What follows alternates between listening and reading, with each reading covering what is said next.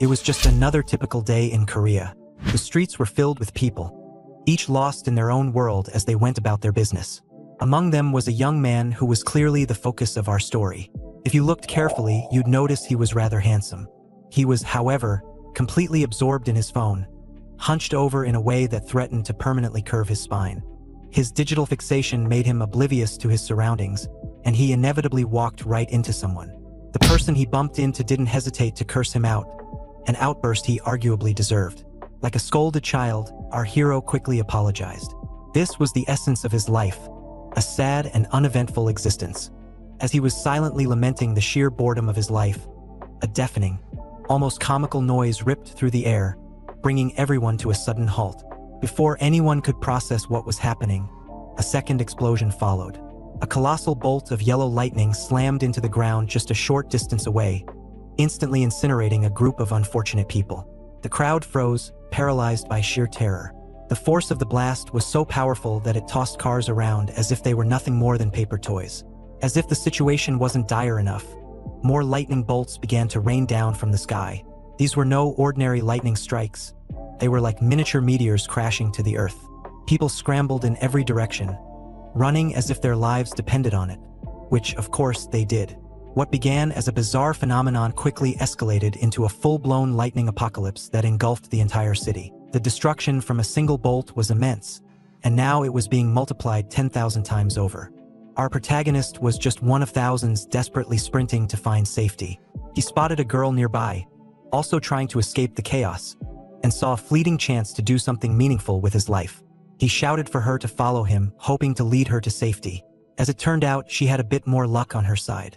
An ambulance screeched to a halt beside her, offering a rescue.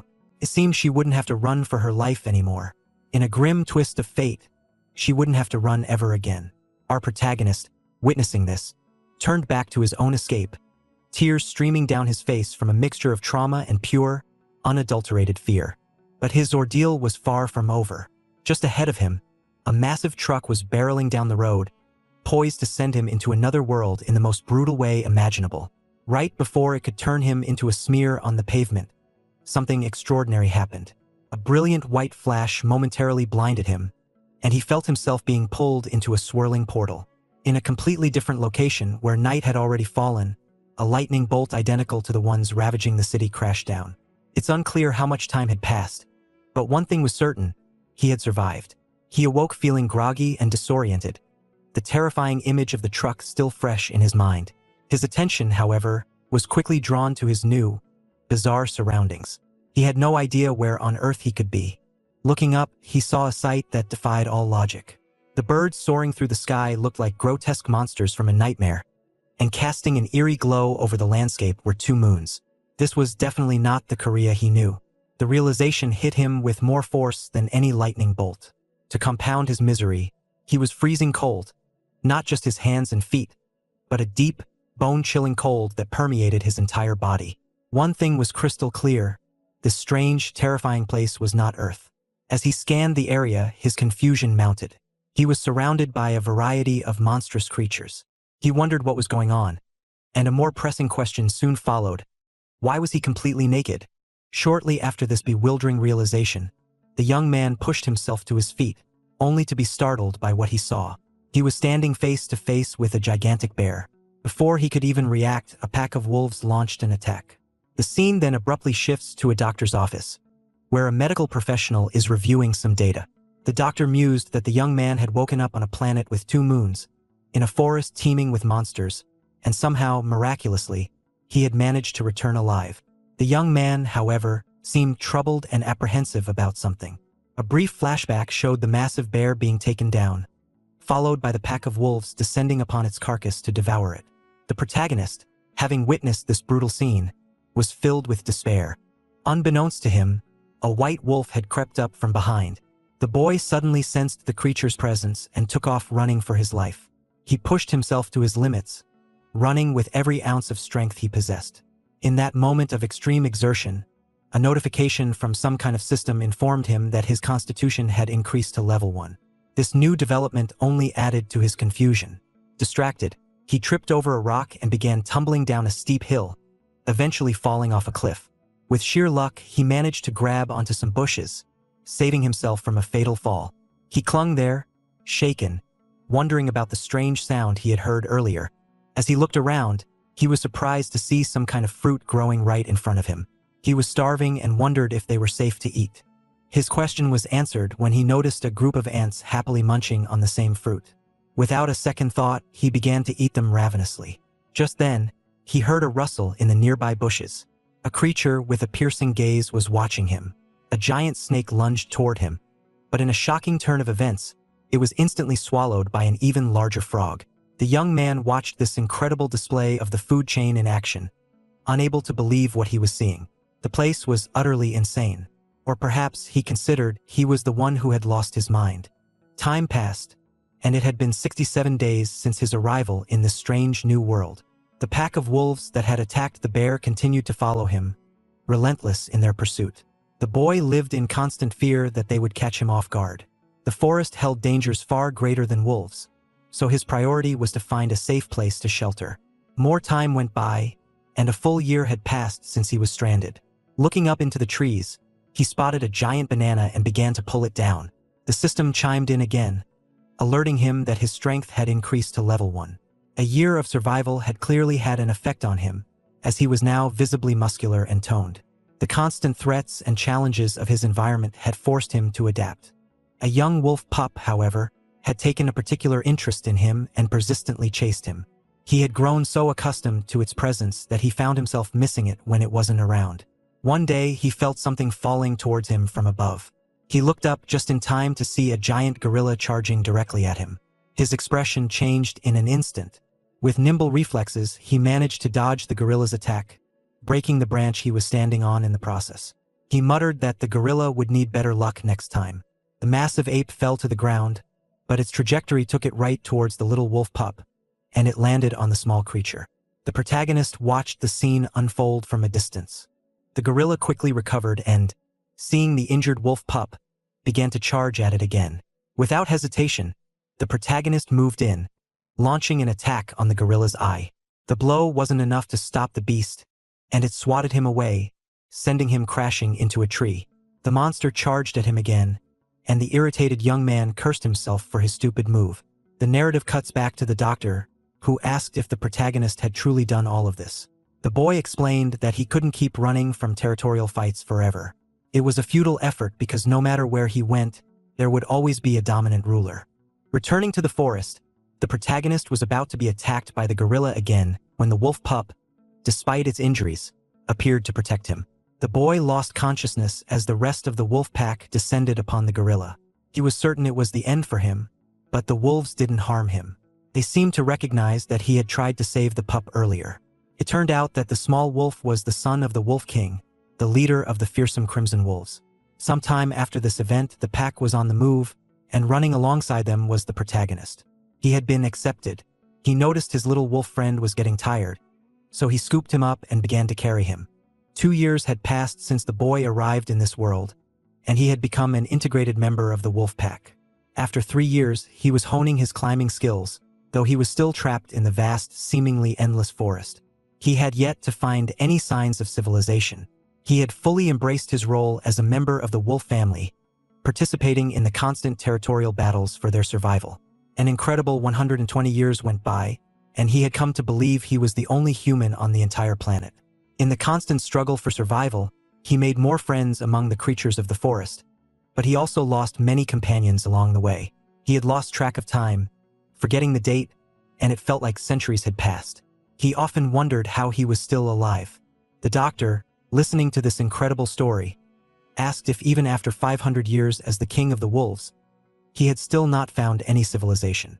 They were eager to know how he had managed to return to Earth. The boy explained that he had initiated a war against the gorilla race for control of a place called the Lunar Hill. A massive battle ensued, and the protagonist was in the thick of it, charging at one of the giant gorillas. In the heat of the fight, something strange happened. He was teleported once again. When he opened his eyes, he was in a completely different place. Meanwhile, in a high-tech facility, a young woman was analyzing a radio, noting that the dimensional energy readings were completely off the charts. A man beside her told her to send the coordinates to the portal control team, and she complied. A portal began to form, causing everyone in the area to flee in panic. An explosion rocked the facility, knocking everyone to the ground. They were stunned that a portal had actually opened. The man cried out in desperation, not wanting to die. The woman prepared herself for an attack, saying she would buy them time to escape. He yelled into his communicator, requesting emergency reinforcements. The portal stabilized right in front of the woman. She shouted a warning to whatever was on the other side to come out, threatening to cut it to pieces. A man's silhouette emerged from the swirling vortex, and the sight of him left the woman completely shocked and frozen in place. The man let out a primal scream as he stepped out of the portal. The woman cautiously approached the protagonist, while her colleague looked on in disbelief that it was another person. The woman was still reeling from the immense force she had felt earlier. It was a pressure unlike anything she had ever experienced, even when fighting high-level monsters in dungeons. She couldn't help but wonder what the protagonist was. The situation was quickly assessed, and the boy was identified as a returnee. An ambulance was called immediately. The scene cuts back to the professor, who was thanking the boy for his cooperation. He informed him that his testimony and the results of his medical examination would be shared with the Awakened Central Office. He also mentioned that the boy appeared to be in good health and should be discharged in a few days. The boy called out to the doctor, explaining that it was the first time he had spoken to a civilized person in what felt like 1,000 years. He thanked the doctor for listening to his long story. The doctor replied that the story was incredibly valuable, and it was they who should be thanking him. With that, he left the room. As the doctor walked down the hall, he thought about what an interesting patient the boy was. His story was so vividly detailed that he could have been a great novelist. The scene then shifts to the Awakened Central Office, where the young woman from the portal incident was questioning the information she had been given. It just didn't seem right to her. A man asked what was wrong, and she pointed out that the boy's card identified him as an F rank. The man explained that he was a rare case of an F rank patient. He added that it was a shame because if he had been just one rank higher at E rank, he would have been eligible for government disability benefits. The woman looked at the protagonist's card again, perplexed. If he was an F rank, it meant he was essentially an ordinary person. She wondered how he could have possibly passed through a portal.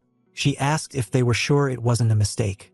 The man brushed it off, saying he was just lucky and had slipped through, finding a return stone by pure chance. He then mentioned that he had just received the doctor's report and asked if she wanted to read it. The woman began to read the report, which noted a common disorder among F-rank returnees. It also mentioned that he was exhibiting behaviors consistent with being a wolf. Recalling the protagonist's feral expression when he emerged from the portal, she wondered if it had all been her imagination. She asked if this was the documentation for the returnee named Park. The man confirmed it was, adding that even though he was an F-rank, they still had to treat a returnee with the proper procedures. The woman then requested to deliver the documents to him personally. The man, surprised, asked why. She replied that she needed to see for herself. 2 weeks had passed since he returned to Earth after spending what felt like 1,000 years in another world. He had a constant urge to go back, but now that he was here, everything felt strange and alien. He had no idea how to live his life from this point on. A nurse appeared, announcing that it was time for his meal. She handed him a tray of food, and he, being quite hungry, began to eat immediately. Soon after, the woman from the Awakened Central Office, Choi, appeared and watched him eat in a rather unconventional manner. Park noticed her presence beside him. She introduced herself as Choi from the Awakened Central Office. Standing up, Park commented on her scent, saying it was that of a blonde person and seemed very familiar. Choi replied that she was the first person he had met upon his return.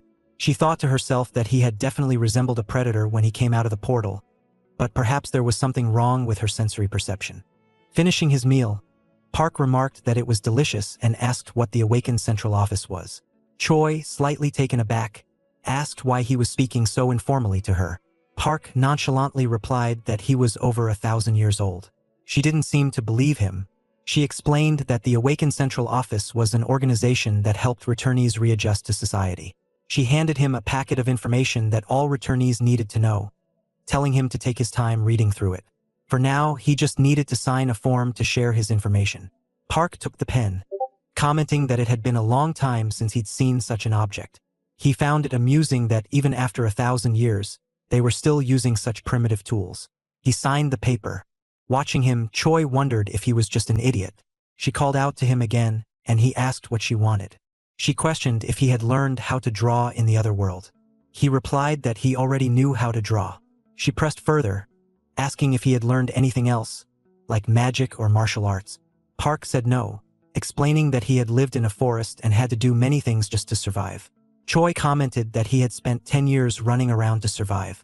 She explained that to become a true returnee capable of crossing portals, one had to kill monsters and absorb their dimensional energy. She pointed out that despite surviving in such a dangerous dimension, he had only managed to cross the portal and find the return stone by sheer luck. Park corrected her, saying he hadn't been there for 10 years, but for 1,000. Choi, now irritated, insisted it was only 10 years, not 1,000, and that he was mistaken.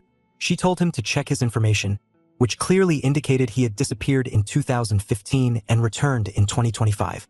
Looking at the data, the boy was shocked to realize it was true. The girl handed him his awakened identification card. As she walked away, she mentioned that part of his expenses would be deducted to cover the damages he had caused and that he should inquire about it. She also recommended that he go back to his family once he had recovered. With a final goodbye, Choi left. Park was left to ponder her words. He wondered if his family was still alive. In the other world, he had given up all hope, assuming that everyone he knew on Earth would be long dead by the time he returned. Now, he had to grapple with the loss of his forest family, who had been with him for 1,000 years. But his assumption had been wrong. Only 10 years had passed. As he examined the documents more closely, he received a devastating shock. His parents had indeed died on the day he disappeared. But there was a glimmer of hope. His younger brother, Juno, was still alive. Overcome with a desperate urgency, Park tried to leave the hospital and rushed to find the doctor. The doctor asked if there was a problem. Park explained that his brother was alive and he needed the doctor's help to find him. The doctor hesitated, expressing his belief that Park wasn't ready to reintegrate into society and that he would need to assess the situation first. Park, growing impatient, told the doctor he didn't understand the gravity of the situation. He wasn't asking for permission. At that, the doctor seemed to make a decision and gestured for something. He then said there was one condition. Shortly after, Park was in a car, thanking the doctor and promising to repay the favor. The doctor told him they would stay in touch. Before the car pulled away, he asked the driver to ensure Park arrived safely, as he still wasn't fully recovered. As they drove off, the doctor's assistant commented on his generosity. He had paid for all of Park's hospital expenses, provided him with clothes, and even hired the driver.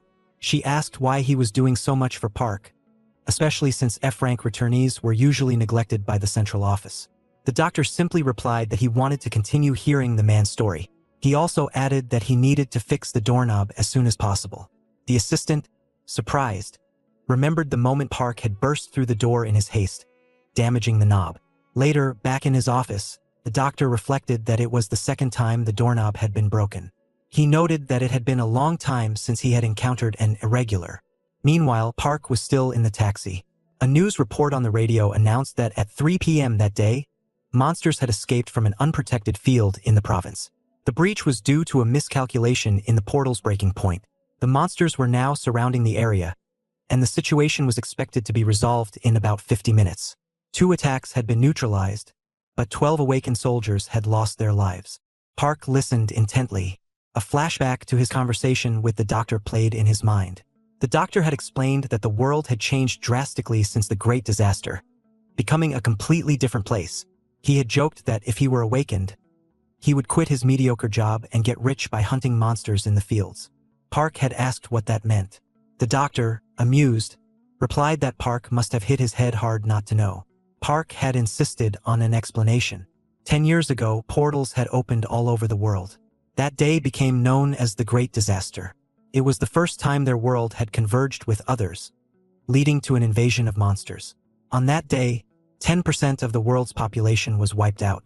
The military was overwhelmed by the sheer number of monsters appearing everywhere.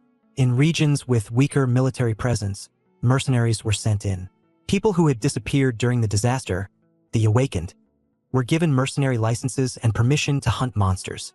Park had then asked how he could become a mercenary. The doctor had laughed, explaining that it was difficult for an ordinary person. First, you had to awaken, and then you had to pass the mercenary test at the Awaken Central Office. Park had commented that it sounded quite complicated. Time passed, and the taxi arrived at its destination. The driver informed him that the house in front was the address he had been given. Park got out of the car, thanking the driver.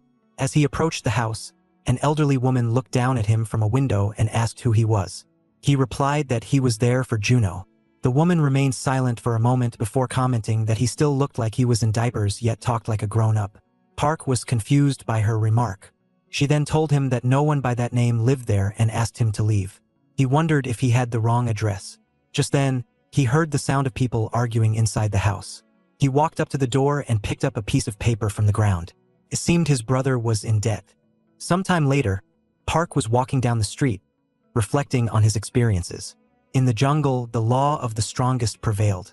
But in this civilized society, it seemed that money was the true power. He arrived at a building and entered, presenting his awakened card. The woman at the counter informed him that his application for the mercenary test had been denied because he didn't meet the requirements. He asked what the problem was, since he was an F rank awakened.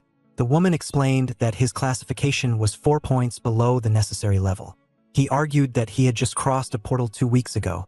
The woman was skeptical, explaining that ordinary people die when they try to cross a portal, their bodies literally torn in half. She didn't believe he had actually done it.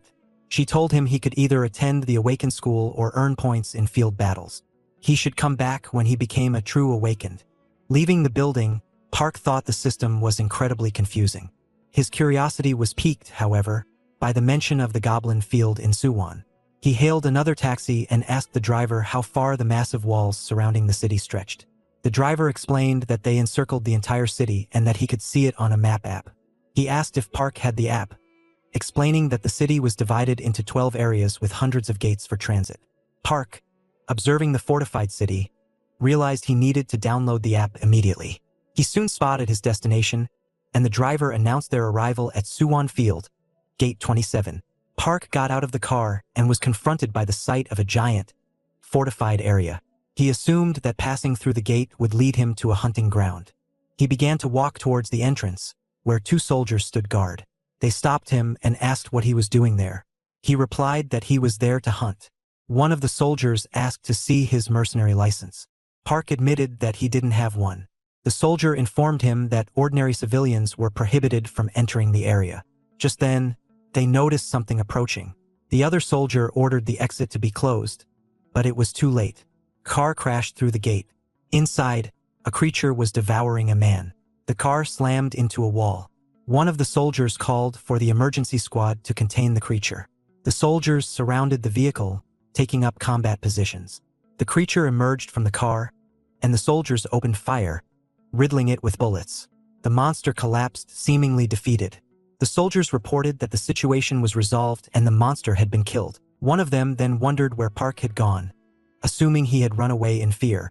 That wasn't the case.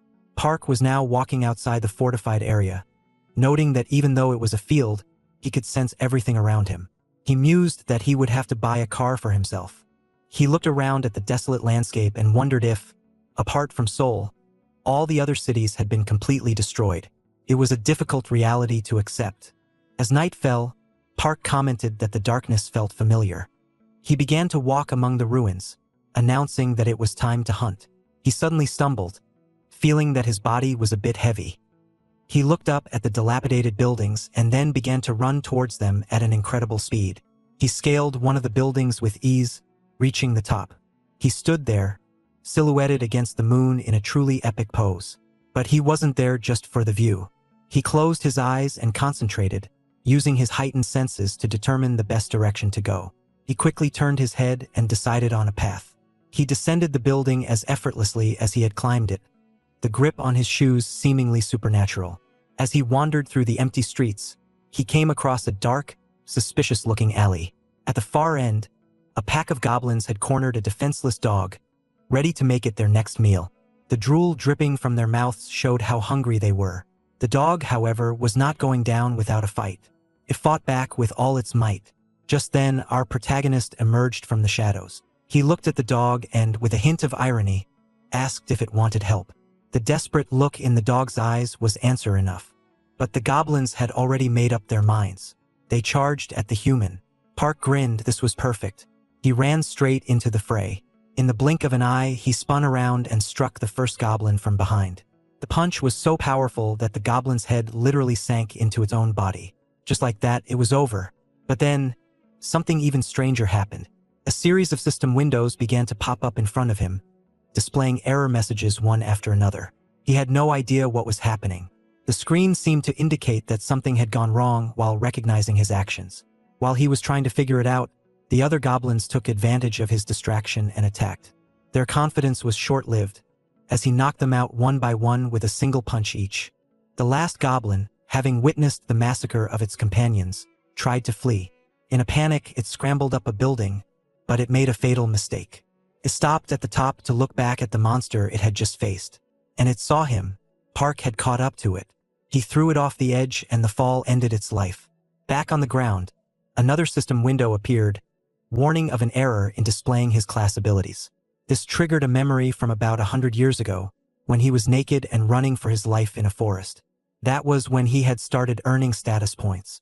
He wondered if these system windows still worked here on Earth. And more importantly, he questioned if the errors were related to his body feeling weaker since his return. Suddenly, a new window appeared with the title Achievement Shop. Curious, Park decided to explore it. He had 7 points available and a few items he could purchase. He selected a few, and like magic, they materialized in front of him. Before he could even taste the food he had acquired, a sound caught his attention. It was the same dog from before, but this time it was not alone. A small puppy stood by its side. Park approached slowly and placed his hand on the dog. He could feel that it was dying. The animal, trusting its instincts, seemed to feel that it could finally rest. But Park wasn't ready to let it go. In a silent plea, the dog seemed to be asking him to take care of its pup. He couldn't forget his own family of wolves in the other world. Perhaps fate was repeating itself. He pulled a snack from his pocket and offered it to the dying dog. Maybe it was hungrier than he was. After that, he stood up and walked over to the 7 goblin corpses scattered on the ground. It was still night, and it wasn't until sunrise that he finished what he had started. He created a simple grave for the dog that had died protecting its pup. He stood there in silence, honoring its sacrifice. Meanwhile, at the entrance of Area 27, the traffic was in chaos. Horns blared as stressed drivers tried to navigate the congestion. The noise came to an abrupt halt when a figure approached, carrying several dead goblins on his back. Even though they were lifeless, the sight of the monsters made the crowd instinctively step back. The protagonist sold the bodies, earning over 10,000 for his efforts. The most valuable part was the crystals found inside each monster, the real prize. Since he didn't have a bank account, he received the payment entirely in cash. Surprised by the amount, he began to wonder how much more he could earn if he started exploring dungeons and collecting more crystals. Elsewhere in the city, a truck was parked near a convenience store. Inside, a man was chatting with an old friend while buying a chocolate bar for his child. Back in his truck, the man was in a cheerful mood. It had been a quiet day at work, and he was looking forward to going home.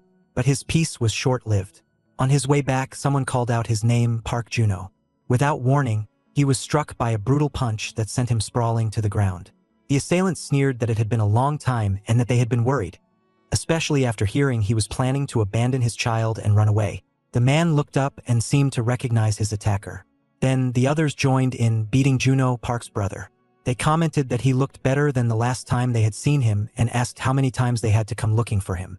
Juno pulled out some money, explaining that it was the payment he had just received.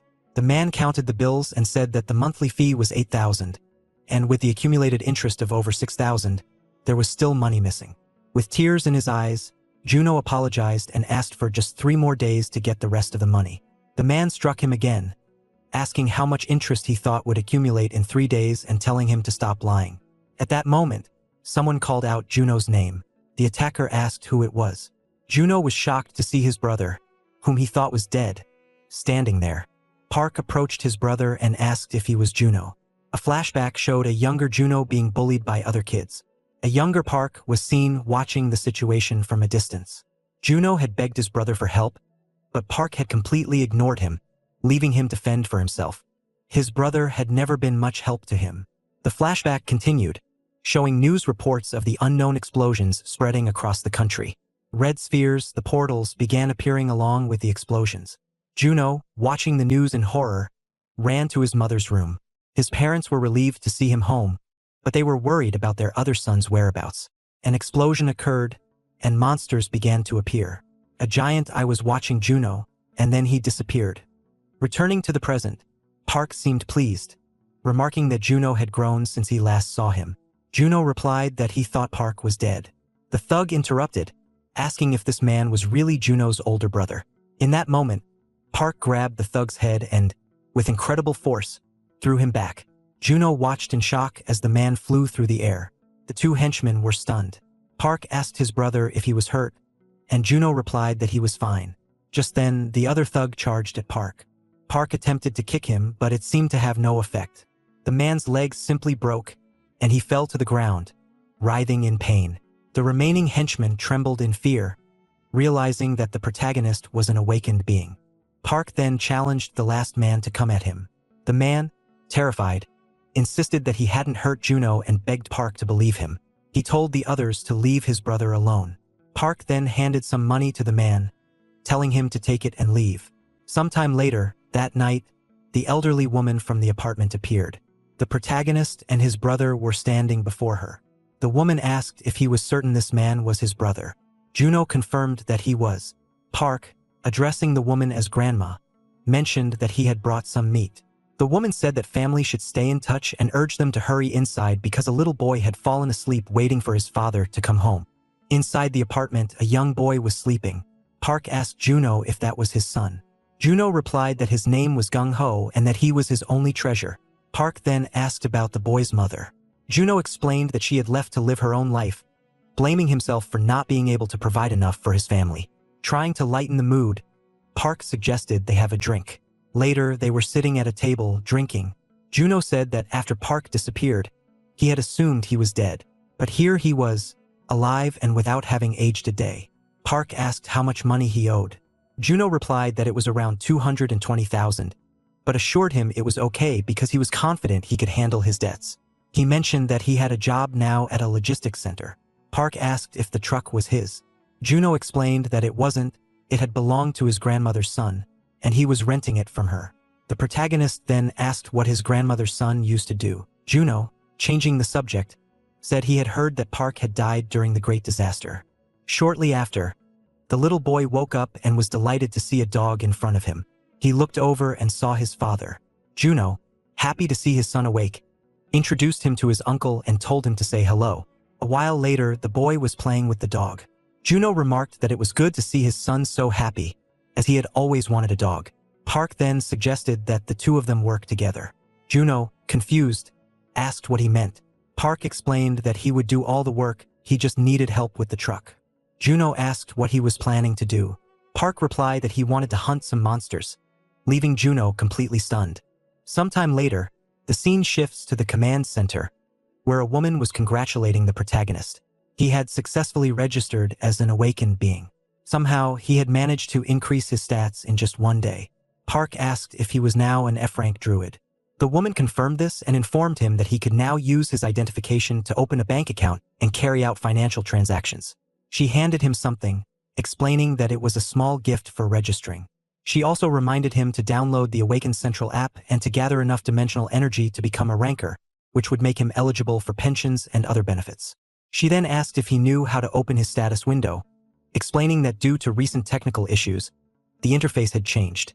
Park spoke the keyword, and his system screen appeared, displaying all his stats. Looking at it, he wondered why his stats were so low. The scene then cuts to Park's brother in his truck. He was happy because his brother had managed to get a phone and congratulated him on officially becoming an awakened being.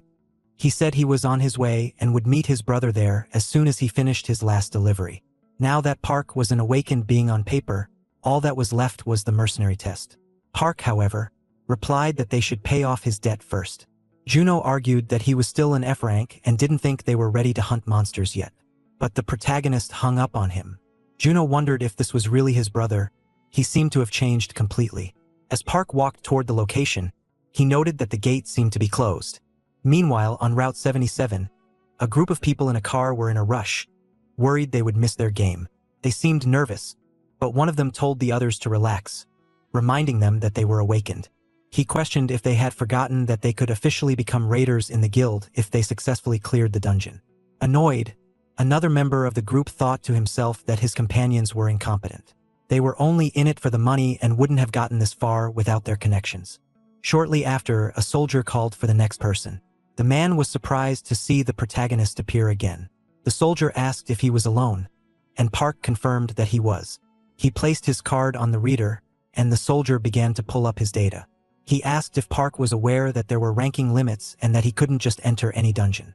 The man from the other car was observing the protagonist, who was entering the area completely alone. The other soldier asked if he thought the protagonist would be okay, especially since he didn't even have the proper equipment. The first soldier told him not to worry, explaining that this was the guy who had single-handedly taken down 7 goblins at Gate 27. The man in the car, apparently jealous, wondered who the protagonist thought he was, entering the field like that. He thought Park was crazy. The soldier then apologized for the delay, explaining that he was having some technical issues. After finishing the verification, the man told his friend to speed up so they could follow the protagonist's route. He was confused, however, because the boy had simply vanished in the middle of the tunnel.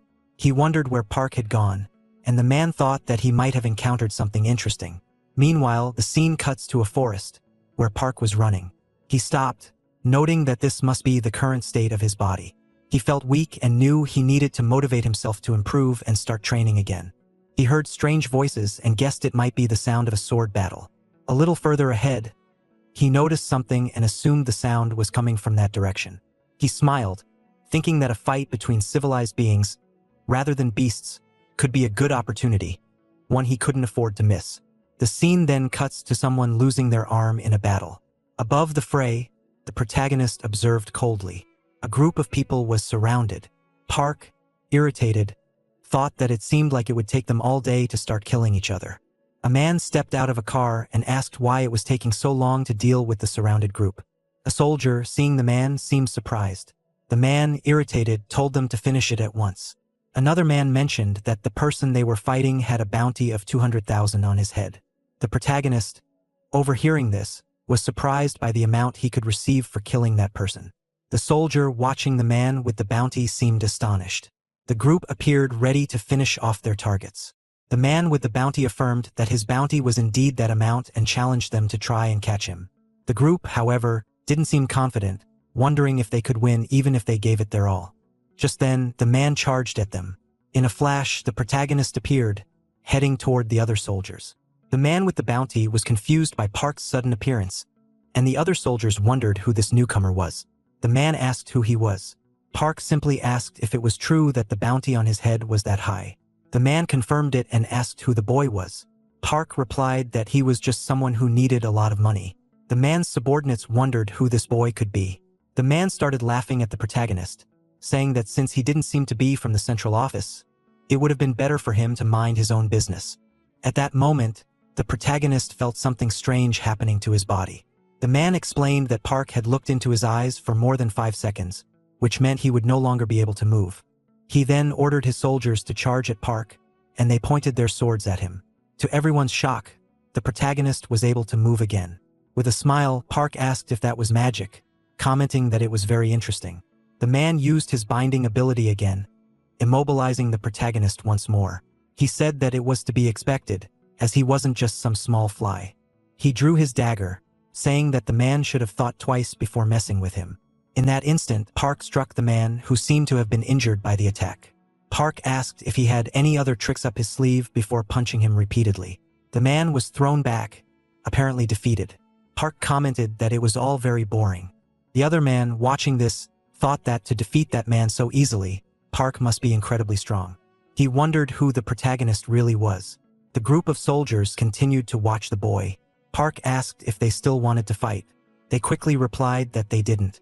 The protagonist pointed to a spot and told them to go there, asking if anyone had a rope.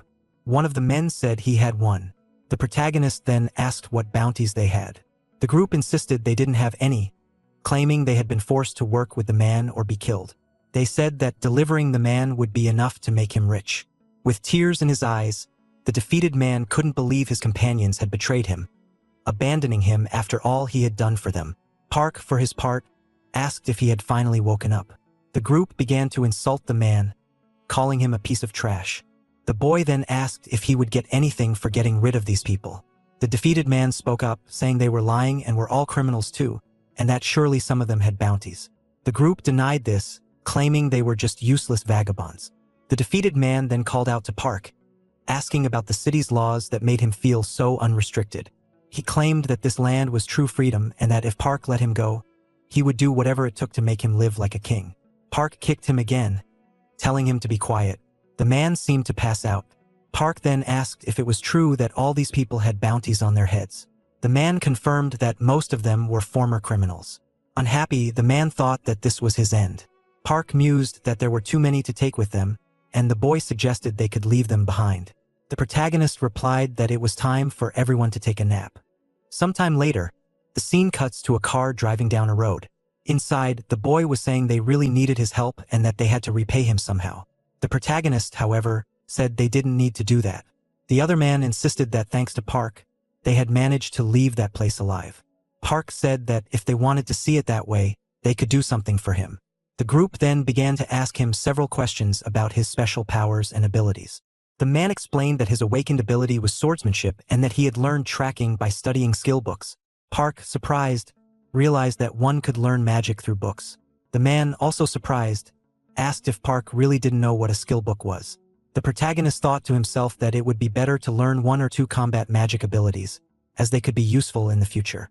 Suddenly, something caught his attention. A giant light was surrounding the area ahead. He asked if it was a portal. The boy confirmed that it was, mentioning that it was a level 1 dungeon, the lowest level, which was why they were planning to go there. Park lamented that it was a pity, as he might have been able to go if he had a mercenary license. The man, shocked, asked if Park really didn't have a license.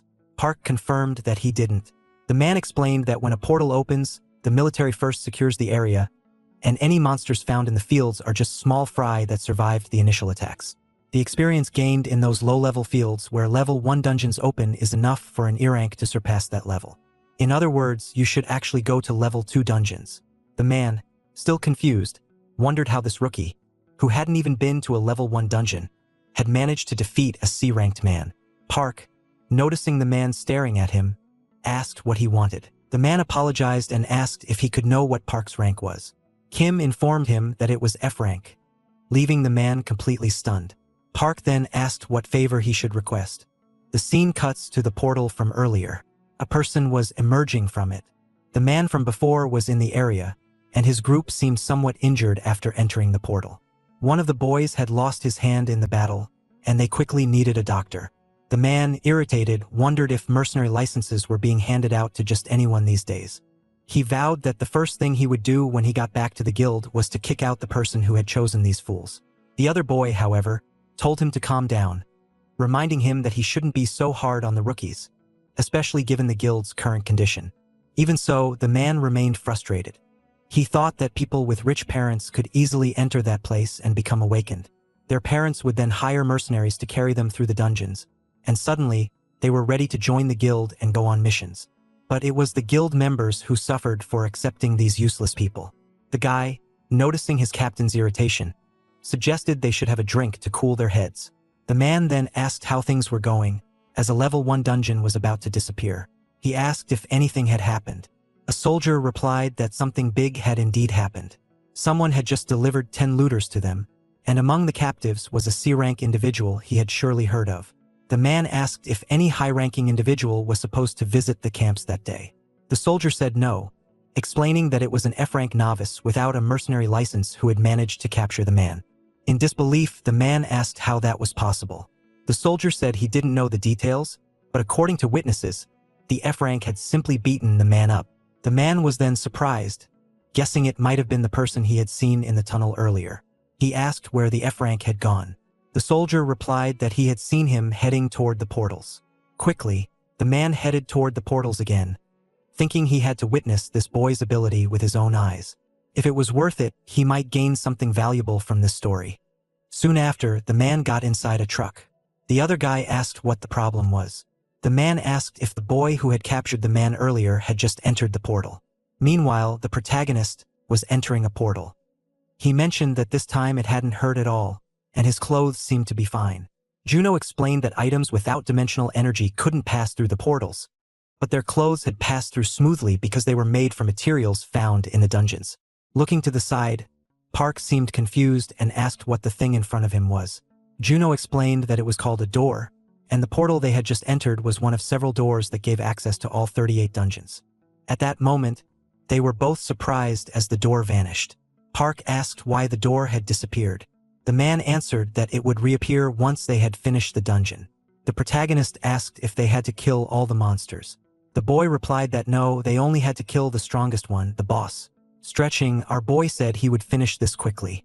Juno, however, told him to wait, but the protagonist didn't seem to hear him and quickly jumped away. The man, surprised, wondered who that man was, thinking he might be the guy from the rumors. With that level of power, he could very well break the record time for clearing a level 1 dungeon. However, he soon realized a problem.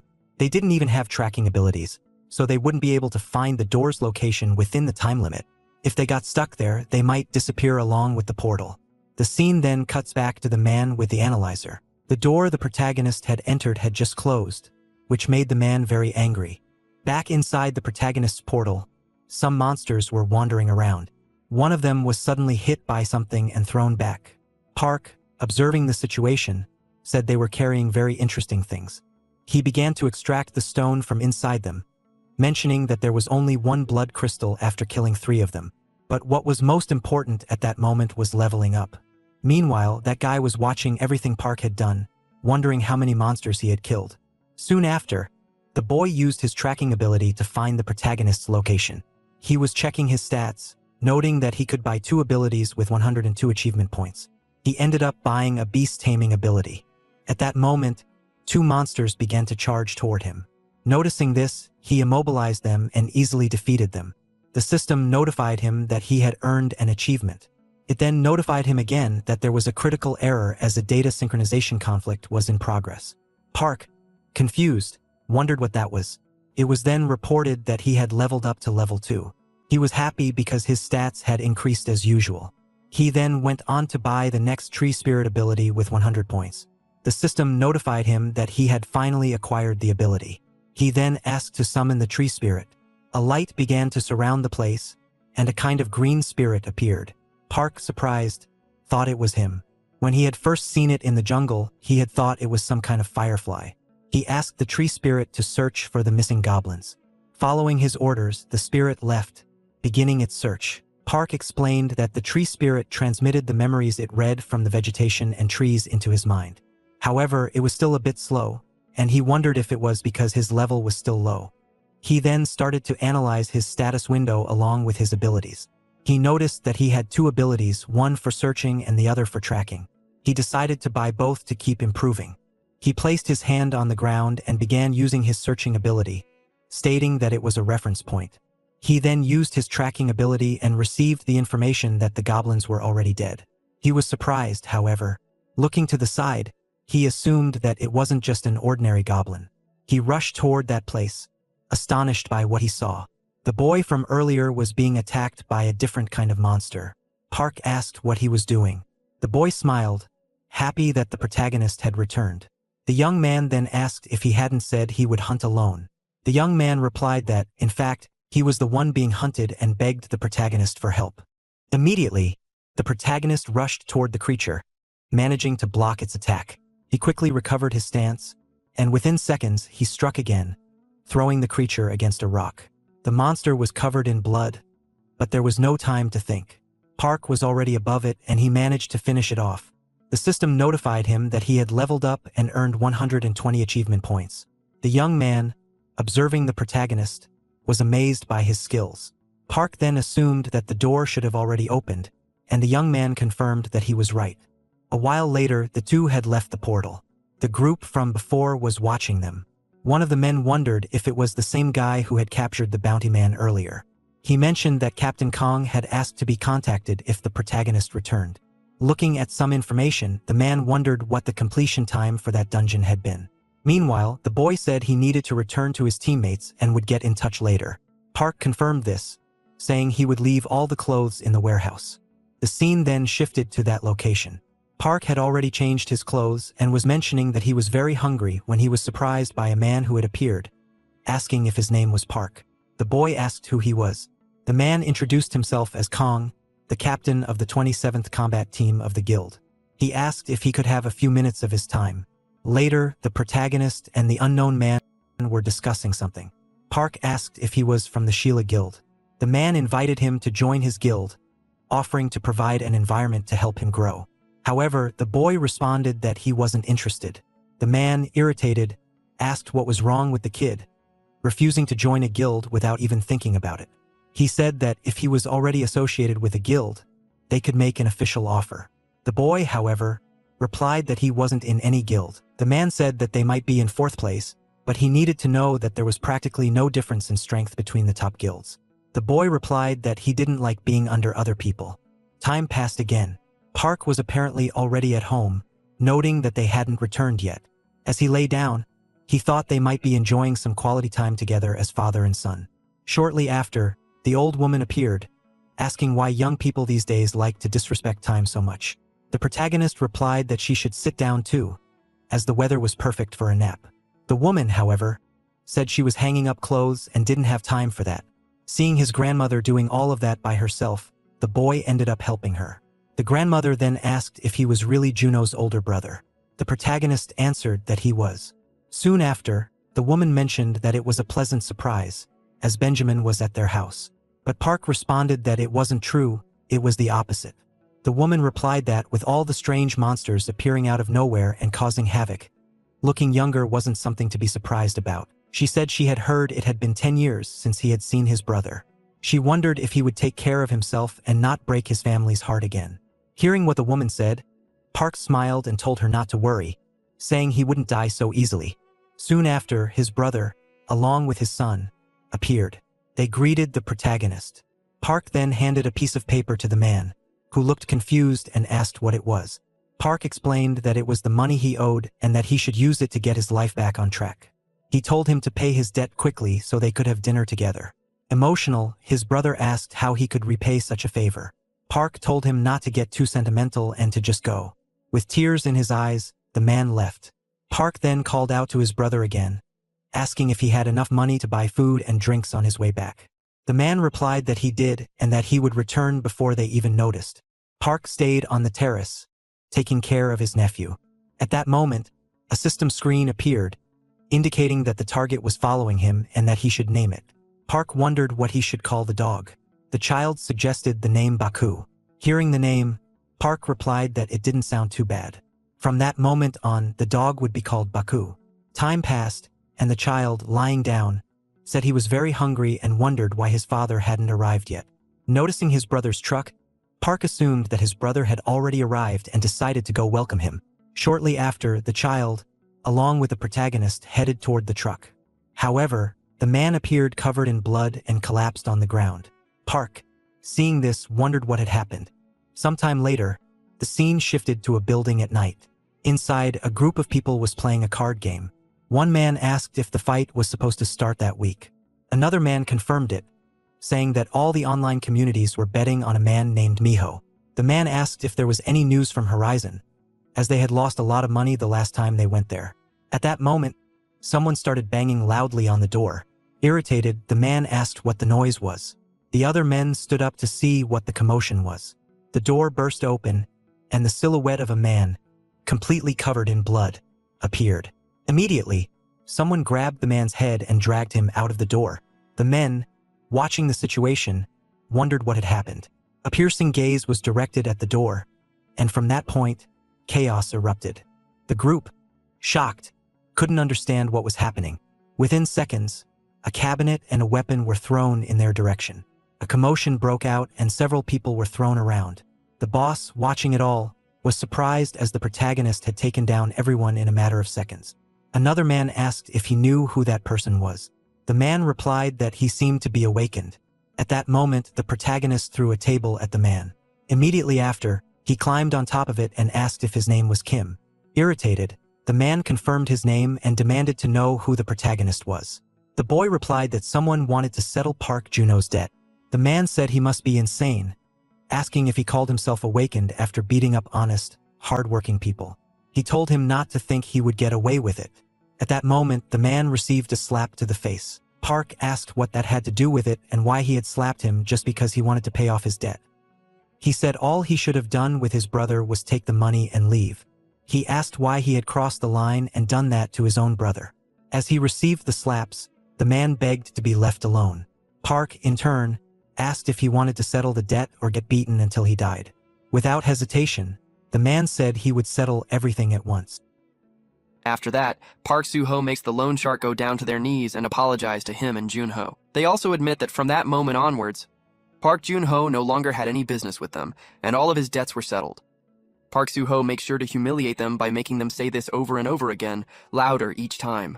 Eventually he lets them off, but warns them, saying that if they try to mess with his brother again, it will be the end of them. Saying this, Park Soo-ho swiftly makes his exit, as the head of the office seethes in anger. Once Soo-ho left, he finally got back up, and declared that he is not done with them at all. After all, he also has people backing him to do this. Meanwhile, Captain Kang Min-hyuk enters the room of an official at the Awakeners Bureau. Min-hyuk tells the man that he has recruited someone talented, and that he has great potential. Min-hyuk was very enthusiastic, which amused the man, who decided to look into it. The man sees that the recruit he was talking about was in fact Park Soo-ho, an F-ranked Awakener. However, Min-hyuk argued that the fact that he is an F-ranker and just registered as an Awakener on that very day makes him better. He tells the man to look into Park Soo-ho's files on the computer database. The man tries to do so, but it turns out that information about Park Soo-ho is kept classified. This confuses the man and Min-hyuk, as they didn't expect his information to be classified. Despite this, Min-hyuk tells the man to dig deep to gather information about Park Soo-ho. They do so, and get to know just how strong Park Soo-ho is. With them getting to know about all of his past feats, they're astounded by that, and wonder how Soo-ho got the better of someone like Choi-gu-shik without any potent equipment. It makes Min-hyuk's excitement for him legit. But the man asks Min-hyuk if he knows why Park Soo-ho was missing for 10 years. He thinks that it is possible for Soo-ho to be a member of the Secret Service. This puts doubt in Min-hyuk's mind, as he never thought of Soo-ho as a spy. The man tells Min-hyuk to just give up on the idea of scouting Soo-ho, because he is most probably working as a spy. The man says that he already doubted this would turn out like this the moment Min-hyuk started to make a fuss about it. Min-hyuk now understands why Soo-ho seemed indifferent to these things. Following this, the two of them decide to go outside for coffee. As they get ready to go out, Min-hyuk asks why a special agent would opt to go through beginner-level dungeons for no reason, to which the guy says that he has no idea. Min-hyuk still asks the man to keep an eye on Soo-ho. However, the guy refuses to do so for reasons he stated before. Min-hyuk tells him to just give him a normal weekly report on Soo-ho, because there is no saying when they find something special within him. But the guy still refuses. Meanwhile, Soo-ho goes out to meet up with his brother Park Jun-ho at the hospital. Soo-ho makes sure to bring a lot of food for Jun-ho, to which Jun-ho asks why he spent so much on food. Soo-ho tells him to not mention it, and that he got him food because he heard that eating well helps with recovering quicker. After eating, Soo-ho asks Jun-ho if he is feeling good, to which Jun-ho says that he feels a lot better, and that he'll be able to take off the bandages on his head tomorrow. This reminds Jun-ho that Soo-ho also has his mercenary license exam tomorrow. Jun-ho hopes that Soo-ho passes, because then he will be able to join a nice guild. However, Soo-ho doesn't like the idea of him, the king of the forest, joining up a guild and becoming someone's lackey. Jun-ho asks Soo-ho if he should look into some nice guilds for him, but Soo-ho tells him to spare the effort, because Soo-ho intends to build his own guild. This shocks Jun-ho, who doesn't know if Soo-ho is thinking about doing the right thing. Meanwhile, Choi Soo-young was heading out when her boss called out to her. Her boss tells her to stop slacking off, as he reports that there have been 2 portal openings in her area. The portal in Seoul could have ruined the city if it was a bridging portal. This angers Soo-young, who asks the boss if they can't even do anything without her help. The boss apologizes but says that he has been chewed out by the portal bureau over these things. Annoyed, Soo-young asks the boss if he wants her to resign over this matter to calm things down. However, the boss tells her that he just wants her to focus on her job, because she is wasting her potential as things stand. Soo-young sort of gets what he is saying, because she has been having a hard time focusing on things lately. Just then, the boss hands over a letter to Soo-young sent by the main bureau. Reading the letter instantly irritates Soo-young, who asks if the main office really needs to call her over for such trivial matters and not let her take a well-deserved break. The boss tells her that she doesn't need to sweat it so hard, because she isn't the only one going for the duty. Soo-young gets annoyed and just decides to leave, but the boss tells her to select as many people as possible, because they're short on people and need assistance in the future. However, Soo-young reckons that it is better if she just rejects the people who aren't even capable of defending themselves. The story then goes forward into the day of the mercenary test, where everyone is looking forward to passing. After all, some of the people are coming back for years straight, One of the students out there starts streaming the event to the internet, asking his viewers to support him as he looks set to pass the exams. He tells them that he will provide them exciting hunting content if he passes the exam, so they should cheer, like, and subscribe to him. He shouts out to donations just like how streamers normally would. Just then, the supervisors start coming inside, which warrants the streamer to stop his stream for the day. Just then, a curious Park Soo-ho stares at the screen of the guy's phone. The guy, startled, asks Soo-ho if he has never seen what a stream looks like. Soo-ho, confused, asks the guy who he was talking to, which annoys the guy even more. The guy gets annoyed even more and decides to ignore Soo-ho for now. Just then, Major Kim Young-soo arrives and he tells everyone that he will be the head supervisor for the next 3 days. He also introduces the 21 other supervisors who the students will be assigned to, and they will decide whether or not the students will pass the test. The students are worried about this, some hoping that they get assigned to Captain Park Young-soo, who is known to be quite lenient, so students pass under him. On the other hand, there were people praying that they don't get assigned to the witch, who is very strict and fails more than half of the students. Following this, the head supervisor tells the students to line up in line with their assigned supervisor. The assignment starts, and the streamer, Han Dong-soo, is assigned to the 15th supervisor, and this scares him. Park Soo-ho is also assigned to the same supervisor. They line up, and this is when Soo-ho notices that his supervisor is Choi Soo-young. The blonde girl, Choi Soo-young, also notices Soo-ho. Following this, the students are instructed to head back to their locker rooms. Some students were happy about getting easygoing supervisors, while some were upset at getting strict ones. However, they also found solace in knowing that they weren't assigned to Soo-young. The students were also mesmerized by how cool the training facility was, with the gym resembling an MMA arena. Inside the locker, Han Dong-soo was feeling down. He had promised his viewers that he would pass the test with ease, but now that he is assigned to her, he doubts he will have to go back home tomorrow. Soo-ho notices him, and decides to approach Dong-soo regarding this. He asks Dong-soo why he was feeling down, when he was feeling quite happy just a moment ago. Dong-soo gets annoyed by his ignorance and asks Soo-ho if he is supposed to dance. Soo-ho doesn't quite understand why he is behaving that way. Dong-soo then asks Soo-ho if he is not aware of Soo-young's wrath. There's a reason why they call her the witch. It is said that she fails students for the littlest of mistakes based on how she is feeling that day. She is really ruthless. However, Soo-ho sees no problem in that, because he thinks the fault for failing lies more on the students for not being prepared rather than the supervisors. This irritates Dong-soo, who thinks of Soo-ho as a good-for-nothing rookie, so Dong-soo tells him to talk respectfully to his elders and not be twat.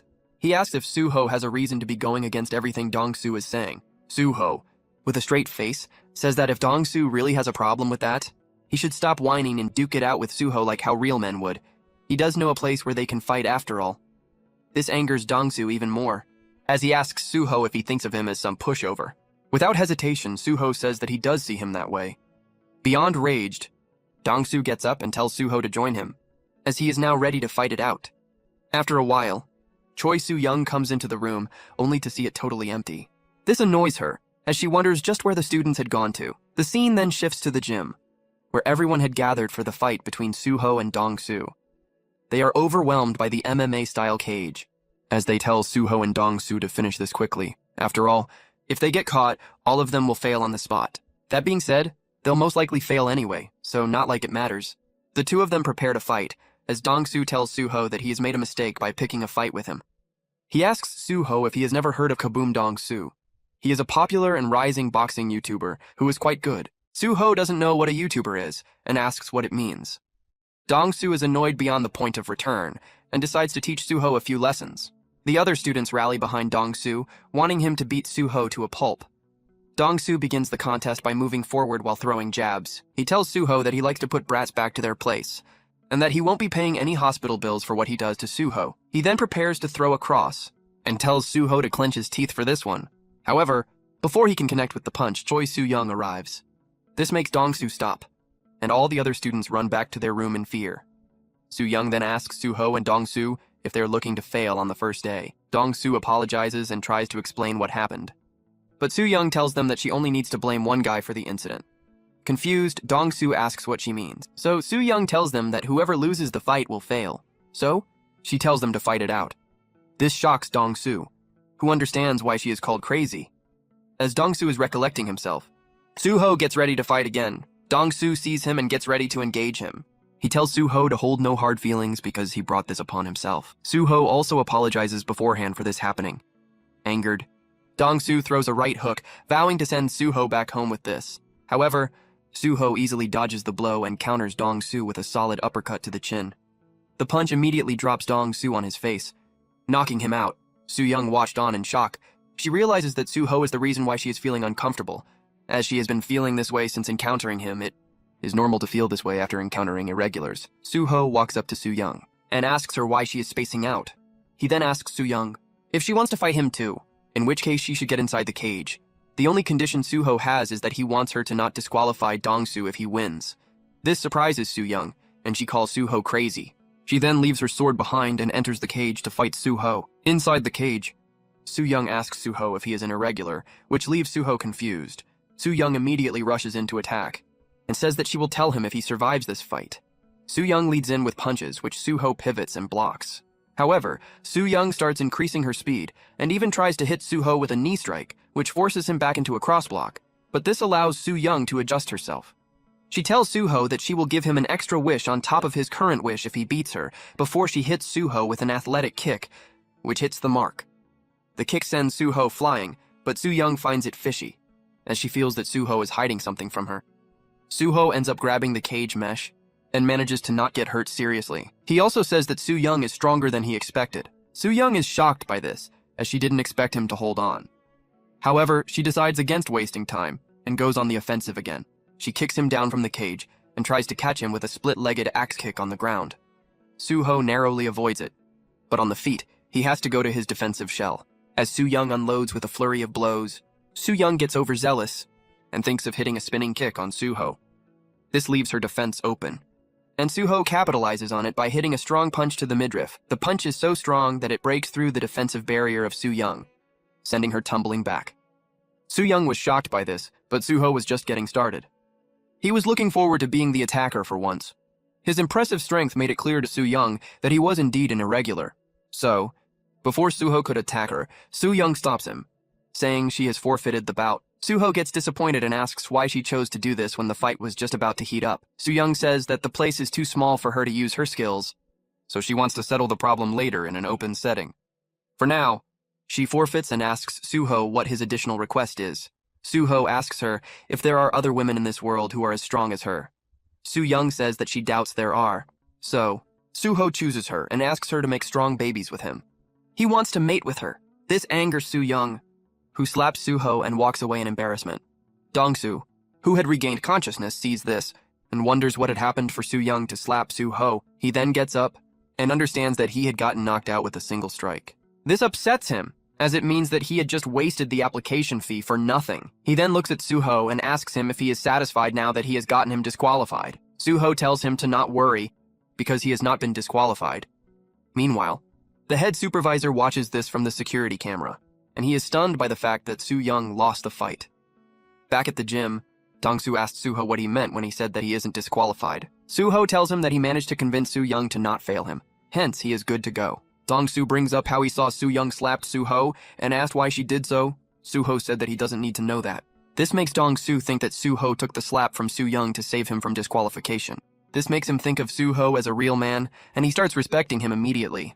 He starts following Soo-ho like a lackey, and starts referring to him as Big Brother. As they start walking back, an announcement is made asking Soo-ho to go to the head supervisor's office. Once there, the head supervisor told Soo-ho that he wanted to ask questions, but made him aware that everything being said in the room is being recorded. The head supervisor tells Soo-ho that he saw the little fight he had with Choi Soo-young earlier on. It surprised him how someone like Soo-ho could go toe-to-toe and get the better of a B-ranked awakener like Soo-young.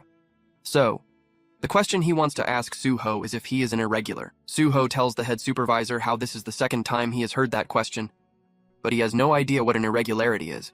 The head supervisor understands that Soo-ho must have not been told about the bridge portal. So, he takes it upon himself to do the explanation. The bridge portal is what connects 3 different planets to Earth. The first planet being Aruk. It is a land with elves and dwarves, and a land that specializes in magic. Historically, they've been allies with Earth, and trades of culture and goods have taken place between them. People who went to Aruk and came back have brought back improved knowledge of magic and such skills. The second planet is Guchin, a planet where mammons and monsters are constantly at war with each other for the sovereignty of the nation. The mammons are the allies of Earth, whereas the monsters are enemies. The final planet is Mid-Ur, and they're the troublesome ones. The planet is inhabited by extremist orcs and monsters. They're always after Earth, and if a portal opens from that planet, an all-out war breaks out. The Earthlings who go through these portals into the other planet and come back are called irregulars. They possess much more strength than the average awakener, and are as such designated to be on a level of their own. Suho learns about all of these planets, but tells the head supervisor that he came from none of these planets. This makes the supervisor wonder if he is simply a dungeon returner, but that can't possibly be it, because a simple F-ranked awakener wouldn't be able to beat Su Young. So, the head supervisor asks Suho which planet he came from. Suho says how he already told the bald doctor about this story, but he decides to repeat it for the head supervisor. Anyway, he tells him about how he lived on a planet with wolves for thousands of years. After hearing the full story from him, the head supervisor is left stunned. He tells Suho to leave and thinks about how ridiculous it is for Suho's story to be real. After this, Sergeant Kim Sang-shik comes into the room as ordered by the head supervisor. He is instructed to assume duty as supervisor number 15. Sang-shik asks why so, because Su Young is already handling that duty. The head supervisor tells him that Su Young ran away. Sang-shik asks why, to which the head supervisor doesn't answer. He just tells Sang-shik to take on the role, and specifically monitor Park Suho as he is important. The next day, students are told to come to the training ground for the test to begin. Students are told to line up according to their supervisor. This is when Suho and Ko realize that their supervisor has been changed. They wonder if Su Young got fired. Sergeant Kim Sang-shik introduces himself to the students and tells the requirements to pass the tests. He expects the students to complete the 100-meter dash within 9 seconds. He also wants the students to complete the tetracontathlon within an hour. The students are appalled by this, as not all awakening skills result in a physical buff, but there's nothing they can do. A woman starts the proceedings, but due to her being overweight, she takes 13 seconds to complete the 100-meter dash. She is disqualified, but the girl thinks the requirements should be different for healers. However, Sang-shik makes it clear that monsters won't give healers longer to run away. Next up, Dong-su is told to do the test. He is confident about doing it with ease, but others aren't so sure of making it within 9 seconds, let alone the tetracontathlon. However, Dong-so tells Suho that he will be seeing him in the next round, and just as promised, he completes the dash within 8 seconds. After what, Suho is told to do the dash, and he comes forward to do as instructed. Sang-shik pays attention and records the moment, as Suho dashes through the 100-meter mark in no time, leaving everyone shocked. Sang-shik immediately calls the head supervisor to tell him about how the physicals for Suho came out. He tells him that the results are shocking, and sends him the clip to watch. The head supervisor sees this and asks Sang-shik if the reporters saw it. Sang-shik tells him that the reporters are having a field day covering this. They've taken photos and are writing pieces. The head supervisor then calls the head of the Awakeners Bureau, Kim Miso. He tells her to check the clips of Suho he sent her. Kim Miso plays them and is shocked by what she sees. Another man tells her that head supervisor Kim Young-soo has the ability to tell if someone is lying, and he has told them that Suho didn't lie once during his entire interview with Dr. Kim Young-kook. This stuns Kim Miso, who dismissed Young-kook's reports, but it turns out to be true. The megalomaniac F ranker is actually an irregular, who is just as strong as at least a B ranker.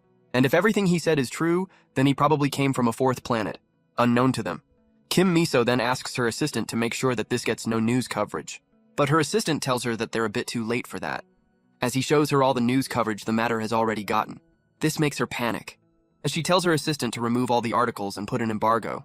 By now, the reporters were all over the matter, as people were trying to get pictures of Suho, and wanted to have an interview with him, even when he was just trying to go to eat. Suho was confused by all the attention he was getting. Meanwhile, Kim Miso was wondering if Suho somehow managed to keep his full physical abilities, despite crossing the portal bridge without any protectional gear. His low-dimensional energy back then gave him a low score. It was also then that the ranking system at the Awakeners Bureau started having errors, so it could be that they ranked him wrongly. However, if everything is true, and if Suho is a returnee from an unknown 4th planet, Kim Miso thinks this is great news for them, because this gives South Korea an edge in the development of a potential 4th planet in the portal bridge. Meanwhile, we see that guards have arrived at the scene to stop reporters from getting access to Park Suho. This allowed him to go inside, but the reporters were still trying to reach out to him. People inside wondered why there were so many reporters. Before realizing it was all for Suho, they understand it, because he did shatter the records with his physical test. Meanwhile, Suho was eating an abnormally large meal as Dong-su watched on in mesmerization. He finds happiness in knowing that he wasn't just knocked out in one blow by nobody, and that Suho is special. In hindsight, he regrets having not streamed the fight. Suho notices how Dong-su was staring at him, so he called him out for it and asked if he was done eating already. Dong-su says no, and volunteers to bring him some water.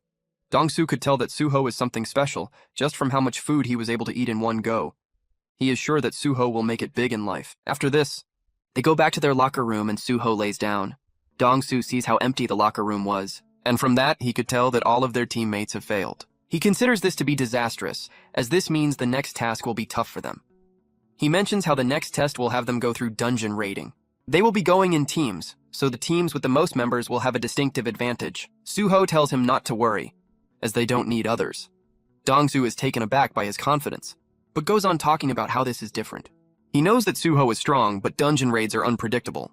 So, it would have been better if they had more members looking at different areas. Suho tells him to lay back and relax, and instead asks him to tell him about the stuff he was doing on his phone before. Dong-soo tells him that he was on YouTube, and says that Suho surely knows what that is. Suho was left confused by the term, which surprised Dong-soo. He couldn't believe that Suho didn't know this, and asks if he was living under a rock. Suho thinks that describes his situation quite well, leaving Dong-soo seriously surprised. Dong-soo then shows him what YouTube is and how subscribers work. He tells him how 1,200 plus people are watching his videos regularly. Meanwhile, Suho notices another YouTuber with more subscribers than Dong-soo. He then notices a video with millions of views, and Dong-soo explains to him that it is a mukbang video, and that those do really well. Suho watches the video, and is shocked by how much the person in it was eating. Dong-soo thought it was not something Suho should say when he eats so much himself. However, he makes Suho happy by telling him that he knows mukbang YouTubers in real life, and that he can set Suho up with them for a stream.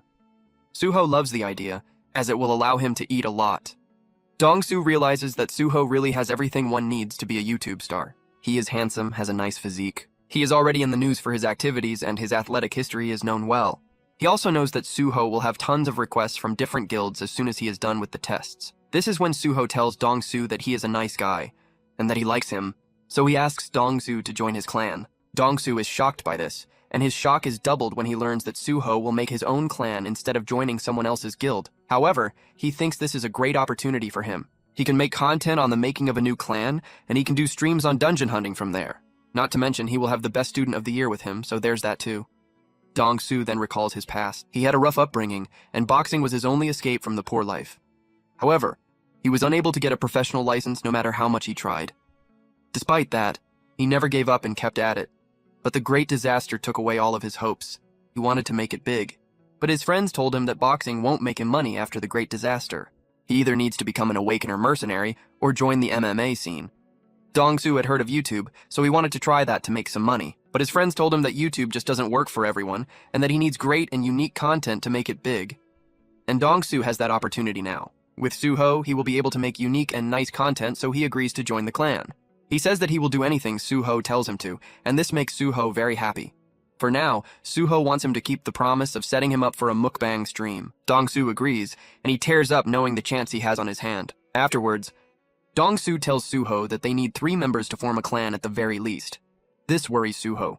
But just then, a monk arrives at their room. The monk is named Myong-jin, and he has just been assigned to the number 15 squad.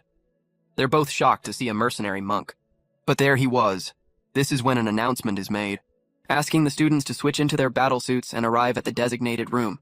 This confuses Dong-soo, as he thought that they were doing the dungeon raids tomorrow, and not this late at night. Myung-jin says that he heard that the supervisors can decide to do it whenever they want, be at night. So they go to the room as the head supervisor briefs them on the dungeon raid. He tells them that they'll be going to the level 1 dungeon in the 5th sector of Seoul, which is under the protection of the Phoenix Guild. Suho is intrigued by this, so Dong-soo tells him that the Phoenix Guild, while not being a top 12 one, are pretty powerful. Suho asks him what it means for the dungeon to be under their protection. Dong-soo tells him that with portals opening up everywhere in Korea, the government got tired of taking care of them all. So, they divided Seoul in sectors and gave regional mercenary clans the duty to protect them.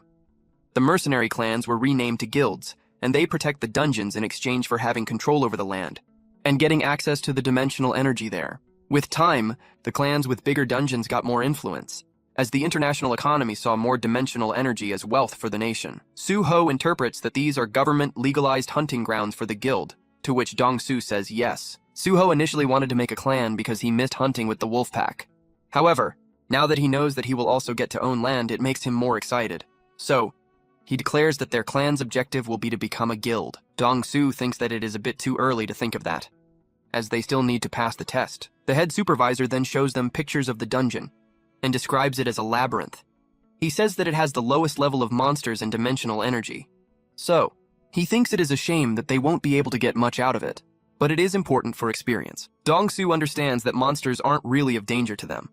Instead, the labyrinth-like structure is something that will trouble them. He really wishes that he had the search skill because of this, but Soo-ho tells him that he already has that. This stuns Dong-soo, because he didn't expect someone to have that skill before even passing the mercenary test. After all, the skill is worth $30,000. So, it makes him wonder if Soo-ho was born with a silver spoon in his mouth. As they were talking about things, Dong-soo asks the monk Myung-jin if he has an awakener skill of himself. Myung-jin seemingly becomes uncomfortable because of this question, as he goes into pondering instead of answering. Myung-jin then thinks about the past when he used to be a normal priest at a Buddhist temple. He would pray Buddhist chants all day like a normal monk priest. However, one day, disaster struck. A group of monsters entered their land area, and they were being led by a giant monster. Eventually, the monster made their way inside the temple.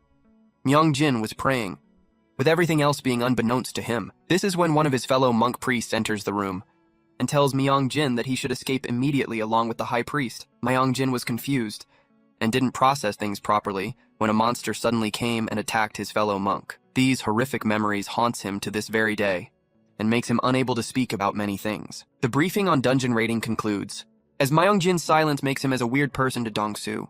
As his final words, the head supervisor tells the students that they'll be now moving into the dungeon. They'll be raiding the dungeon as a team under the tutelage of their assigned supervisor. While they're moving, he instructs they look into the manual again to get better accustomed to it. He wishes everyone luck in passing the exam. Following this, they go to the dungeon on their bus, and helicopters fly around the area to guard the students. The head supervisor tells everyone to get off the bus quickly. He doesn't like how they are moving sluggishly and tells them to be quicker. Meanwhile, Supervisor Kim Sang-shik tells team number 15 to prepare as well. Kim Sang-shik tells them that once they enter, they should ignore his existence and work by themselves as a team. After all, they need to perform individually. Because even if the team clears, an individual can fail based on their personal score. Worried, Dong-soo points out how their team is the thinnest with only 3 members. So he hopes that Sang-shik would step in to help. Sang-shik ignores the question and asks them to move on. As they proceed to get out, Soo-ho asks Dong-soo why he is so scared. Dong-soo tells him that he is not exactly scared. Following this, Soo-ho asks them if they can take personal weapons to the dungeon, to which Myung-jin says yes, as he was carrying a weapon of his own. Seeing this shocks Dong-soo, because he didn't expect Myung-jin to have a specialized dimensional energy-based weapon of his own before even passing the mercenary test. Meanwhile, the 14th team complete entrance into the dungeon, and it was time for the 15th team to enter through the 175th gate. Sang-shik leads them on, and just like that, Team 15 was inside the dungeon. As they enter the dungeon, Soo-ho takes the lead and walks ahead of everyone. Seeing him be the de facto leader made Dong-soo feel a bit awkward. He decides to tell Soo-ho to set up a perimeter first instead of walking aimlessly. However, he ends up saying this out quite loud. He immediately regrets doing so, because this will definitely cause points to be docked off from his side. He should have entered silently and made sure the team had reached a safe zone before speaking out loud and drawing the attention of the monsters. And just as he had suspected, a monster had tracked them down from the noise, and was about to attack Soo-ho from his blind side. Despite that, Soo-ho easily disposes of the monster. He just grabs its head and smashes it down on the ground, breaking its bones in the process. They had slayed their first monster of the dungeon raid, and Dong-soo tries to show it off as an assist for him. He says that his tactic of making noise and catching the monsters off guard, luring them in and finishing them off went well. They proceed to move on after that. But not too long after, Dong-soo asks Soo-ho if he is using his search skill while moving forward, because if he messes that up, they'll be in huge trouble. His words turn into prophecy again, as Soo-ho ends up taking a misstep. They quickly understand that something was wrong, before Dong-soo noticing that it was a booby trap, as tons of arrows rain down at them. They're caught off guard by this, but Myung-jin comes to the rescue, stepping forward and ready to draw his weapon. As he is doing so, he recalls that horrific day from his past.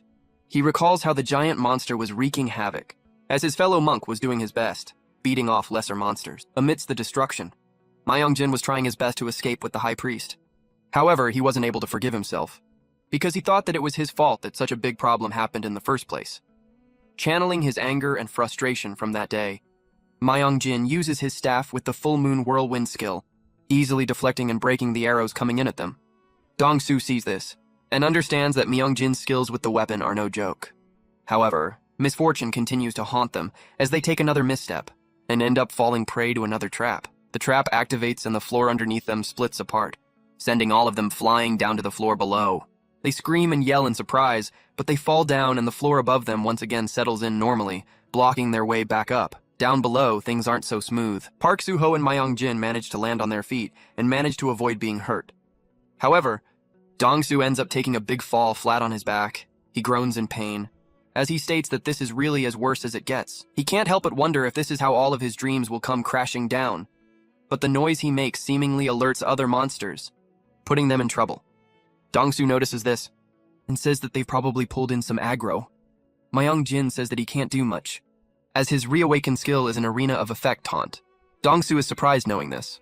However, Park Soo-ho was content with this and says that it is good, because he is too lazy to go around and look for everything himself. Park Soo-ho's nonchalant behavior confuses Myung-jin, but it is not long after that Soo-ho uses his brilliant athleticism to perform an acrobatic kick to the roof of the dungeon. This breaks the roof and allows Soo-ho to get back up without much problem. Soo-ho then tells Myung-jin that he has taken a liking to him, so he wants the monk to join his clan as well. Just then, Soo-ho senses a group of monsters rushing at him at full speed. Realizing this, he uses his search ability to pinpoint them, and he goes running straight at them to catch them off guard. Dong-soo is overwhelmed by all of this, as he wonders if they are doomed for real. However, Myung-jin, who had climbed back up using his staff as leverage, offers Dong-soo to grab onto his staff and get back up as well. Dong-soo takes it with open arms, and once again pretends that everything is going right according to his plans. Once Myung-jin and Dong-soo go to catch up with Soo-ho, they see a graveyard of monsters ahead of them. All were slayed by the mighty Soo-ho, leaving them stunned. Soo-ho, while taking care of oncoming monsters, instructs Dong-soo and Myung-jin to attack the remaining weakened monsters to help him out. Myung-jin and Dong-soo follow his orders and get to work right away. Together, the three of them decimate all of the monsters. The supervisor, Kim Sang-shik, watches this and wonders if Soo-ho is using the special search skill to make things easier for him and detecting all the booby traps. Not only that, he also realizes that Soo-ho is using the booby traps to his advantage to get the better of all the monsters. However, just then a monster was about to attack Soo-ho from behind him, catching him off guard. But Myung-jin uses his staff to impale the monster right there, saving Soo-ho the effort. This draws out praise from Dong-soo. Soo-ho then finishes off the rest of the monsters, finishing off everything in style. At the main office of surveillance, the staff are informed about a team being done already and exiting the dungeon. This surprises everyone, as it has only been about 30 minutes since the start of the test, and usually, this dungeon takes about 5 hours to finish. The head supervisor asks which team it is, to which they learn it is Team 15. The head supervisor knows that this is the team with Park Soo-ho, so he immediately makes a call to Kim Sang-shik. The head supervisor asks Kim Sang-shik why they were exiting the dungeon already, to which Sang-shik tells him that they've already finished the test, stunning the head supervisor. Sang-shik then goes on to say that it will be hard to judge how much individual ability each one of them possess based on such an entry-level dungeon. But if the head supervisor watches the video, he will understand just how devilishly strong Park Soo-ho is. Not only that, he has once again set a new record for the fastest time ever recorded to finish this dungeon. The next day, the city was moving normally when Dong-soo decided to start a live stream. He started the live stream to commemorate and showcase the very first day of the adventurers of the brand new Soo-ho clan. The viewers ask him what he is going to show them, to which Dong-soo says that they'll be watching the official house tour of the Soo-ho clan to begin things. For the house tour, he showcases the rather modest-looking Korean-style dormitory as the official base of the Soo-ho clan. He begins proceedings by showing the sexy and attractive cook of the clan, who turns out to be a granny. He asks Granny to say something to the viewers, but Granny was pissed off. She was very busy and told Dong-soo to get lost, or else she would use her knives to cut his stomach open and use his intestines to make a tripe dish. Her words alone are enough to make Dong-soo bleed out of his ears. Meanwhile, Soo-ho's nephew and his brother were also present there, eating. The viewers thought Granny was quite extreme, but Dong-soo moves on to the next part. The viewers notice a Buddha statue there, and ask Dong-soo who it belongs to. Dong-soo reveals that it is owned by a member of the Soo-ho clan, the master of the Bang Lim style of staff martial arts, the monk Myung-jin. He then moves inside the next room, where Soo-ho and Myung-jin were present and eating. Soo-ho and Myung-jin see Dong-soo, and they tell him to join them and eat. Dong-soo instead decides to introduce Myung-jin to the viewers.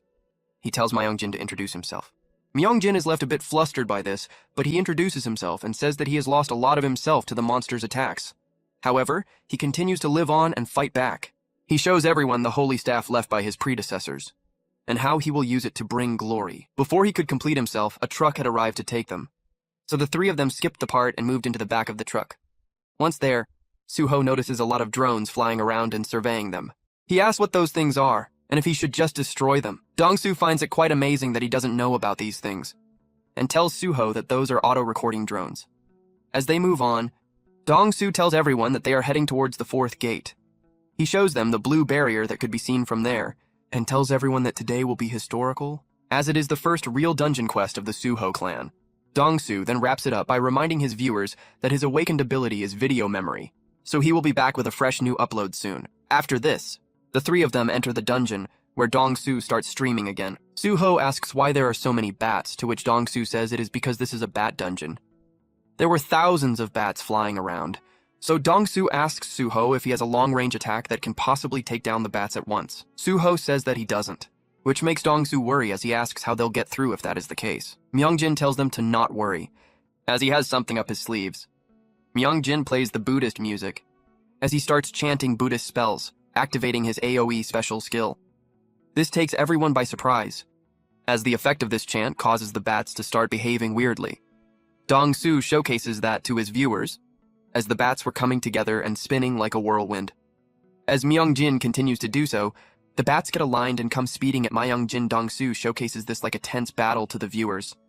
The monstrous bats coming at Myungjin with malice, and Myungjin taking out his staff and ready to take them on. As the bats are about to attack Myungjin, he spins his staff to create the fire whirlwind, burning each and every bat on the spot. Dong-soo showcases these impressive feats to the viewers. As the boss of the bat dungeon, a giant monster bat arrives in anger. However, the leader barely lasts against them, as Suho uses his patented longsword slash to cut the bat in half, and just like that, they completed another dungeon, and the viewers of the stream were left ecstatic. At the Awakener's Bureau, Kim Miso watches this and sighs.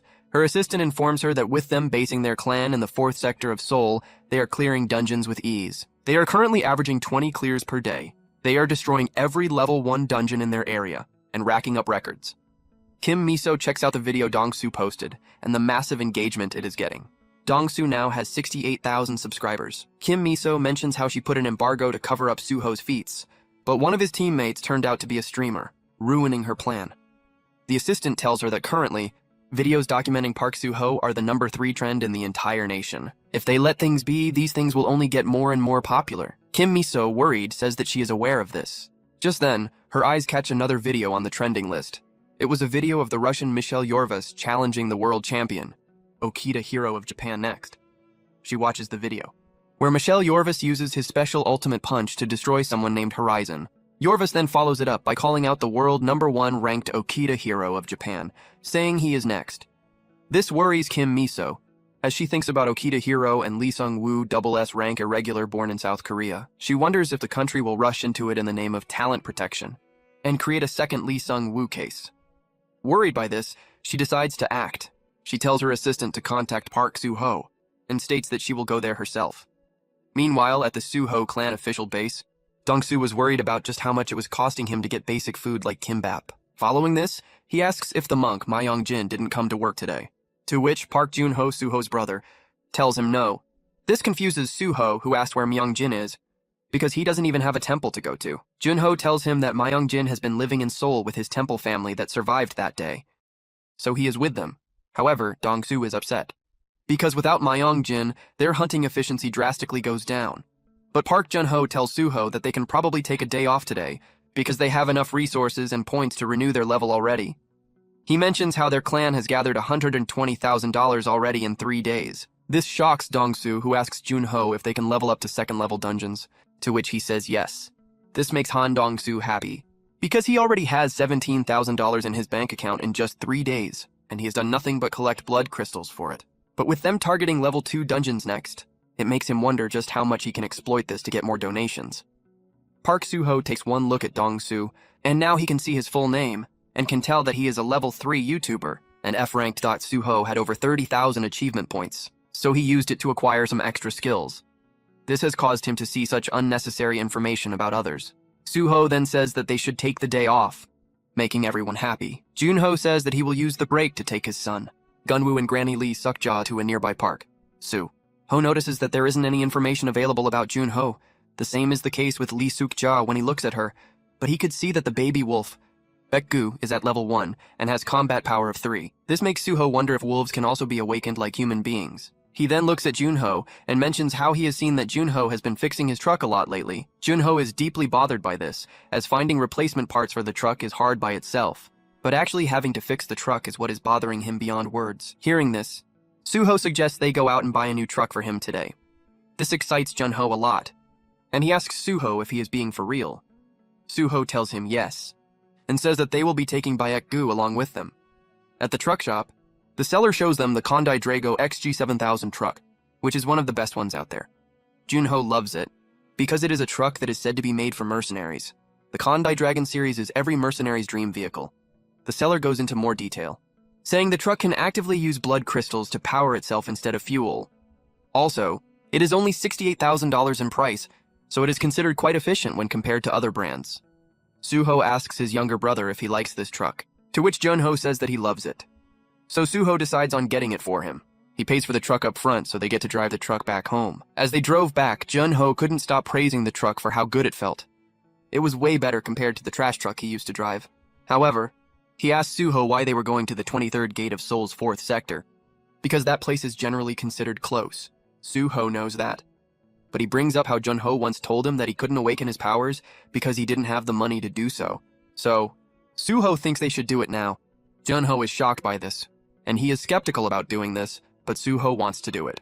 They eventually arrive at their desired place. Once they enter the area, Baek-gu starts feeling weird, and starts reacting aggressively because of it. Suho says that both him and Baek-gu can smell the pissy aura in the place, and that he is sure that it is because of the goblins. This sends shivers down Junho's spine, who expresses that he is uncomfortable and that he doesn't want to do it here, and wants to head back.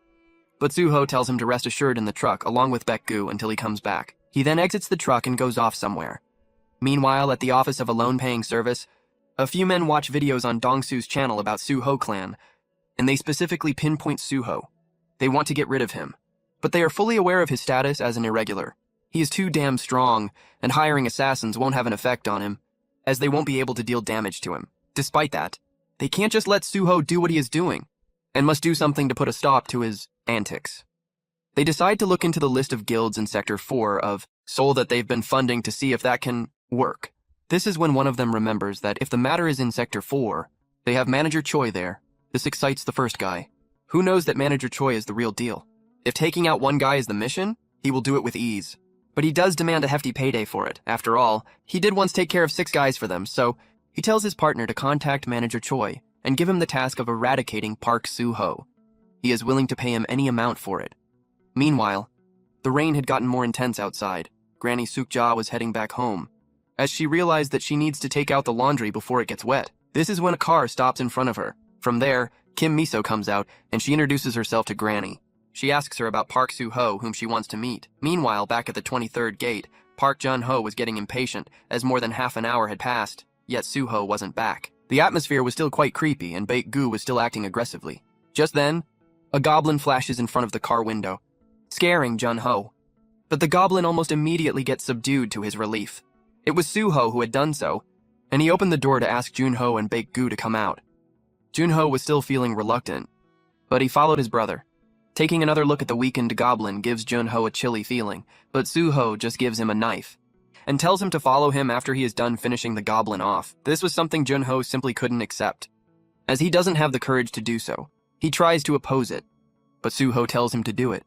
He asks Soo-ho if it is really important for him to awaken his abilities, to which Soo-ho says that he can't survive while being weak. Soo-ho then orders Baek-gu, who is still angry, to bite the goblin.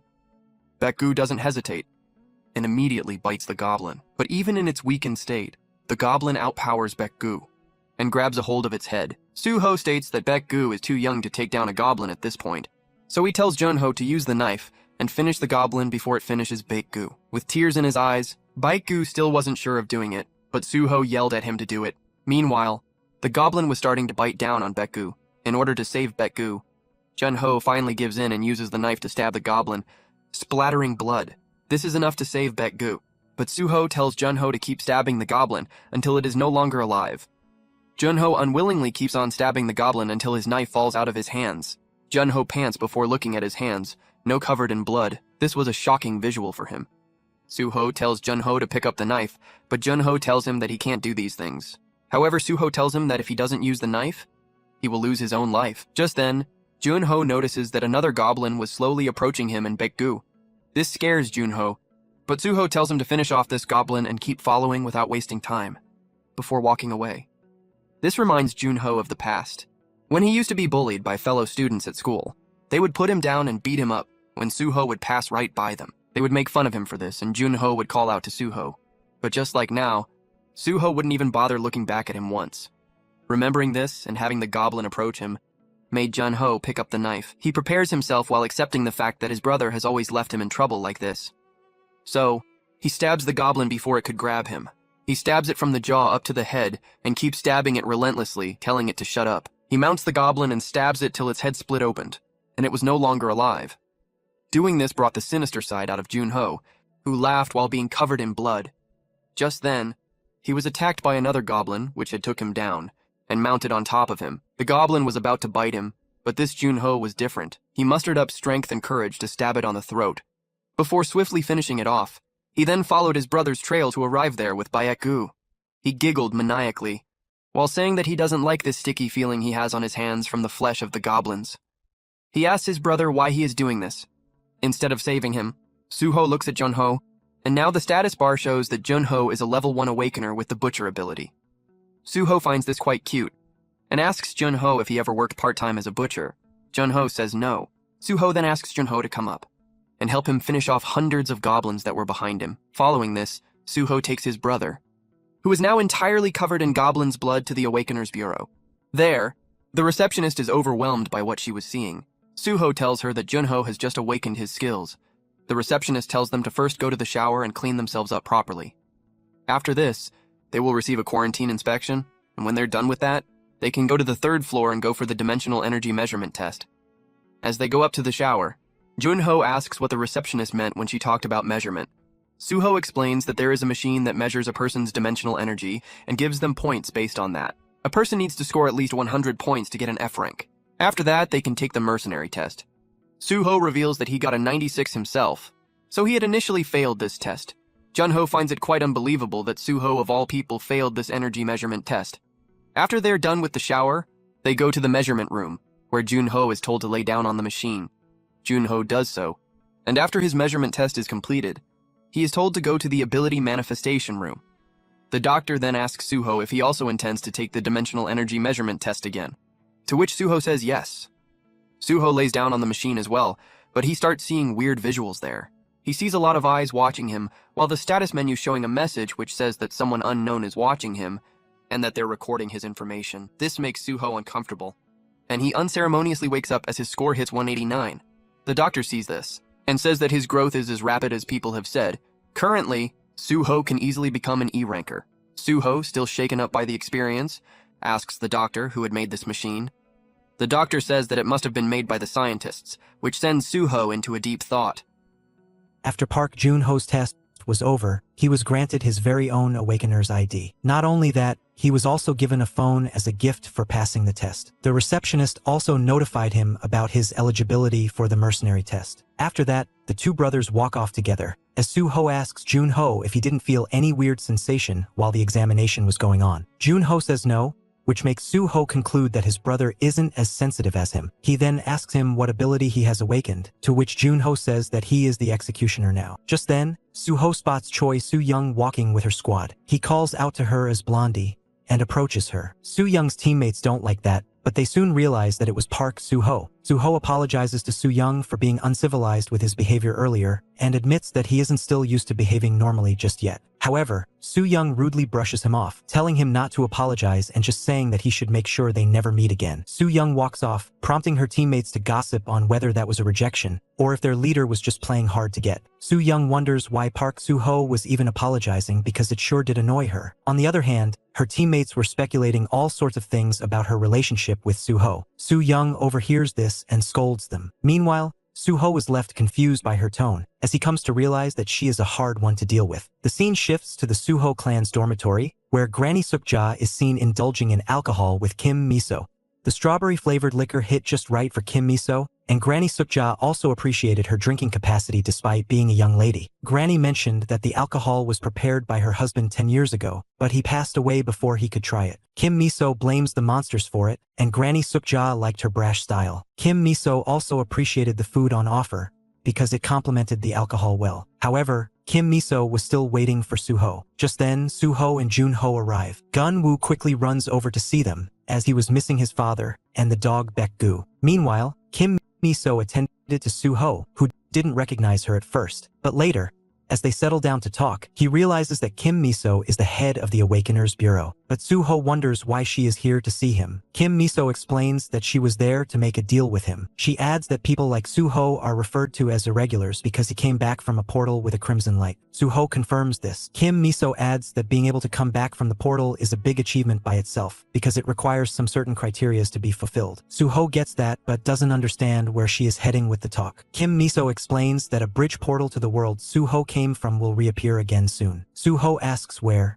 to which she says that it will reappear near him. The place that he came from is being referred to as the fourth planet at the Awakeners Bureau, and with that South Korea will become the only country with a portal to the fourth planet. Suho wonders if he'll be able to meet up with his old wolf friends if the portal reopens. He asks her when it will open up, to which Kim Miso says that it'll open up in 99 days' time, and until then, she wants him to stay in Korea. Suho doesn't understand why she wants that, to which Kim Miso explains that they don't want another Lee Sung-woo situation. Suho obviously doesn't know about what she's referring to, so she proceeds to elaborate. She explains that Okita Hiro is one of the world's best awakeners, but his real name is Lee Sung-woo, and that he was originally Korean. During the time of the Great Catastrophe, the government imprisoned all irregularities under the pretext of protecting them. There wasn't much information about them at that point. Despite being just a D-ranked irregular, Lee Sung-woo broke out of the imprisonment. He was disappointed in his country's mishandling of him, and that is when Japan stepped in and offered him a shift there, which he accepted. Because of that, the portal to the planet Hades was opened in Japan. The dimensional energy industry is huge, and with the portal opening elsewhere, it was a huge loss for Korea, and they don't want that to happen again with Park Suho. Understanding the situation, Suho asks what he will get in return, to which she tells him to just name his conditions. Suho starts off by wanting the Suho clan to be established as a guild, and for them to get their own designated area on top. Han Dong-soo, who was eavesdropping, finds this crazy. Kim Miso was fine with it though, and mentioned that she would put it in the contract. Suho also had another condition. He wanted to know if there would be any signs of the portal opening up. Kim Miso tells him not to worry, as she promises to send him their best agent, who would help guide him through this. Afterwards, back at the Awakeners Bureau, Choi Soo-young recalls Park Suho's suggestions of them mating together, and her subsequent loss. This enraged her, and she beat up the punching bag to satiate her anger. She regrets not suing him for harassment. Kim Miso arrives there and asks who harassed her, to which Soo-young keeps her silence. Kim Miso then asks her to go on a trip for the Bureau. Soo-young was curious as to what she was referring to, but upon receiving the details of her trip, she was left infuriated. Soo-young asked Kim Miso why she, of all people, needs to go ahead with this. Kim Miso was clear on her answer. It's because Soo-young is the best they have to offer. After all, if a portal were to open up in the middle of the city, that would be a disaster. Soo-young agrees, calling it a gateway to hell. So, Kim Miso wants Soo-young to stay alert and observe for the slightest signs of a fissure. If she is to spot one, she should immediately take Suho out of the area, and to a place where it'll be less harmful. So, for that to happen, she wants Soo-young to go out there and stay with Suho 24/7. And yes, she emphasized on the 24/7 bit. Soo-young wasn't pleased with this, and thinks she'll be better off resigning than doing this. Meanwhile, at Suho clan's dormitory, Junho was getting haunted by the voices in his head, driving him to insanity over what he had done. Just done, Gun-woo tells him to come out to eat food, which snaps him out of it. Later at the table, as they eat together, Han Dong-soo states that they've officially been registered as a proper clan, which makes them eligible to enter level 2 dungeons from now on. Junho isn't sure about this, as he thinks they need more experience and higher ranking. Furthermore, they have a lack of personnel to approach level 2 dungeons. Dong-soo gets that, but with Suho in their squad, he thinks level 2 dungeons will be a cakewalk. However, Suho himself suggests that they milk level 1 dungeons for longer to get more money and level up accordingly. Once they are prepared, they can divide themselves in groups and will add more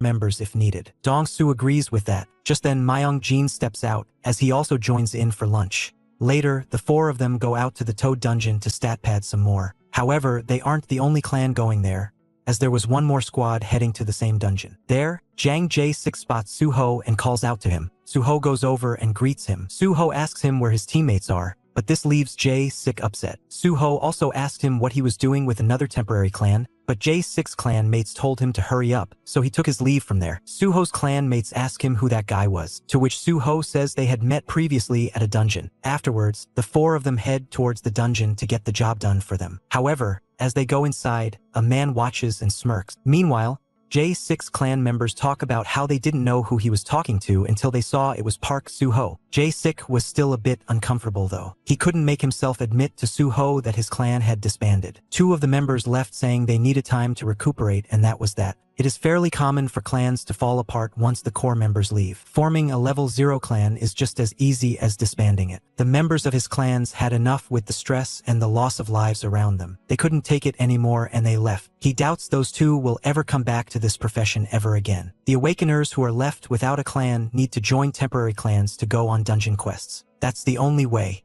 Among the people with him, Jang Jae-sik thinks some of them might become his future teammates. So, he isn't gonna sit down, but treat this period of his life as a restart period. The scene then shifts to Choi Soo-young, who is seen rushing on a motorcycle. She calls Kim Miso to inform her that Park Suho is not present at the Suho clan's dormitory, and that he has already left for a dungeon. Kim Miso confirms and sends her the coordinates, which she then follows. At the dungeon, Myung-jin uses his new Dragon Dash ability to blast off many monsters at once. He is said to have acquired this ability by studying a skill book which he obtained by using the money he earned from the clan. On the other hand, it was Park Jun-ho wreaking havoc at the battlefield. No longer just Park Suho's brother, he now has a role in the squad, as he recently awakened himself. With his executioner ability, he shows a contrast to his usual cool demeanor when not fighting. Han Dong-soo has also acquired a new skill through the skill book. The ability is called tracking. It allows him to track the area and see what's going on. He shows how it works by informing Jun-ho about a monster attacking him from behind. Jun-ho sees it and slashes the monster in half using his butchering special move. Dong-soo was a bit taken aback by seeing him smile while doing so, which indicated that he enjoyed it. Meanwhile, Suho stood on higher ground and observed it all. He was proud of how his teammates were taking care of it all. Meanwhile, one of Jae-sik's teammates uses a bomb to attack the monsters. However, the bomb doesn't only hit the monsters, but also his teammates, leaving them hurt and battered. Jae-sik was one of the victims, and he was annoyed by the guy's usage of bombs. He looks around to see a lot of his other teammates were being devoured by the monsters. This made him realize that this team of his was yet another failure. He then recalls Park Suho and his team,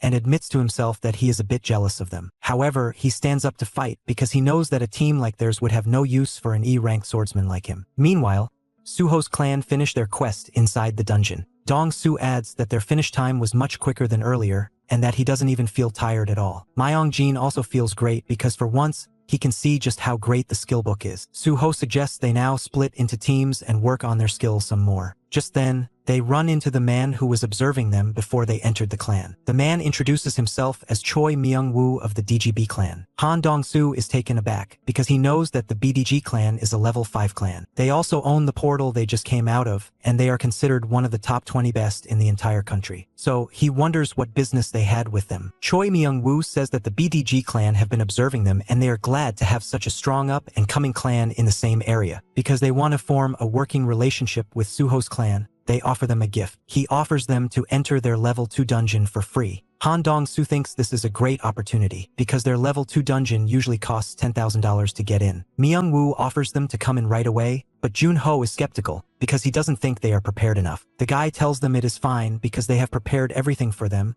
and have made an attack strategy for them to use. With that in mind, Suho tells his teammates to go back into the level 1 dungeon and practice, and says he will be entering the level 2 one on his own because that'll be quicker. His teammates agree, while the man smirks hearing this. Afterwards, the man offers Suho to get in his car. Inside, the man drives and makes a few calls to arrange their entry to Portal 47. Suho notices that the place looked empty and points that out to the guy. The guy tells him it is fine because the portal is relatively new, and they are giving Suho clan a chance to be there. Suho asks Myung-woo why he is going so far to help them, to which the guy says that they'll be appreciative if the Suho clan keeps visiting their portals. But Suho states that he likes to visit portals that are closer. After a while, they arrive at the portal. A man comes carrying a bag and gives it to Suho, telling him that it has the survival kit and the attack strategy too. Suho takes it and goes inside the portal with it. The man once again smirks devilishly. But suddenly, Choi Soo-young arrives there on her bike. She quickly gets off and asks the man if the man entering was Park Soo-ho. Myung-woo says yes and asks her who she is. Soo-young wastes no time and tells him that she is a clan member of his and that she was going in too. As she enters as well, the man laughs again and tells her to be his guest. Myung-woo was doing this because he got a $2 million offer to take care of Soo-ho. His partner didn't understand why the offer was so big, because it wasn't even an assassination, but this was different. And with Soo-ho's profile, he was going to charge $4 million for it. Meanwhile, Soo-young was having a hard time entering the dungeon because of the dimensional energy. Earlier on, she went to meet up with Soo-ho at the level 1 dungeons, but his brother told her that he left for the other one. Soo-young rushed off to there and informed Kim Miso about this. Kim Miso told her to go ahead and follow him inside there. Soo-young didn't want to, because what was there for her to do in a level 2 dungeon? Kim Miso tells her that she needs to go in there and observe Soo-ho's actual combat ability and report to her. Soo-young still didn't want to go, because she didn't have equipment, but Kim Miso reminded her of her bracelet. Still, Soo-young didn't want to ruin her clothes, but when she was offered double the payment, she agreed. Soo-ho arrives inside the dungeon, but he doesn't like the odd feeling inside. Just then, he is grabbed from behind by a naked Soo-young, who warns him to not look at her. She was mad at the situation and wanted to charge triple the payment. She eventually gets inside and uses her badge to switch more appropriate clothes. But when she looks at Soo-ho, she sees him staring right at her. This angered her, but Soo-ho was more interested in her bracelet and its ability to be used as a makeshift inventory. Soo-young asks him just how much he saw of her, which reminds Soo-ho that Soo-young also saw him naked when he first came back, so they are even now. Soo-young clarifies that she had no interest in seeing him. Afterwards, Soo-ho asks her if she was there to fight him there, to which she reveals that she was sent there by Kim Miso to observe his abilities and report back. Soo-ho mentions that Kim Miso promised to send her best agent. Soo-young says that she is the best agent, something Soo-ho doesn't think is true. Soo-young throws a fit over this, but Soo-ho clarifies that he doesn't want any interference from her when he takes on the monsters. Just then, Soo-young points out that an enemy was approaching him from behind. Soo-ho looks back to see a giant orc monster approaching him. As she points this out to him, he takes a close look of the surroundings. Soo-young mentions how this monster was called an orc warrior, and that it is considered a dungeon boss for this level. She thought they were quite unlucky to be running into it right away. This is when Soo-ho informs her that there are 4 of these monsters approaching them. This shocks Soo-young, and she couldn't understand why something like this was happening at level 2 dungeon. Soo-ho asks her if she couldn't tell that this was not a level 2 dungeon when she was entering through the portal. It was pretty obvious, and it made him question her claim to being the best. Soo-young, embarrassed, explains that she couldn't sense it because of the protective shield of her bracelet. Regardless, Soo-ho tells her not to mess with his targets, before running off to engage the orcs in a proper fight. Soo-young is left shocked by the unreal speed of Soo-ho, and it wasn't just that only. He easily manages to overpower an orc, dropping it and getting a hold of its axe. Using the axe, he starts chopping down the orcs with relative ease. One of them was a bit further away from him, so he took care of it by throwing the axe straight at its head. The third orc gave him chase, as he ran away without a weapon to take it on. However, he does outsmart it by using the tree vines to swing around the area and getting behind the orc. Meanwhile, Myung-woo was on the phone with the people who put the bounty on Soo-ho's head. He was fairly confident of getting the job done, and asked for the remaining amount to be deposited. He states that even S-rank guys wouldn't be able to make out of it alive, but the people who put the bounty wanted to know what level the dungeon was exactly. Back in the dungeon, Soo-ho smashes the head of the third orc as well, leaving Soo-young shocked. Just then, a fourth orc came running in, but Soo-ho was unfazed. He kicks the orc away, sending it flying and causing a tree branch to impale it from the back. Soo-young was impressed by his strong showing, but as she was doing nothing but following her around, Soo-ho hands over his bag. He tells her to help him collect stones from the orcs he took out. Soo-young couldn't help but be taken aback. She knows that he is an irregular, but even so,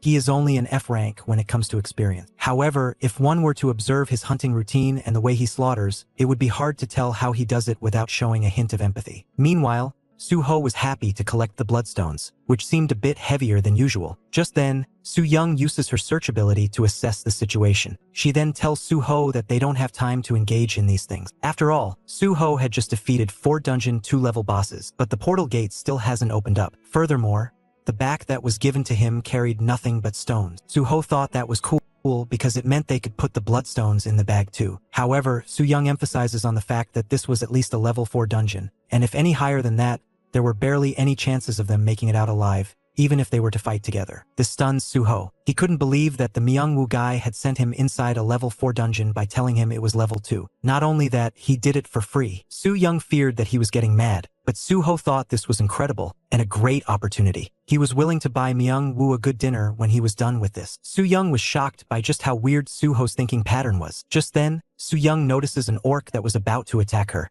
She wasn't scared and wanted to fight it off, but when she tried to reach for her sword, she realized that she had left it behind with the bike. This put her in a very tough predicament, one where she could lose her life. Thankfully, Suho steps in and beheads the orc warrior with a slash of his special knife, saving Soo-young from potentially fatal damage. Suho then tells her not to worry, because he is a very strong guy, although he used to be stronger back in the days. Soo-young is shocked by him claiming to be even stronger in the past. Just then, she senses something off about vibes, so she uses the insight ability to check out, and this is where she finds out that a whole host of monsters were coming their way, spelling trouble for them. Soo-young quickly informs Suho that a whole squad of orcs were approaching them. Suho liked this because the prey were coming to him instead of him having to move. Usually, he would use Myung-jin to get these things done, but it was happening on its own here. As the group arrives, Soo-young is shocked by how strong it was. Not to mention, they were being led by the great orc warrior, which is said to be the captain of the squad. Not only that, there were also rider orcs who were riding on wolves. Naturally, Suho is excited to see the wolves, and he charges at them. Soo-young follows suit, but Suho tells her to stay out of it, not that she would listen. The first rider orc attacks Soo-young, which she blocks using the shield ability.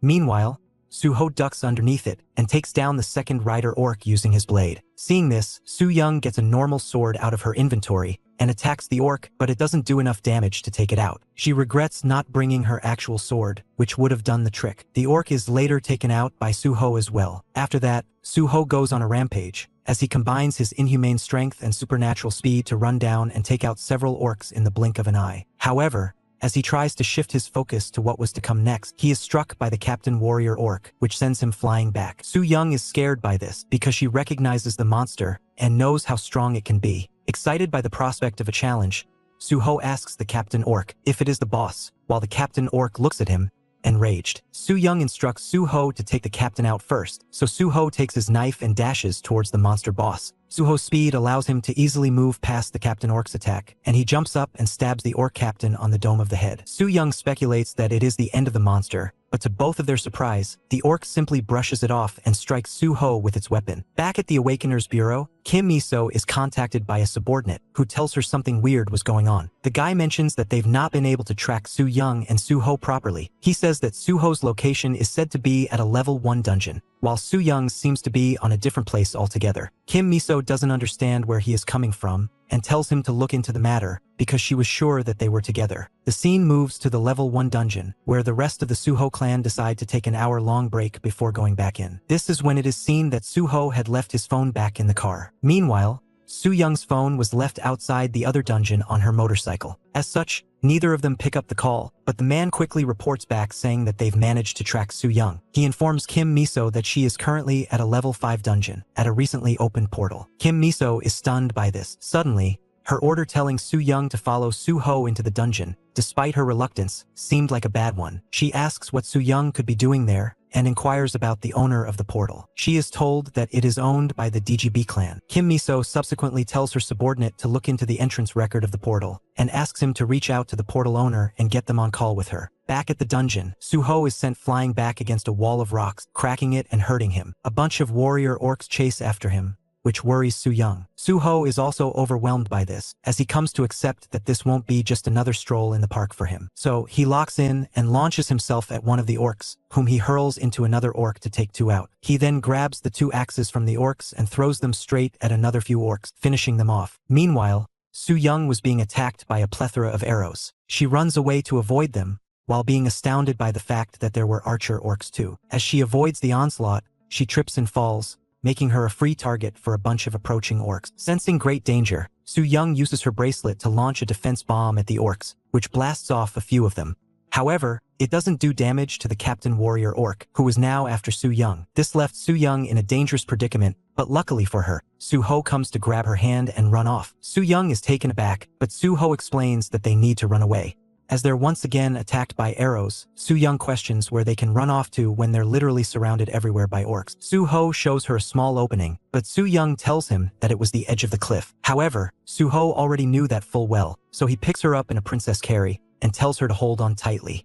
After this, Suho surprisingly jumps off from the cliff. As they jump off, a group of chasing orcs also fall off along with them. Suho stays under control and maneuvers himself correctly to make sure they land perfectly, and that Su Young stays safe despite jumping from a ridiculous height. Su Young is gobsmacked knowing that she is still alive. Suho subsequently lets her down on the ground. As she looks up above, she sees how high up those orcs, which didn't fall to their demise, were. This made her question how they were alive after jumping from that high up. Afterwards, the two of them take refuge in a cave, as the roars and screeches of orcs bother them. After a while, Su Young asks Suho what his plans were. Suho says that he needs to take out 4 more orcs, which will level him up. After that, he can take out the other orcs too. Su Young sighs and states that leveling up only resets the limiter and advances his rank, and clarifies that it is not a power-up. However, Suho tells her that leveling up takes away his restrictions. So, in essence, it was a power-up. Hearing his claim, Su Young stares at him with both skepticism and intrigue. Outside of the dungeon,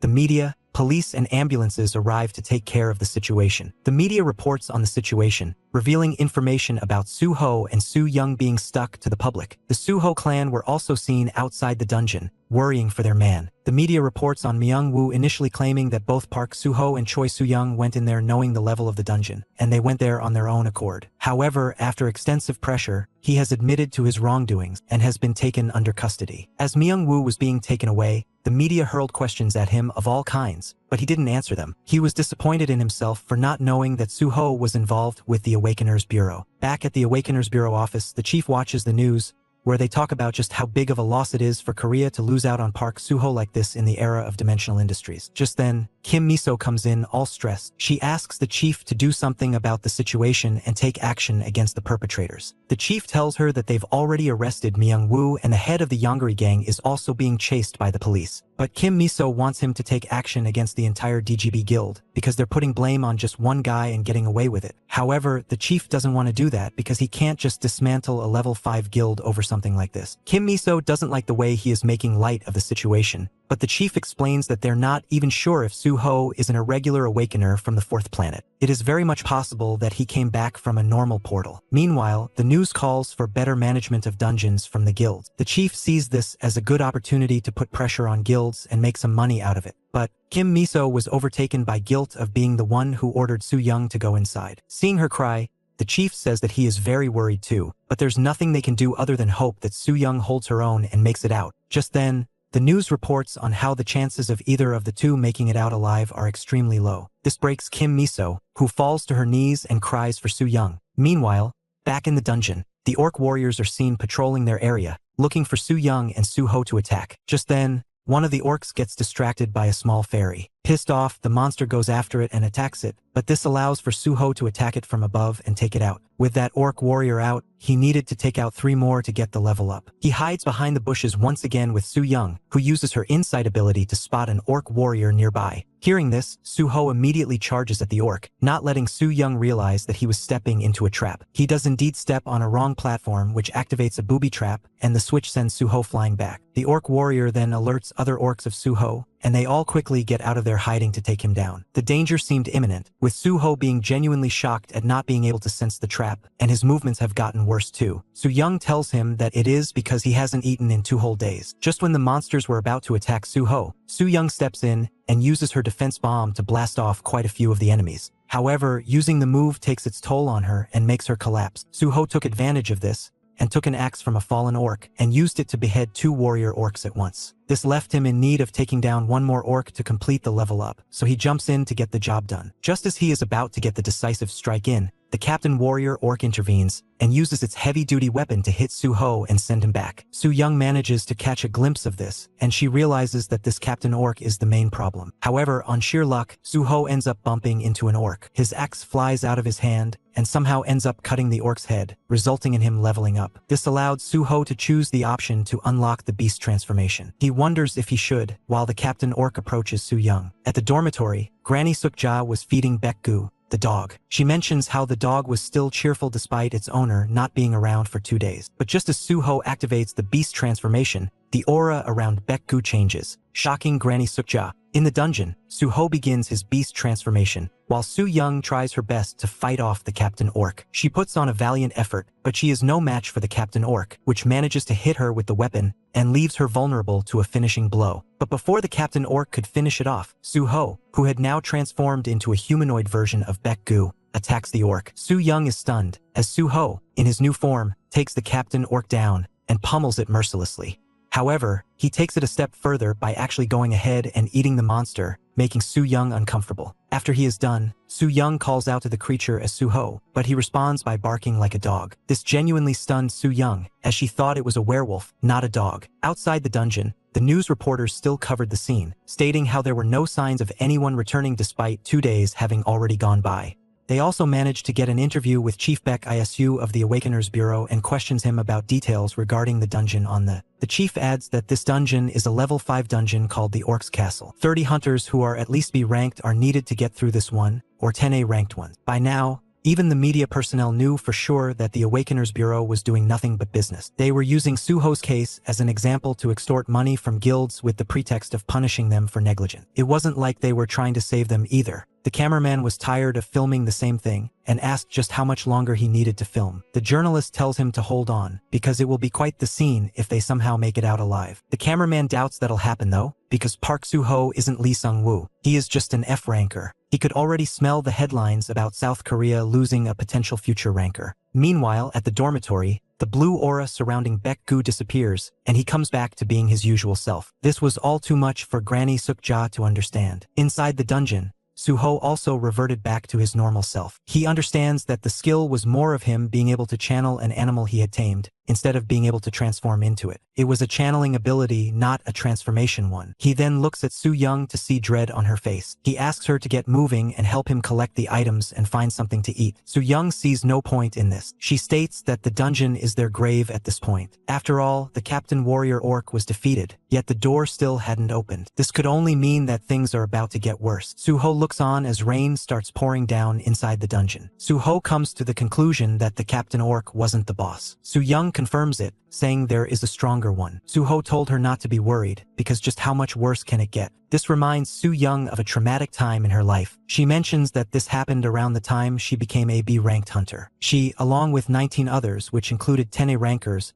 went into a level 5 dungeon. She was a bit injured, but her boyfriend, Tae-hoon, was still looking after her. Kim Miso was happy to see them getting along, but feigned irritation anyway. As they get into battle, they manage to deal with the onslaught of orcs thanks to their superior planning and strategy. Even so, one of their comrades ends up getting targeted alone and taken out. Despite her leg injury, Su Young ran in to save him, but she tripped and fell. Just as an orc was about to compromise her, Tae-hoon arrives and takes it out to save her. Kim Miso then instructed the squad to head in a different direction. Tae-hoon and Su Young did so, but Su Young felt something was off. She felt like someone was targeting them. Her intuition turns out to be true, as an even stronger orc attacked them. Su Young managed to escape harm, but her boyfriend, Tae-hoon, was fatally wounded, and in striking range of the stronger orc. Even then, Tae-hoon was looking to get his sword. Su Young didn't understand why at the time, but she now understands that he used to say that a swordsman should hold their sword close to heart. They should treat it like an extension of his body. So, at that moment, he felt like his heart was taken away from him. Not much later, the stronger orc stabbed him and took his life. Back in the current time, relieving the trauma took a toll on Su Young, deeply upsetting her. Suho apologizes to her for being insensitive and hugs her to calm her down at that moment. Outside of the dungeon,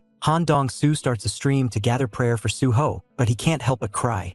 The chat is also overwhelming for Dong-soo, as it felt like he was showing real emotions for the first time. A bit further away from them, Kim Miso was crying for Su Young, as she held herself responsible for what happened. The media were also covering a well-known shaman, Kim Yosin, who was performing a shamanic ritual to pray for Su Young and Suho's comeback. Not only that, top-ranked hunters from some of the greatest guilds in the entire nation were also getting ready to enter the dungeon in hopes of saving them. One of the hunters states that he offered Suho to join his guild in the past, but he chose to work with the government. He would have been better off being with them because the government doesn't care about the people. Meanwhile, a long-haired man is seen watching this on the television, when he is hugged from behind by his lover. The lady asks him why he was watching Korean television, to which the man says that no one broadcasts fast, sentimental moments like the Koreans. In the dungeon, the two of them sit together to eat. As they were eating after 2 days, they were both going all out with their eating. Soo-ho tells her to try out some more food, but Soo-young thinks they have enough food on them now to start an entire restaurant. Soo-ho asks if Soo-young is a foodie, to which Soo-young says that she went a bit overboard today by eating 12 burgers already.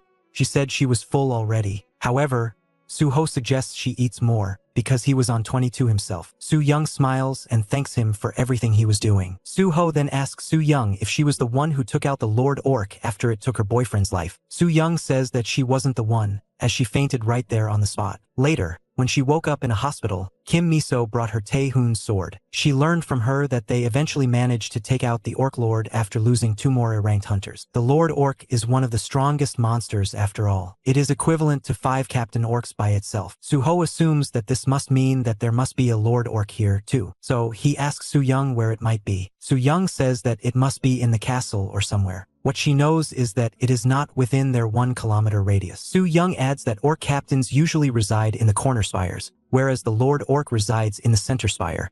It is said that once someone crosses the castle walls, thousands of orcs attack them at once. Just then, one of Soo-ho's guiding fairies tells her that she has located the orc's castle. Soo-ho tells Soo-young about that, and he was ready to go there right then. Soo-young asked him if he even had a plan, to which Soo-ho says that he will find and exterminate it. Soo-young finds his simplistic thinking annoying, but it is not like she could do anything else. Meanwhile, thousands of orcs are released from the castle, and they head towards Soo-ho and Soo-young to take them out. As the orcs head out, Soo-young observes them, and when the time is right, she instructs Soo-ho to get on the move. Soo-ho, once again in his beast transformation avatar, carries Soo-young on his back and makes a run towards the castle. Naturally, both the rider orcs who pass them by and the archer orcs atop of the castle notice them, and began their countermeasure. Soo-young notices the orc riders following them, and tells Soo-ho to go faster. From the front, they are attacked by countless arrows, but Soo-young uses her defensive shield ability to block them. The platform to the castle was being taken back, so Soo-young instructed Soo-ho to jump, and he did so. They barely make it by clinging to the edge. Many rider orcs try to follow suit, but Soo-young does quick work of them by using her defense bomb, blasting them to smithereens. However, there were still enemies ahead of them. Soo-young tells Soo-ho to not engage them and run towards the wall. Soo-ho runs as fast as he could and starts scaling the walls, leaving the riders behind. However, many orcs atop of the castle decide to hurl themselves down at the duo. They don't manage to do much damage, but one of them bumps into Soo-young, causing her to topple over and fall from Soo-ho's back. Soo-ho looks back, worried. Soo-young tells him to move on though, and reassures him that she will be fine. Soo-young manages to save herself by grabbing the edge of a half-sized brick wall, and she climbs back up. However, she is immediately met with 2 big-sized orcs waiting for her. Sensing the trouble, she summons her ordinary sword to fight back. Meanwhile, Soo-ho keeps climbing up relentlessly. With Soo-young about to engage in a battle of her own, and Soo-ho climbing all the way up, the 3-eyed Lord Orc watches on in intrigue. Excited, the Lord Orc gets up from his seat and goes out to observe what was going on. When he looks down, he is shocked to see Soo-ho, in his dog form, climbing up. Before the Lord Orc could even think about preparing himself, Soo-ho aggressively hurls himself at the Lord Orc and takes a chunky bite on it. The Lord Orc is baffled and his blood is drowned, as Soo-ho continues the relentless pressure and pushes him back. Soo-ho pushes him all the way down from the other side of his room, and impales him on a pointy tower head. Soo-ho levels up as a result, and all orcs are left shocked as the broken tower starts falling on top of them. The debris takes out a whole chunk of orcs and leaves them confused. Just then, a separate blast occurs on the floor where Soo-young was fighting the 2 orcs. She falls off along with the 2 orcs, while remaining orcs run to grab them. Soo-young thought this was how her life was going to end. However, Soo-ho, still in his dog form, jumps out and catches her midair. He also makes sure to roll around to cushion her fall properly. He then wastes no time in picking him up and running away. Confused, she asks him what happened to the Lord Orc. Soo-ho tells her he finished it off and instructs her to hold on tight. He moves back to running like a quadruped. As she settles in, Soo-young asks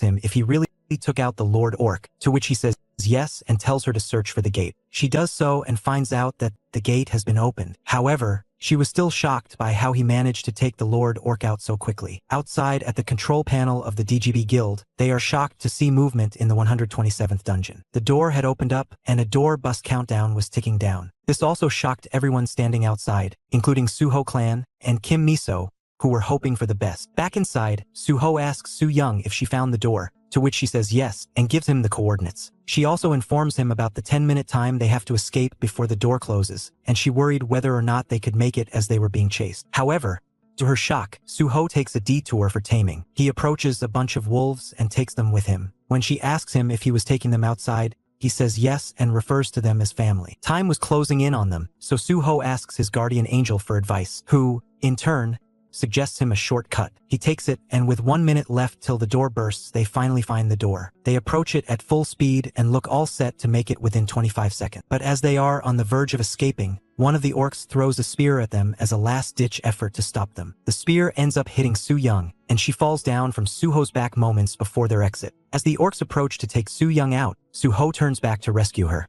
However, Su Young insisted that he focuses on heading out because the time wasn't on their side. Despite that, Suho throws a spear at the orc and finishes it off, before taking Su Young with him and heading for the door again. With just 8 seconds left before the door bust, people outside were counting down and hoping for the best. It was highly unlikely for them to make it out, but the media were positive for something special to happen. They had over 60% viewership, so if the duo were to make it out, it would make for epic television. Inside, with 4 seconds to go, Su Young calls Suho foolish for saving her, but Suho tells her to hold on tight. Somehow, he increases his speed and goes all out to make it. The sheer force of his running sends a few orcs flying away. The clock hits 0, and the two of them only barely make it through. As the door closes down, a huge blast occurs within the dungeon, taking out the orcs who were chasing Suho and Su Young. Meanwhile, outside, there was still no sign of Suho and Su Young. Even though the entire nation prayed and hoped, it seemed like they didn't make it out. Just then, a bunch of wolves start coming out of the dungeon, much to everyone's shock. After that, 2 people holding on to each other come flying out of the door and crash into the ground. People don't even understand what happened, but as the DGB guards go to check on them, they figure out that it was indeed Park Suho and Choi Su Young, and that they had actually made it out alive after completing the dungeon. As the wolves start howling, medics are called in to check on the two. The news reports on the triumphant return of the 2 hunters after over 4 days, and this became the national topic of interest. Back in the Awakeners Bureau, Kim Miso shows the chief and others pictures of the moment they escaped. The chief does question why they were hugging each other while escaping, and that it has started rumors, but nothing too big as of now. The bigger problem for them was the fact that information about Suho's capabilities has reached the international media. A KGB agent from Russia called Viktor Daub, Eli Gorenstein of the Israeli Mossad, and Kuji Nakamura of the Japanese Awakeners Association have all arrived in hopes of taking Park Suho to their side. The chief and others particularly worried about the dastardly Kuji Nakamura, as he is the one who took away Lee Sung-woo from their noses. That being said, Kim Miso thinks of America as the biggest threat in this case. It naturally made them wonder if they could do anything more than just bind him into a contract. A man suggests that he won't be leaving the place as long as his family is in Korea. The chief asks if Suho really values family more than money. The bald man says that he is the kind of guy who lived with wolves for thousands of years because he missed his family. Now that he is back in the human world, though, he misses the wolves. The chief concludes that Suho is a complicated person. However, the baldy thinks he is quite a simple man. He is just someone who values family, so if he is given a personal space to be with them, he will be just fine. The chief then decides to give Suho his own place to live in as part of the deal. This is when Kim Miso shows him an abandoned lodge in Namyangju. The chief asks her what she's referring to which she explains that she thinks that place will be a good place to be handing over to Suho and his clan. She plans to have it guarded and make sure that no one other than authorized personnel can enter. Furthermore, because it is located away from the center of the city, if a planet gate were to open up there, it won't be an issue. The chief thinks that the building will be quite nice with some renovation, although he asks if Su Young is still going to be observing him. Kim Miso says there is no one more suited to do that than her. He asks if Su Young has recovered yet, to which she says that Su Young is still recovering. He asks Kim Miso if Su Young has reported anything, to which she says that Su Young has referred to Su Ho as a dog-like man in her report. This confuses everyone, but they eventually move on to the next topic. Meanwhile, the SPFC were running a fighting event, and it was time for the all-important championship fight. The participants included the fan-favorite Okita Hero, formerly known as Lee Sung-woo before switching allegiance. He is the champion and #1 ranked in the world. He has defended his crown an incredible 21 times, and has been undefeated in his 45 SPFC bouts. He is known as the hope of humanity and the strongest specimen alive. The SS rank irregular Okita Hero of Japan. As the crowd cheers, Okita Hero takes out his sword, and the black chi coming from it surrounds the area. We learn that Okita Hero is the same man who was watching Suho's coverage on TV, and his lover is seen in the stands. As Okita Hero ascends down to the fighting field, he resembles a phoenix thanks to his sword's chi. Many feared that the fight was going to end right then and there, but the opponent was tough too. The opponent is then introduced as the 13th undefeated, 32-ranked hunter from Russia. He is the brown bear known as Mikhail Horvaz. As he makes his way down to the ground, he breaks the ground on impact. He wastes almost no time and immediately charges at Okita Hero. He looks to finish the match quickly using his mana cannon gun, but Hero manages to get out of harm's way. He keeps blasting using his guns, and the bullets are making it past Hero's defensive layer, but Hero still manages to slip past them using his unreal speed. Mikhail locks in using his mana bazooka and blasts Hero. However, Hero manages to counter the blast and use his sword's chi to attack Mikhail, who uses his mana gun to defend himself. Hero keeps on pressing relentlessly using his sword's chi, keeping Mikhail on the back foot. Just then, Mikhail notices some unusual movement from Hero,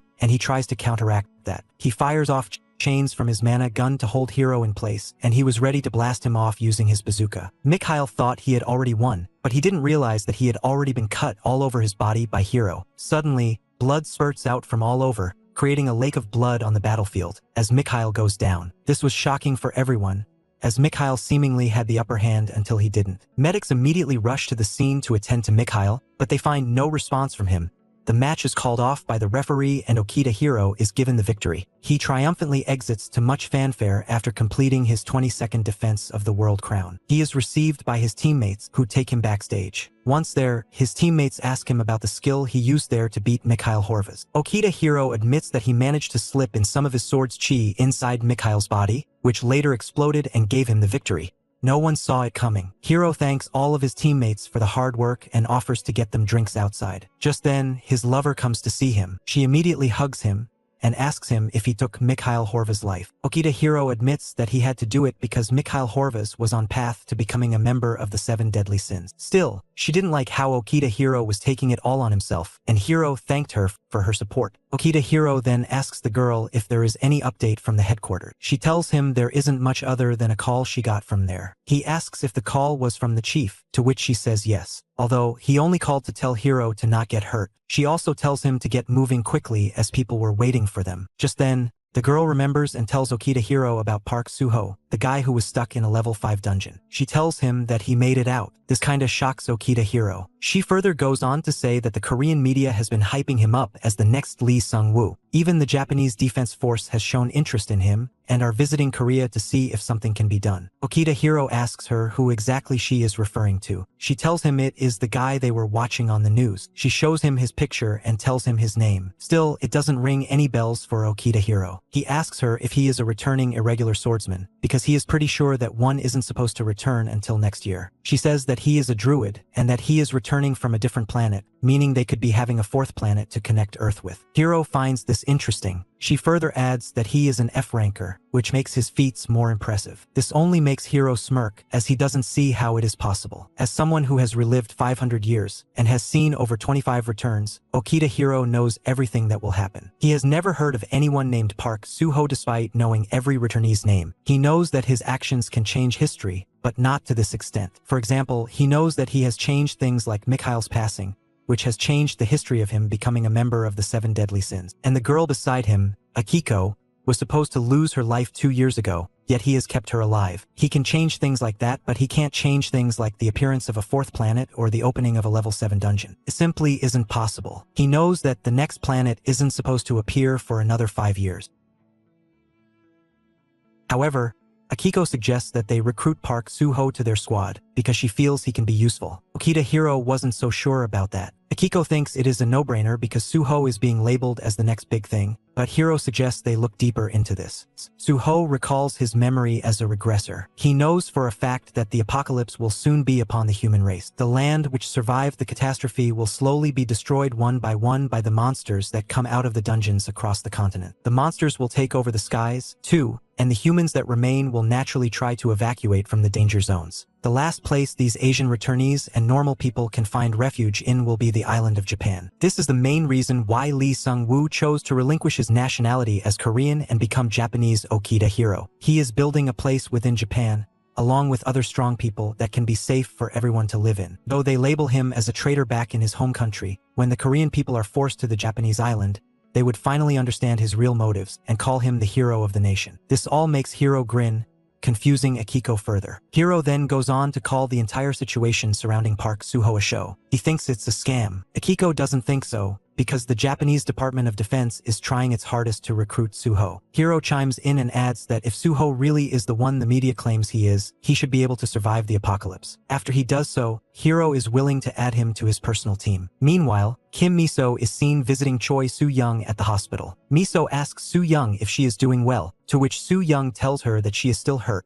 Miso doesn't buy her act and says that Soo-young looks just fine. Soo-young tries to deny it, but Miso mentions that she heard people at the hospital say that Soo-young has been sneaking out at night with a man. She wonders if it is Park Soo-hoo. Coincidentally or not, Choi Soo-young happened to be reading a romance novel called Does He Love Me or Not? Ignoring Miso's question, Soo-young asks her if she had bought the stuff she wanted her to bring. Miso did, and she thinks Soo-young is quite lucky to be ordering her around like this. Soo-young doesn't agree, but Miso points out how Miso brings her food, men, and whatnot. She presents Soo-young with the fried chicken and beer she had asked for. Soo-young starts acting picky, though.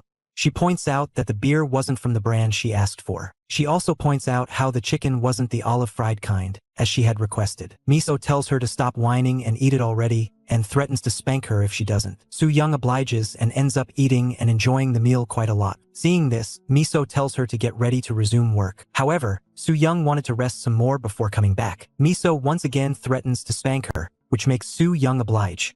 The scene shifts to Langley, Virginia, in the United States of America. There, the Awakeners Agency was talking about Okita Hiro's recent victory over Mikhail Horvaz. Everyone knew Hiro was strong, but for him to make such easy work of Horvaz and take his life for good was unexpected, to say the least. However, this wasn't their main focus. They were more concerned about the supposed disappearance of Park Suho after getting out of the level 5 dungeon. Rumors state that he didn't even show up for his clan's dungeon raids. This worries the chief, but one of his subordinates showed him some pictures that showcased Suho's current whereabouts. The pictures, taken by US agents in Korea, showed Suho chilling out at the Seoul station. He was there as the only human in an area dominated by pigeons. It makes them question whether he was talking to pigeons or something.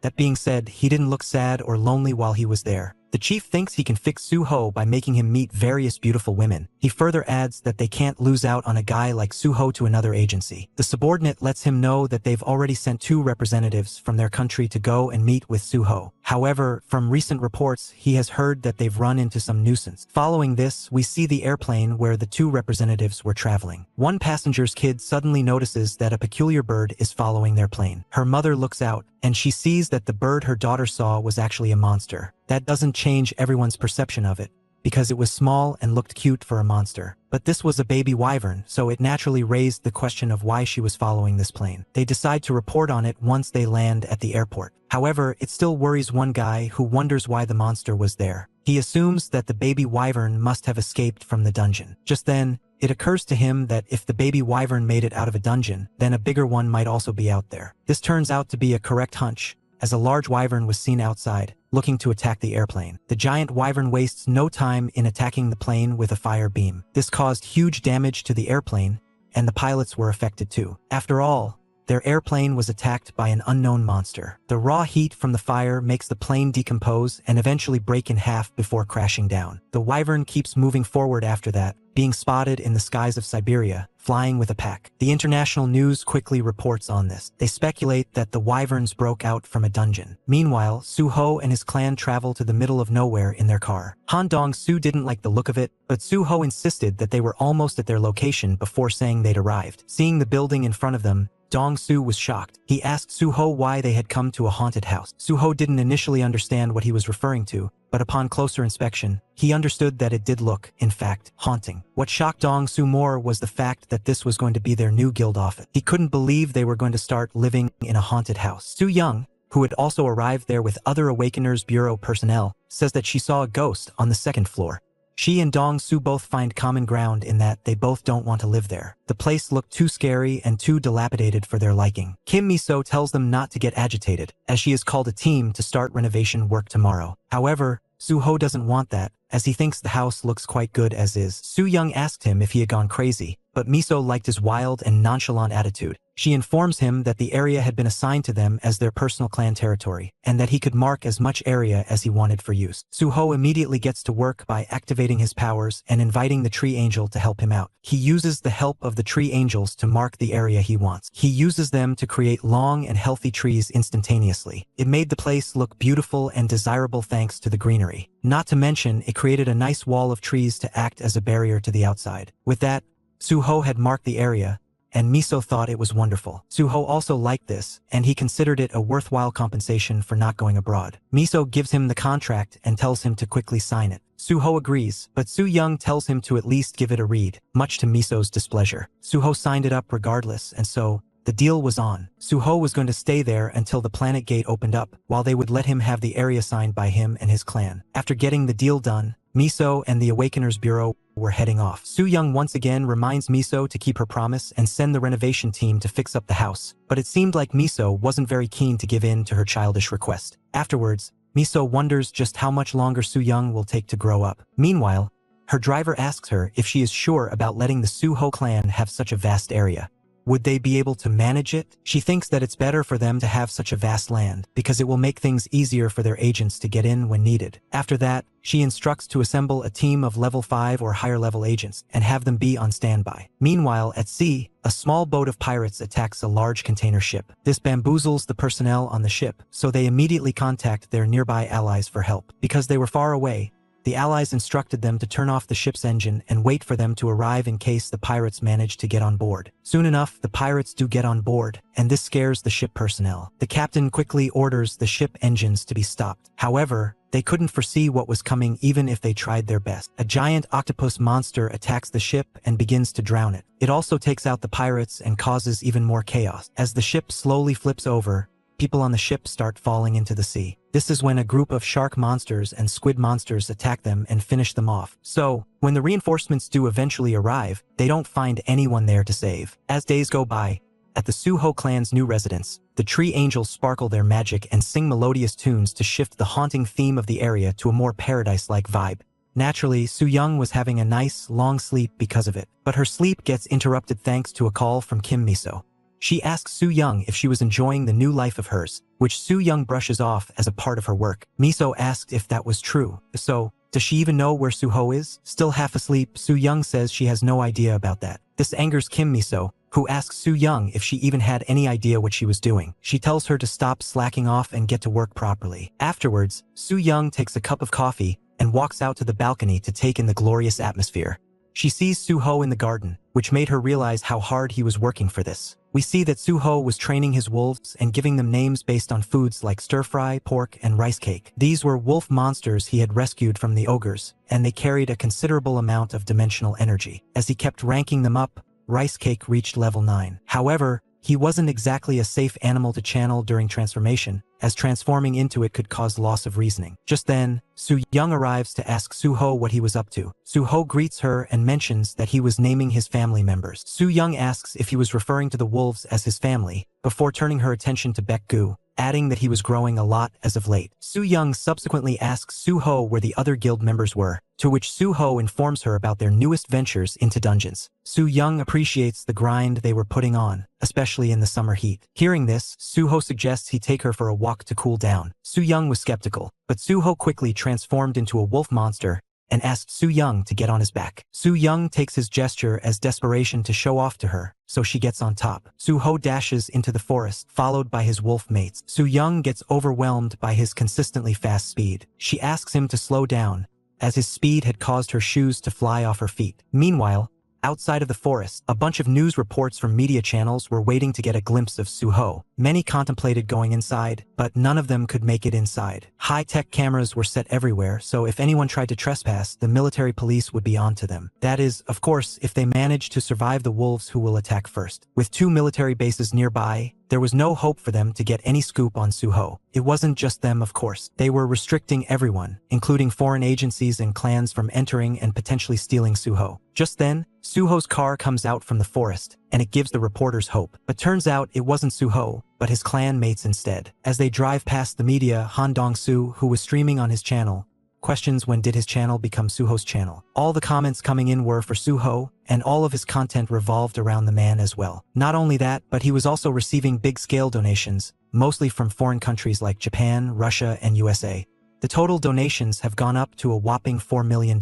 He wonders if he should tell this to Suho. Just then, Su Young comes riding out on Suho's back. Dong Su greets Su Young, but he also feels kinda jealous because Suho never lets them ride on him. Just then, Suho moves ahead of the car thanks to his speed. Dong Su takes it as a challenge and asks Junho to step on the accelerator as well. Junho changes the car's setting into sports mode before going all out, which helps him move back in ahead. Out of nowhere, they were racing each other to determine who will pay for the dinner. As the race heats up, Su Young suddenly feels something strange. Suho does so as well. Su Young thinks it is a dimensional fissure happening within 200 yards of them. She quickly activates her search ability to see. Su Young is reminded of a particular chat she had with Suho, where she asked him what kind of planet did he come back from. Suho describes the planet as an animal kingdom. In other words, only animals existed there. It was a fascinating place, where the weakest ones also had a dimensional energy surplus of 700. This really shocked Su Young, but Suho continued on and told her about how every day was a struggle to stay alive. It didn't matter if one is a normal person there, or the king, the struggle never ended. Took a lot for him, but Suho did eventually become their king. That being said, even after becoming a king, he had to endure through various tests for hundreds of years. Keeping all that in mind, Su Young knows that if the bridge portal were to open up now, it would connect the two planets to each other. Going off of what Suho said about the planet and its creatures, they are very hostile. The weakest ones are S-ranked, so if they were to come out, humanity could get decimated. However, she also recalls the conversation between the chief and Kim Miso. They were pondering on whether the animal Suho came from would be friendly to them or not. The chief didn't really care about that. He thinks they need to take risks to get rewards. Besides, Suho was their leader, so he should be able to handle them. Knowing this, Su Young asks Suho if he can control them, to which Suho says no. This stuns Su Young, but Suho explains that he no longer is the man he used to be when he was there. He has gotten weaker. He doubts that the animals would only hate him more if they see him in such a weakened state. Su Young felt like he was speaking the truth, and so she instructed Suho to take them as far away from the city as possible. As they change course, Junho and Dong Su decide to follow them to see where they are headed. Meanwhile, Su Young begins to visualize the dimensional energy shifting. So, she calls up Kim Miso and informs her about how the bridge portal is about to open up any moment, so she should pass their coordinates to the military camp. The military quickly mobilized themselves upon learning of this, and took aim to shoot at the dimensional energy forming at the portal. Meanwhile, Suho says that he doesn't think that the portal opening up is a bridge to the planet he came from. Su Young asks him why, to which Suho says that it just felt very different. Su Young thinks that it can be because he used a spatial relocation portal to come back, because that is what's usually used for returnees. Just then, Su Young remembers about the day of Suho's return. The dimensional energy reading machine couldn't comprehend just how high energy was. Felt like something special. And it's not like it was just the case of a faulty machine. Su Young herself also thought the dimensional energy was stronger. So, she agrees with Suho in that this really wasn't a bridge portal but rather a new dungeon portal. However, Su Young finds it hard to believe that it was only a dungeon portal. Meanwhile, the news reporters saw the large ball of dimensional energy forming up, and they reckon it was because of a dimensional fissure. Just then, personnel from the Awakeners Bureau arrive, and they are joined in by the military's helicopter unit too. This all pointed at the bridge to the fourth planet opening up. Meanwhile, Suho, now in his human form, observed the dungeon opening up with Su Young. However, Su Young can't help but question whether Suho's perception skills are even better than hers. She has the best perception in the nation, yet he still came out with a better guess, despite the fact that perception wasn't even one of his awakening abilities. Just then, Dong Su and Junho arrive. Dong Su was quite hyped about the portal, and wondered if this was the fourth planet. Not too long after the perception team of the Awakeners Bureau also arrived, and they quickly set up the equipment to measure the dimensional energy. After measuring the energy, which ends up hitting 4280 on the scale, the perception team declares it as a level 4 dungeon, but a weak level 4. Suho thought that was quite good if anything. Su Young then calls up Miso and informs her about the level 4 dungeon. However, she also mentions that Suho said that this wasn't the planet he came from, so they need to go inside and check for themselves. Following this, Miso forwards the call to the chief and tells him about the dungeon. She wanted to send a top-tier videographer from the perception unit to check if that is really a planet returnees come from. The chief doesn't take kindly to this, because he expected better from Suho, whom he spent a lot of money on. Miso tells him to calm down because nothing is for sure now. She can only say that Suho has proven time and time again that he is better than a level 4. However, the chief points out how a dungeon portal opening up in front of a returnee can only mean one thing, that they are regular returnees, and if the people backing them become aware of this, they'll be doomed. Miso thinks the risk is part of the investment. Besides, as an irregular, Suho's worth speaks for itself. The chief knows that, but he thinks it doesn't matter. If the news of Suho being a dungeon returnee gets out, any and all investment they've received for the fourth planet will get pulled. So, he wants Miso to tell the news that they were only running a test drill. Miso sighs, but the chief tells her to make a way out of the mess, or else both her and his career are done for. Back at the forest, upon further inspection, they learn that the door to the dungeon will burst in 50 days. Su Young calls Miso to tell her that they have 50 days worth of time, so she can call back her troops. Meanwhile, Suho considers this to be a great opportunity. The inspector tells him that it isn't easy at all. To get the full result out of the dungeon, he needs to complete it 5 or 6 times a day. That isn't exactly an easy task considering it is a level 4 dungeon, though Suho thinks that it's easy. After that, Suho points out to the measuring machine and calls it handy. He asks the inspector how much it costs, to which he says that most guilds need to have one for themselves, but the latest model can cost up to $3 million. Suho is taken aback by the price tag, but the inspector says that he has been given the order to lend this particular model to the Suho clan on lease. It is part of his contract as a signing bonus. Suho asks him why he was being treated so well. The guy says that even if Suho turns out to be a regular dungeon returnee, the government will never neglect him. They see him as family and will take care of him. He knows that a lot of foreign nations are trying to contact him, but he will always be Korea's national treasure. Or well, so he was told to say by them. Confused, Suho adds that he has not yet received any offers from foreign agencies. This shocks the guy. Dong-Su then suddenly steps in and asks to have a talk with Suho about this matter. Dong-Su then informs him about the various donations he has received from foreign agencies on his channel, because Suho doesn't have one of his own. Dong-Su thinks Suho shouldn't commit to one side and start playing both sides for his own benefit. Hearing this, Suho asks him how much money has been donated. Dong-Su lies and says that around 500,000. Suho tells him that while money is great,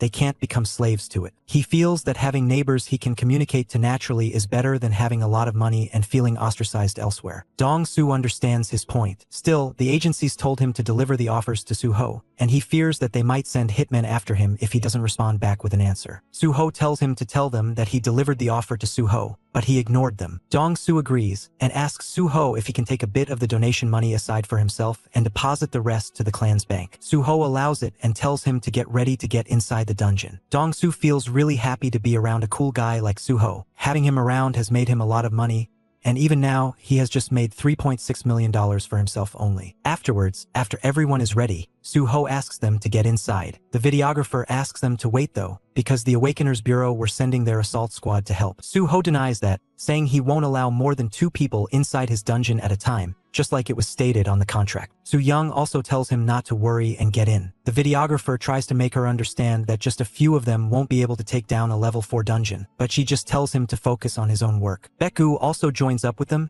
and Suho thinks it's great that he is joining, because that'll help him level up. And with that, Suho clan enters the dungeon. After entering, Su Young asks Suho if this was the place he came back from. Suho wasn't sure, but he felt something was familiar. The videographer asks if they should really just roam around freely like this instead of setting up a parameter. Dong-Su tells him to just follow Suho's lead. Just then, Su Young, with her perception searching skill, manages to locate 3 monsters within 75 yards of them. Everyone prepares themselves, with Dong-Su even unsheathing his sword. The videographer asks Dong-Su if his small blade would even manage to cut a monster. Just then, the butcher inside of Junho awakens, and he marches straight forward to cut some monsters down. Suho sees this and knocks him out with a chop to the back of the neck. He immediately instructs Dong-Su to wake him up and sedate him. The videographer, baffled, asked what was even happening. Su Young informs him of Junho's butcher self coming out when he has a blade in his hands. As Dong-Su tries his best to wake Junho up, Suho notices something and immediately orders everyone to not move and stay behind his lead. Right then, a monster pops up. Suho prepared himself to attack, as the videographer identifies the monsters as lizardmen. Su Young puts up her barrier defense, which prompts the videographer to use his recording ability to record the fight. Suho takes down all 3 lizardmen with relative ease, barely even breaking a sweat. After that, Suho orders Dong-Su and Junho to go and pick up the loot. Junho gets overexcited and starts stabbing the monster ruthlessly, spurting blood all over Dong-Su's face. The videographer is taken aback by this. He didn't like how Junho became a different person the moment he touched his blade. Su Young tells him to not focus on that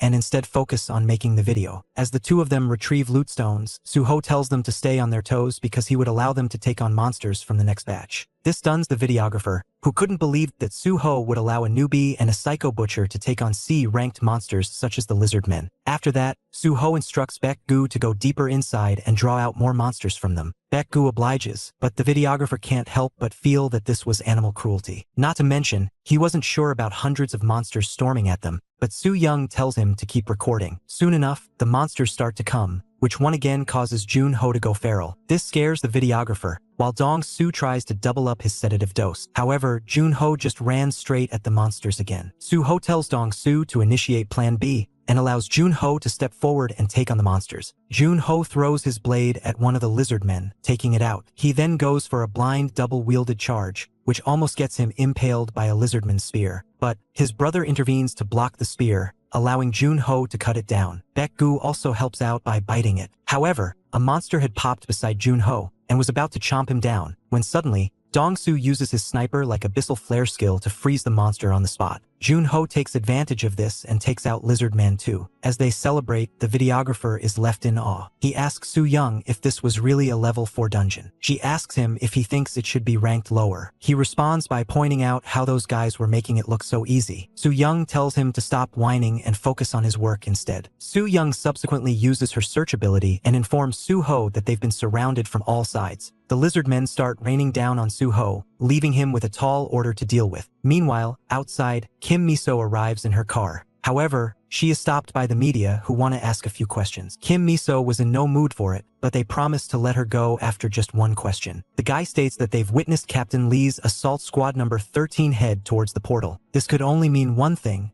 that the portal that opened up is a level 4 dungeon. Miso doesn't speak and holds her silence, which is enough confirmation for the guy to let her go. The rest ask the journalist what Miso told him, to which he told them all to pack up and go home because Suho is just a normal level 4 dungeon returnee. Meanwhile, Kim Miso's driver asks her why she revealed classified information to the media, to which Miso asks him what is more important, some random money grubbers, or Park Suho. The driver naturally says Suho is more important. She states that by classifying Suho as a level 4 returnee, they can get him away from the attention of foreign agencies. The driver still thinks she'll get in trouble with the chief for doing this, to which Miso says that she came here to deal with that problem in particular. Meanwhile, Captain Lee was preparing to enter the dungeon with his fabled Assault Squad 13. But before they can enter, they are stopped by a Perception Squad member who tells Captain Lee that they've been told to stand by, much to the guy's displeasure. Shortly after, Kim Miso arrives and tells Captain Lee that he can't enter the dungeon. The captain is left confused by this, but Kim Miso explains that Park Suho's contract states that he doesn't want any other assault teams with him in the dungeon. Captain Lee doesn't understand why he needs to follow that. After all, he cleared up his schedule to be here. Furthermore, he doesn't understand why a member of the exploration team can order him around when the assault team has their own exploration order written into their contracts. Miso is aware of that, and she was there to fix it and redo their contracts. Captain Lee didn't like that, but Miso insisted that this was what the chief wanted as well. So, she offers to take him aside to discuss properly. Meanwhile, the chief was being bombarded with calls from investors, as news of Suho Park being a level 4 dungeon returnee spread over the internet. The chief tried to convince them properly, but that didn't help handling all the calls coming his way. Frustrated, the chief demands to get Miso on the phone right away. Meanwhile, the doctor who first talked to Suho also learns about Suho being a level 4 dungeon returnee, and how it has ruined Korea's hope for a 4th planet. It really makes him wonder how many twists and turns a man's life can have, which makes the man wonder if this is yet another one of the twists. This is when he recalls a key moment from a conversation he had with Suho. Suho mentioned that he spent a long time on the other planet lying low on the beach. There was a sea there, and it had plenty of fish for him to eat. But it wasn't long until he realized that it was not exactly a great place to live, because one day he was attacked by a large crab monster. This made the doctor wonder if a sea could even exist in a level 4 dungeon. The only explanation would be that the planet there was struck by a meteor,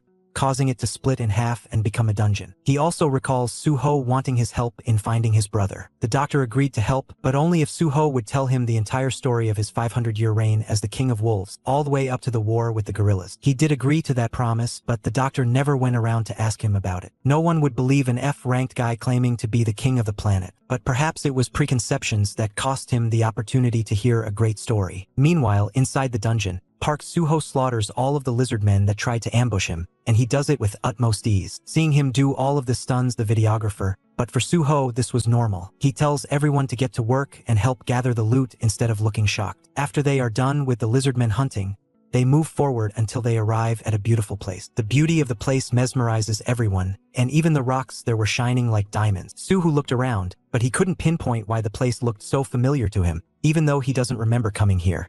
Just then, they notice a carving on one of the rocks. The shocking part about it was that the writing was in the Korean language. It was a warning from the writer, who wrote that he won't come back there because it was leopard territory. Soo-young doubts that it was one of Dong-soo's pranks, but he denies it. She then asks the videographer to record this properly, because the Korean language was carved into a stone inside a dungeon. Right after, she notices Soo-ho moving towards a cave, so she and the others follow suit. Once there, they wonder why there was a cave in a place like that. It genuinely felt like something could pop out of there anytime. However, when they do enter, they are shocked to see that the place was filled with Korean writings carved everywhere. It made them wonder if a Korean person lived there. They started reading the writings, where the person expressed their feeling of missing various kinds of food, which Dong-soo interprets as a dungeon version of Robinson Crusoe. After that, they read a carving where the guy was talking about missing humans, and one where he talks about lewd and explicit stuff. This makes the guys crack up, because not only did he write about it, but he also made illustrations. The next few carvings had writings about missing his enemies, missing his annoying parents, and missing his brother Junho. On top of it,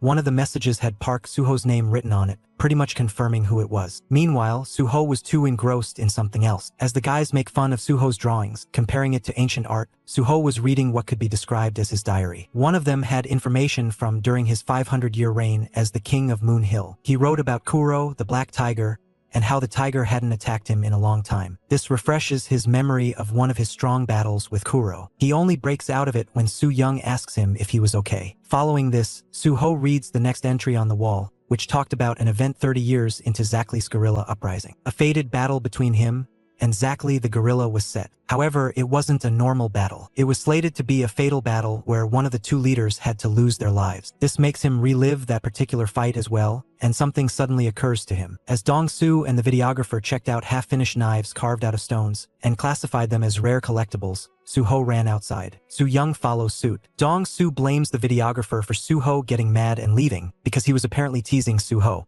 But the videographer points out how Dong-soo was doing the exact same thing. However, Soo-ho didn't leave for that reason. He went outside to take a look from atop of a rock, and he was shocked to see what had become of the place. Soo-young quickly follows him and asks him if this is the place where he used to live. So-ho tells her that it seems like it, but something just didn't seem right to him. He says that there were supposed to be mountains with snow-covered peaks here. On the other side supposedly had orchards. An ocean was also around the same area. This shocks Soo-young, because it is unheard of to have oceans in a level 4 dungeon. Soo-young then asks him if the writings on the wall were also by him. Soo-ho admits that those were his doings, and that he used to write there to not forget about the civilized society. He used to hide there in the cave because of the animals.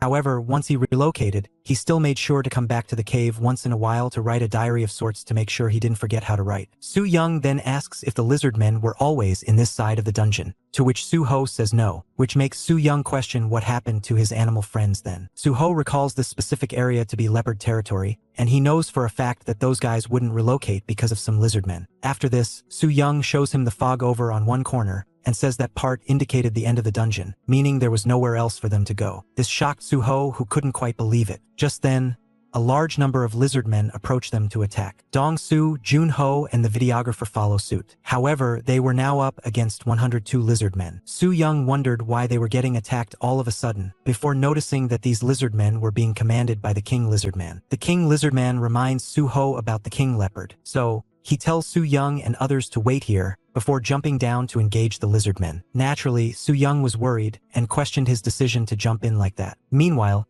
Granny Sukja is seen attending to her pet pigeon, when suddenly, a weird aura starts acting up around the pigeon. Back in the dungeon, Soo-ho uses his beast transformation skill to channel the pigeon and grow wings for himself. He uses the wings to maneuver himself as the King Lizard Man throws a spear at Soo-ho to impale him. Soo-ho manages to evade it, and he quickly follows it up by transforming into his wolf persona through Baek-gu as he throws himself at the King Lizardman while beating it. This reckless move shakes up everyone, especially Soo-young. The videographer adds that he understands that the jokes embarrassed Soo-ho, but he didn't need to jump for it. Dong-soo tells him to cut the joke, as he asked if the one who jumped off was really Soo-ho. Soo-young tells them that it was indeed him, but he is okay. This still worries them, to which Soo-young assures them that he was still alive. Soon, she notices that the lizard men are climbing up, so she tells everyone to get ready for some action. The videographer and Jun-ho use rocks to crush the climbing lizard men, while Dong-soo uses his sniper weapon to shoot them down. Meanwhile, Soo-ho tussles with the King Lizardman in his wolf form. He overwhelms the king with relentless punches, eventually making it defenseless through sheer striking. Soo-ho realizes that the king was on its last breath, so he throws away the skull mask it was wearing and asks it where the leopards were. The King Lizardman doesn't answer back, which angers Soo-ho, so he grabs the monster and jumps up in the air. As this was happening, the rest of the team were still fighting off regular lizardmen. Dong-soo dominates using his weapon. The videographer points out how dimensional energy is usually restricted for these weapons. Dong-soo adds that these weapons also come with ammo restrictions, which make it not an ideal fit for a weapon in battle. However, it works quite well in situations like this, hence why he was using it. Just then, Soo-young asks them to focus, as the lizardmen have gotten closer. This was an invitation for the crazy butcher Jun-ho to go wild. However, this is when they notice Soo-ho fighting with the King Lizardman in the air. In a shocking move, Soo-ho hurls the King Lizardman at the rock his friends were fighting. The videographer calls for everyone to run away, as the King Lizardman crashes into the rock. This also levels up Soo-ho and unlocks the wind attribute skill for him. The king crashing onto the rock causes it to collapse. This takes down the other lizardmen, but also causes Soo-ho's squad to fall down as well. Everyone panicked, but Soo-young told them to stay calm and land properly. After they fall down, Soo-young manages to get off scratchless, but the videographer, Dong-soo and Jun-ho take some damage. Soo-ho doesn't give them much time to recover, as he tells them to follow him to a door that had just opened up. This genuinely confuses the videographer. After that, they get out of the dungeon. Kim Miso and Captain Lee, who were waiting for them, greet them. Captain Lee adds that he didn't expect Park Soo-ho to be this scrawny. Meanwhile, Miso was looking to start a conversation, but Soo-ho almost immediately transforms into a full-fledged pigeon before flying off. They were shocked by his sudden transformation, while Captain Lee suggested that they'd be better off catching him as a pigeon and frying him for dinner. Miso asks Soo-young what that was about, because Soo-young told her that he can only transform into a wolf. Soo-young asks Miso if she was there to negotiate a deal with Soo-ho. If so, she should wait because Soo-ho wasn't really in the mood for talking. Miso then inquires about the video, to which Soo-young tells the videographer to go back with her to the headquarters. Kim Miso tells Soo-young she needs to come too, which confuses Soo-young. Miso informs her that her duty as Soo-ho's observer has ended, and she will be transferred to a different zone. This was a bit too hectic for Soo-young's taste, but Miso tells her about the dire situation in northern Daegu, where they needed reinforcements. This didn't please Soo-young at all, but it was what she had to do. Meanwhile, the videographer takes his leave from Jun-ho and Dong-soo. He tells them that 4 members of the management team will remain with them, because that's how many people are required to manage the equipment properly. The two thank him for his help and reassure him about using the machine properly. The videographer also suggests they hire their own management team for the future. Jun-ho shakes his hand and smiles, which irks the videographer, as he fails to judge which version of Jun-ho represents his real self. Meanwhile, Captain Lee crashes out because they were heading back. He thought they were going to negotiate with Park Soo-ho. Miso tells him not to worry, and that she was going to compensate him properly. Moreover, the chief was waiting for him. Captain Lee was infuriated, because he thought this wasn't important. He questioned if they were not negotiating because of Park Soo-ho's foul mood. Furthermore, he doubted they could let such novice people manage a portal for themselves. They were just a level 5 dungeon, and they have been given the authority to manage a level 4 dungeon. He thought this was just calling for danger, as he speculated that the guys would mess up soon and cause a huge problem, which would in turn cause the defense team to step in. Dong-soo got annoyed by his bad-mouthing, but Jun-ho tells him to let it go. After that, the chief gets Kim Miso on the call, and he was infuriated by her leaking of Soo-ho's ranking. However, Miso tells him that they were all coming to the headquarters, and that they can talk there. At the headquarters, the videographer, Min-soo, presents all the stuff he captured inside the dungeon. He shows them the diary Park Soo-ho wrote on the wall while being there. He also shows how he used his wolf beast to jump up in the air, and used his brute strength to hurl it towards the rock. And while he couldn't capture it when they were in the dungeon, he managed to get a picture of Soo-ho in his pigeon form. He speculates that Soo-ho has the ability to turn into any animal he can tame. Captain Lee thinks that is quite cool considering the King Lizardman is strong. The chief says that it's a level B monster. He is quickly corrected though, because King Lizard Man is a level A monster. This only indicates that Suho is an S-level awakener at the very least, because he was toying with a level A monster. Su Young adds that his dimensional energy was only E level at the moment, but his combat skills, even when normal, exceeds S level, and his strength varies based on the animals he can transform into. Putting everything together, he can be as strong as a triple S rank depending on the situation. Captain Lee asks if all irregulars are like this, to which Su Young says that she can't say for sure. Captain Lee wonders just how much stronger Korea would have been as a nation if everyone who disappeared during the catastrophe came back. Min-soo says that only 1 in every 10 people can make it out alive when entering or exiting a portal without the proper equipment, so it's highly unlikely that there's anyone else like Suho. After that, the chief asks if they can conclude from their research that Suho is a level 4 dungeon returnee. Su Young says they can't tell for sure about that. Still, the chief asks if they can assume that the secret behind Suho's incredible strength lies in that dungeon. Kim Miso says yes, but the chief took issue with Suho's obstinate refusal to grant them entry into the dungeon, even though they've signed a contract. Captain Lee speculates that Suho could be against it because he wants to hide the secret to his strength. Su Young quickly shuts this down, as Suho isn't that kind of guy. Kim Miso steps in and says that Suho could be looking to renegotiate. The chief is annoyed by this, because he has already spent so much time negotiating with Suho. However, Miso says there is more to it, but would want this conversation to be secretive. So Su Young and others are told to leave. Su Young was left annoyed by Captain Lee's suggestion of Suho wanting to hide his secrets. Inside, Miso tells Captain Lee and the chief about her idea. Captain Lee likes it and asks the chief to give him Squad 37 and 80C ranked men, and he will get the job done. He also promises to take care of the chief's investment problem in one go. The chief agrees and thinks even the loot by itself should get them enough profit. Captain Lee clarifies that the amount they were talking about was triple their usual salary. Bonus on top of that is 780% of their usual pay, so that is the kind of money being discussed. The chief thinks that's no big deal. In their current situation, they can get it done with ease. With that in mind, the chief asks Kim Miso what they would need to offer Suho in exchange for him allowing them into the dungeon. Miso states that it is something that they already have in abundance, confusing the chairman. The scene then shifts to Myong-jin and some younger monks who consider him a brother. The kids ask him if they were going to pick tomatoes today, to which Myong-jin says yes and adds that they will harvest pepper and potatoes too. Naturally, the kids were excited, as they were the ones who planted these tomatoes, pepper, and potatoes. However, Myong-jin didn't look as hyped as them. He opened the door to the storage room, where a mysterious and scary eye was spotted staring back. Meanwhile, the Awakeners Bureau prepared to send out large units of their special agents to work on the Taegu incident. This included Choi Soo-young's Team 11. Before heading out, the commander asked every team if they were ready. All of them responded positively, except for Soo-young, who was too consumed by something else to even notice. It is only after she gets called again that she notices and replies. Afterwards, as they were heading out to Taegu in their vehicles, Soo-young looked quite deflated. Her teammates talked about how the situation in Taegu was very bad. Many dungeons had opened up there at the same time, causing issues for everyone. Still, they wondered if they were really being sent to the front line as a detection team. Soo-young didn't think so, but still tells them to send their will to their families before they lose signal. This scared her teammates, as they told her that her joke wasn't funny. The scene shifts to the Suho clan's territory, where Baekgu, Gunwoo, and Granny Sukja were playing outside. Suho was sleeping, which made him unable to pick up a call from Soo-young. Meanwhile, Dong-soo was on his computer, thinking about how Suho had been sleeping a lot lately. He also thinks that it's good that Suho has been revealed as level 4 dungeon returnee, because it has slowed down the donations sent for him.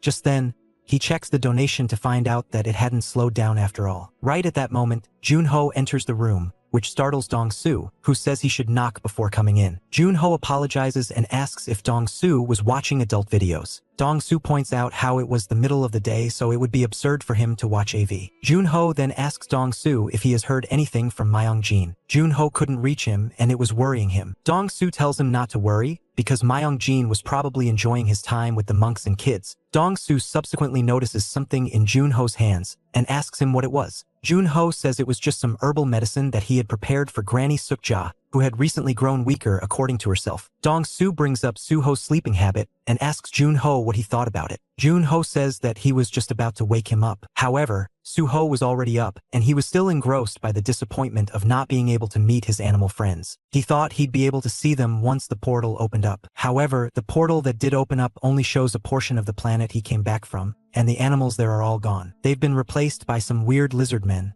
who he has never seen before. It makes him remember all of his old friends and adversaries on the planet before, and he can't help but wonder if they were really the kind to run off in the threat of some weird lizards. Suho decides to not think more about it because if he is meant to meet them, he eventually will. Just then, Junho visits his room and asks him to come eat with them. Suho leaves the room, leaving behind his phone and missing out on another call by Choi Soo-young. At the lunch table, they were having crabs for lunch. Suho asked where the blondie was, because she used to enjoy crabs. Dong-soo asks him if he doesn't know her real name. Suho thought her name was Blondie. Dong-soo is taken aback by this, so he tells him that her name was Choi Soo-young. Dong-soo assumed the two of them were dating, but Suho doesn't even remember what dating is. Now he only knows about mating. Dong-soo is genuinely baffled by how a guy can only ever think of hunting and mating. Junho then clears up that Soo-young had gone on a mission to the countryside. He got to know this from Soo-young herself, who called him because Suho wasn't picking up. This also meant that they needed a new member. They need someone who can help manage the guild, someone who can help them use the equipment they got on lease. Suho asks Dong-soo if he knows anyone that can help. Dong-soo says that he knows a couple of guys who can from his boxing days, and he can also get tons of volunteers if he puts an ad on his YouTube channel. Dong-soo asked Suho if he had anyone himself, before quickly backtracking knowing that he hasn't been back for that long. Suho subsequently asks about Myung-jin and his whereabouts. Junho is surprised to know that not even Suho knows about him.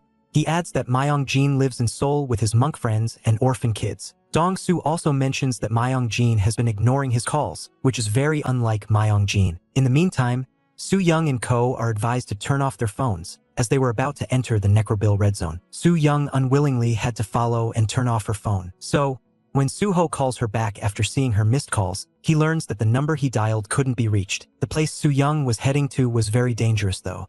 Many zombies were seen roaming around, looking for targets. Suho keeps calling her though, but she is unable to pick up because her phone gets broken and covered in blood. Suho eventually stops, understanding that she won't pick up. Afterwards, Kim Miso and Captain Lee pay a visit to Suho at his territory. Suho asks them if they were there to discuss their expedition rights. Suho didn't quite get why they were so obsessed with the place. After all, it isn't the new planet they hoped for. Kim Miso explains that they want to explore the dungeon and probably find the secret to his strength. Suho explains that his abilities weren't gained secretly, but through thousands of years of practice. Captain Lee tells him to ease up and help them out a little. They were going through a national crisis. This shocks Suho, who asks what happened. Captain Lee elaborates that recently, level 6 dungeon breaks have become commonplace. Not only that, but the numbers of infectees have also increased drastically, which is putting pressure on them and on the ration as well. So, they are in need of training high-level agents like Suho himself. Suho asks what an infectee is. He is told that infectees are a group of people who got attacked by an unknown virus during the catastrophe. The ones who get attacked by this virus go mindless, their bodies become zombie-like, and their only goal becomes to find people and take their lives. They have called these creatures necrobills. The red marks on the map indicate zones where necrobills are more prominent. So, if these zones were expanded, they'd be in huge trouble in getting trades and help sent there. They wouldn't even be able to respond to dungeon breaks in time. Kim Miso speculates that the virus must have spread to their country through foreign portals and such. Suho is ready to get the deal done, but he expects 2 gifts in exchange. Kim Miso promises to upgrade Suho's clan to level 5, which would allow them to enter level 5 dungeons. For the second gift, she is willing to give him more land in the northern Gwangju area. The place isn't that far away from Suho's current territory, so it's a great place for him to take over. Suho assumes that it's an empty land if it is being given to him, so it makes him wonder if she is expecting him to protect Seoul by giving him these neighboring areas. Kim Miso admits that the land is currently abandoned. However, that is the case for more places in South Korea except for the main cities like Seoul, Gwangju, Jeju, etc. After the catastrophe, people who lived in the outside areas moved into the city to avoid dungeon breaks and necrobills. This has put a toll on the city. Suho probed if she was asking him to rebuild a city for them. Miso told him it would be quite easy to do with dimensional energy. Establishing a territory will prove Su clan's management abilities to everyone, and in turn, make them very profitable. And if a portal with a long door bust opens up, it will be a jackpot for the guild. Suho agrees with her and thinks the deal isn't too bad. But first, he wanted to know about North Korea's situation. They tell him that North Korea got hit hard during the catastrophe. This made their chain of command falling apart and allowed for a coup to happen. Some fell with the coup while others fled to China. However, dungeon breaks are happening everywhere, and they doubt that it's only a matter of time until the northerners start flying to the south for refuge. After hearing all that, Suho agrees to put pen to paper. However, he has 2 extra conditions. First, he wanted to meet the scientist who created the dimensional energy measuring machine. Second, he wanted them to track down Myung-jin using his cell phone number. Miso finds both of them to be relatively easy and agrees to do it for him. Meanwhile, Captain Lee begins to prepare for his expedition into the dungeon. The scene then shifts to the Shilla Group's office, where the annual interviews to find members for the Shilla Guild was being hosted. The Shilla Guild is a guild powered by Shilla Group, the nation's biggest conglomerate. The Shilla Guild is the dream guild for anyone aspiring to be a hunter. It is extremely hard to pass the interview, but the select few who do get lifelong support from the group. Jang Jae-sik was there, and he was honestly shocked to be called for an interview. Perhaps his tenure with a small guild and his time as a freelancer finally paid dividends. However, his test was far from being done. He was in the round where only 10 of the 50 in the room would get selected. Just then, Jae-sik gets a text from someone and it shocks him. Meanwhile, the Shilla Guild heads weren't exactly pissed by the new crop of interviewees, but they saw potential in Jae-sik. Even though he was an E-level guy after 3 years, he was a swordsman. So one guy was willing to take him under his wing. However, when Jae-sik is called upon, they realize that he has already left. Jae-sik was offered a spot in the clan by Park Soo-ho. This was a no-brainer for Jae-sik because Soo-ho is like his idol. Meanwhile, the armed forces were still heading towards Daegu. They were quite happy with how things were progressing because the necrobills were away from them. Still, there was no telling when they would attack them. That being said, the roads were getting rough because of their decision to pick this path to avoid direct conflict. Just then, they run into a peculiar group of necrobills, ones who looked more dangerous than the usual ones. These guys were chomping down on a real monster. The captain of the squad orders for them to fire rockets at them, but the rest aren't so sure. The captain still insists they fire them, because the provincial defense headquarters wasn't far away. So, as they fire the rocket bombs at the necrobills, they get destroyed and blasted to smithereens. This alerts other necrobills, but the captain orders them to run over the necrobills. This allowed them to advance a bit further, but the other necrobills were still proving to be a problem. So, to tackle them, the soldiers decide to start gunning them down using the tank's gun. Meanwhile, the scene shifts to Gaepyeong, where Myung-jin and his fellow monks were trying to escape the place in their car. They were driving off as fast as they could, but the necrobills were way too many in number. Realizing that, Myung-jin tells his fellow adult monk to take a sharp turn and head towards the campground. They take that turn and begin to go as fast as they can, because the campground office wasn't far away. The brother monk apologizes to Myung-jin, admitting that it was his fault for wanting to come to this area to begin with. However, Myung-jin says that he wanted to come here and pick out vegetables with the kids too. So he doesn't think it's the monks' fault. He just wants them to go hide at the campground office for now, and then come back when the necrobills are gone. After that, they'll be able to eat their vegetables with the kids because he is sure that they are hungry. This lightens up the mood a little, and the guy drives towards the campground office as fast as he could. Eventually, they began to see that the office door was actually open, so it meant that they needed to stop the car and move out on their feet. Myung-jin told the kids, who were frightened, to put their shoes on, because they'll have to run the moment they stop. He also vows to himself to protect the kids no matter what. And so the car is stopped, and they all run for the office as quickly as possible. However, the necrobills were right behind them. Myung-jin was running while carrying 2 kids with him, but he realized that he was getting caught, so he told the kid to go run on their own. Just then, a necrobill was about to attack him, but Myung-jin pulls out his staff and uses his divine technique to take out the necrobill. He kept reciting Namu Amitabile as he kept on wiping out the necrobills. He used the enlightened stroke, known as the peaceful passage into eternity technique, to take down several necrobills on his own. However, there were still way too many for him to handle on his own, and he couldn't use his dragon dash technique for at least another 6 minutes. Right at that moment, a blue aura takes over the area. A little guardian angel arrives and starts a full-blown tornado, which takes out the necrobills all at once. The kids and other monks watched from afar, as Myung-jin got a close view of the beautiful disaster going on in front of him. Meanwhile, from atop the office building, Park Soo-ho observed and concluded that the technique was a useful one. Myung-jin notices him and immediately smiles, seeing the man he called master. Soo-ho tells Myung-jin to stand a bit further back or else he would get caught up in the wind himself. Soo-ho intensifies the tornado's strength even more, causing the remaining few necrobills who didn't get caught up in it get taken over by it. The tornado decimates the necrobills, and as they flew in the air because of the tornado, the scene came off as rather artistic. Soo-ho watched this and couldn't help but like what he was watching. The scene shifts back to the armed forces charge towards Daegu, where things were anything but beautiful. The tank kept on raining down bullets on the necrobills, creating a warfield instantly. However, it still wasn't enough to take care of the necrobills coming at them. The tanks were getting overwhelmed, and so they decided to contact the PDH's aviation force. They tell them that they were getting chased down and surrounded by necrobills, and demanded immediate aerial support. However, things already started going wrong beyond repair for them,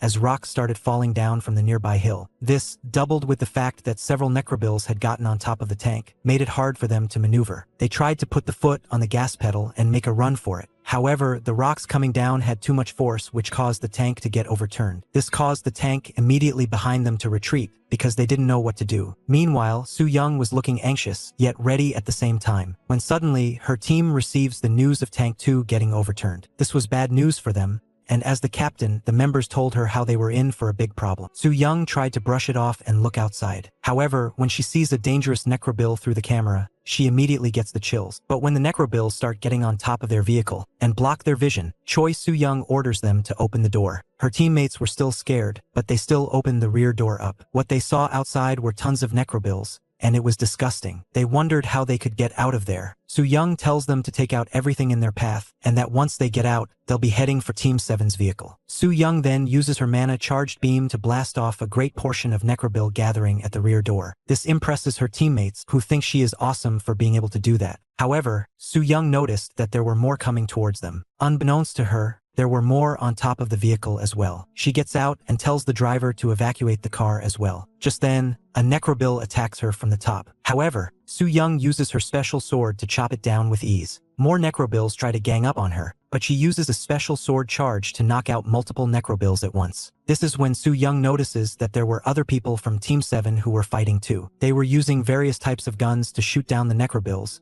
and they were doing a good job. They had secured Team 2's vehicle, which was still functional. However, the driver and passengers seemingly lost their lives. The door was jammed though, so a few of them gathered up to cut it open. However, all wasn't going well. There were still people out there who were scared. Moreover, people who got caught by the necrobills and were actively losing their lives. They reported this to the captain, as it seemed like they were on the verge of losing. However, the captain ordered them to keep on fighting. The search unit spots another pack of necrobills 30 to 40 yards away from them. They stood their ground to fight them, but thankfully, something happened that caused a bunch of necrobills to just explode on the spot. The sudden blasting of the necrobills even confused Team 7, but they soon look up and realize that this was the work of the 707 Special Force, who were coming down from the air using their special devices. This pleases the captain of Team 7, as the 707 Special Unit comes down and joins the battle with them. Meanwhile, Su-young was still fighting her own battle against the necrobills. She single-handedly took on and defeated a plethora of necrobills all by herself using her sword. As she keeps on slashing down the zombies, she is suddenly stopped by a man from the 707 Special Team. Su-young is taken aback by this, and she wonders if the man there was Sun Jin-woo. Meanwhile, the captain of the 707 Special Team tells everyone to take guard, as he was about to exterminate all of the necrobills at one go. Everyone covers up, including Jin-woo, who holds Su-young close and uses a shield barrier to protect her. The captain uses the web mana claymore technique, which sends out a burning red aura, which engulfs the zombies. He then releases the power of the attack, which devastates all the necrobills and damages the area severely. Sun Jin-woo makes sure to hold Choi Su-young close to him to protect her from the blast. In the meantime, an aviation unit was making its way to the scene. They wanted to check if they could find any survivors from the blast. Just then,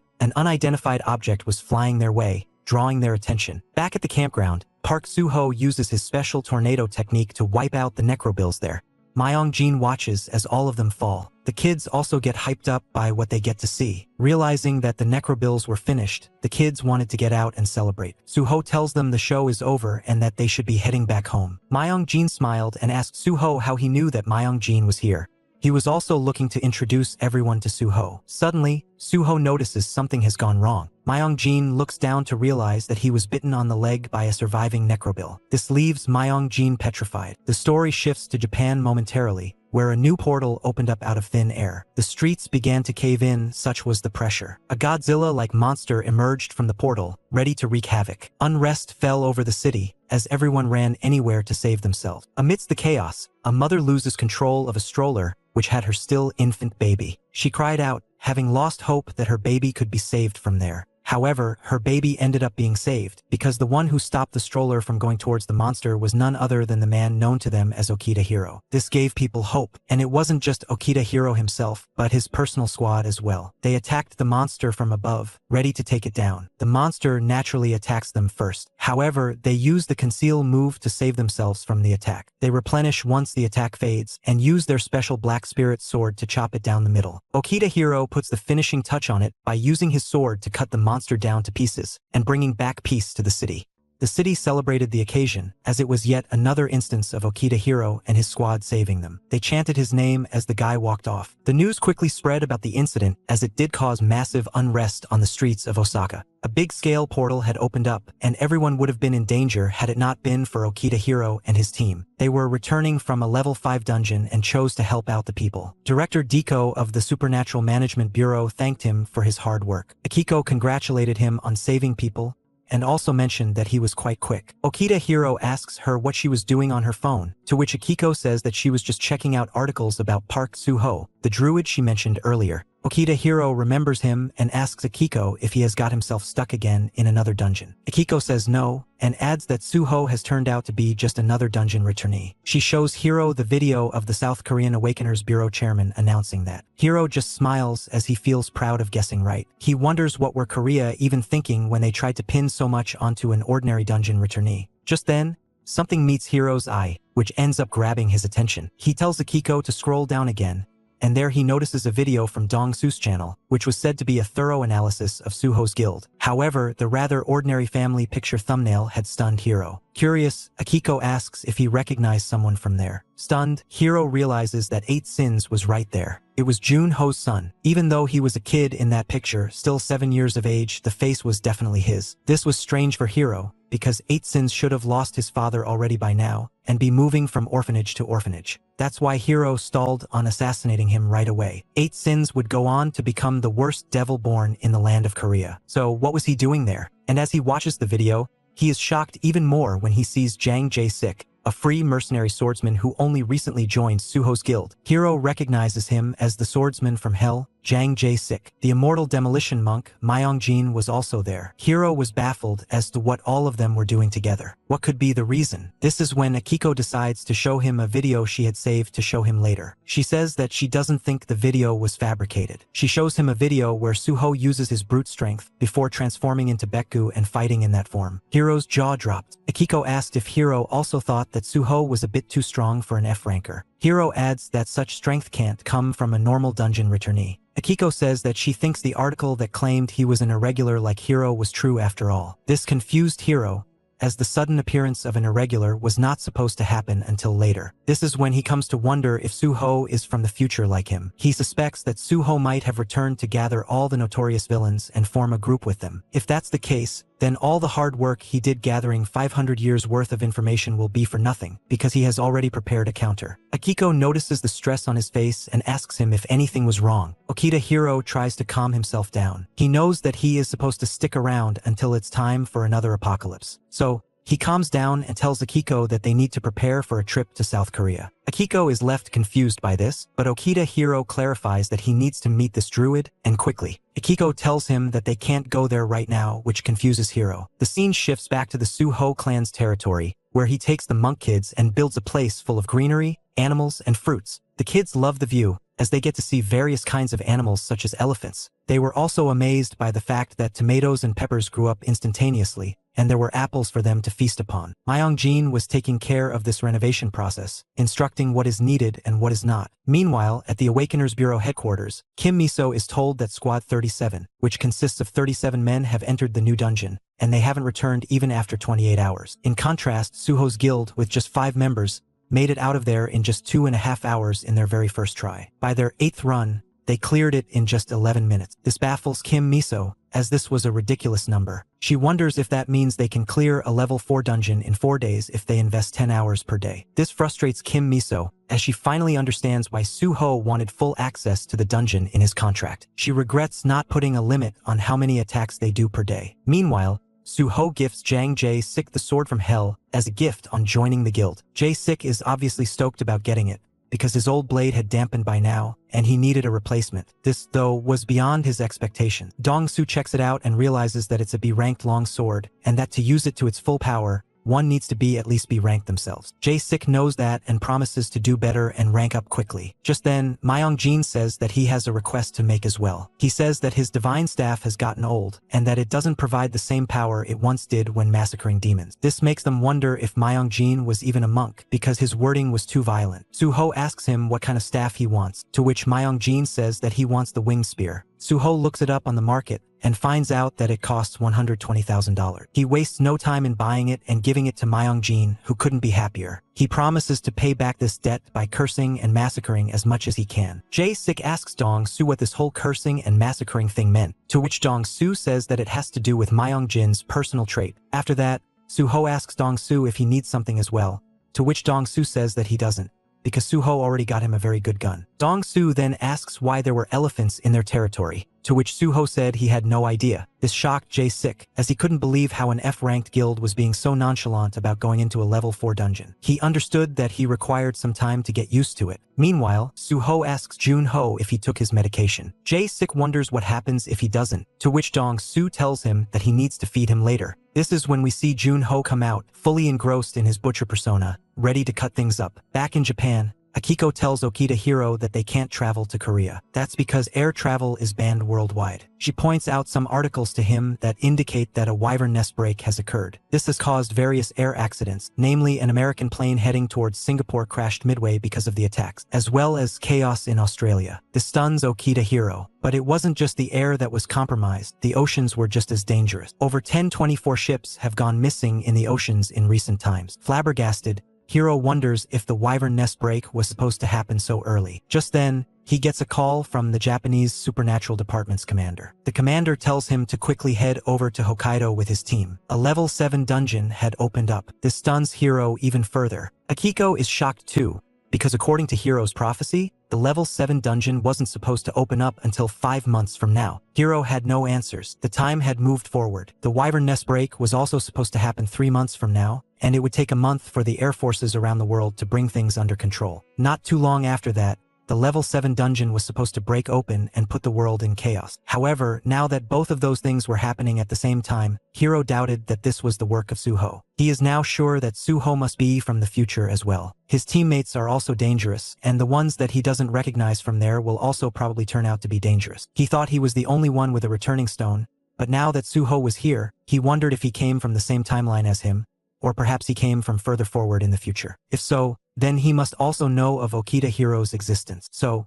Hiro makes up his mind to put an end to this and finish off Suho for the sake of humanity. Hiro then tells Akiko to take him to Hokkaido first. Akiko agrees and says that she will keep gathering information about Park Suho in the meantime. Back in Korea, Suho's squad had entered the level 4 dungeon already. Suho asks Myung-jin to start it off by doing the wide aggro. Myung-jin begins to chant, as Dong-soo tells him so it is louder. He chants about form not differing from emptiness, and emptiness not differing from form. Form itself is emptiness. Emptiness itself is form. In emptiness, there is no form, no feeling, no cognition, no formation, no consciousness. This chant begins to bring out the monsters, as Dong-soo uses his search ability to inform them that they were only 40 yards away. Jang Jae-sik was still nervous about how causal everything was though. Dong-soo then reports that 125 lizardmen were coming their way. Suho starts things off by releasing his guardian spirits and using them to create a tornado like before. The tornado takes over and manages to capture many lizardmen in the vortex. Some still made their way past the tornado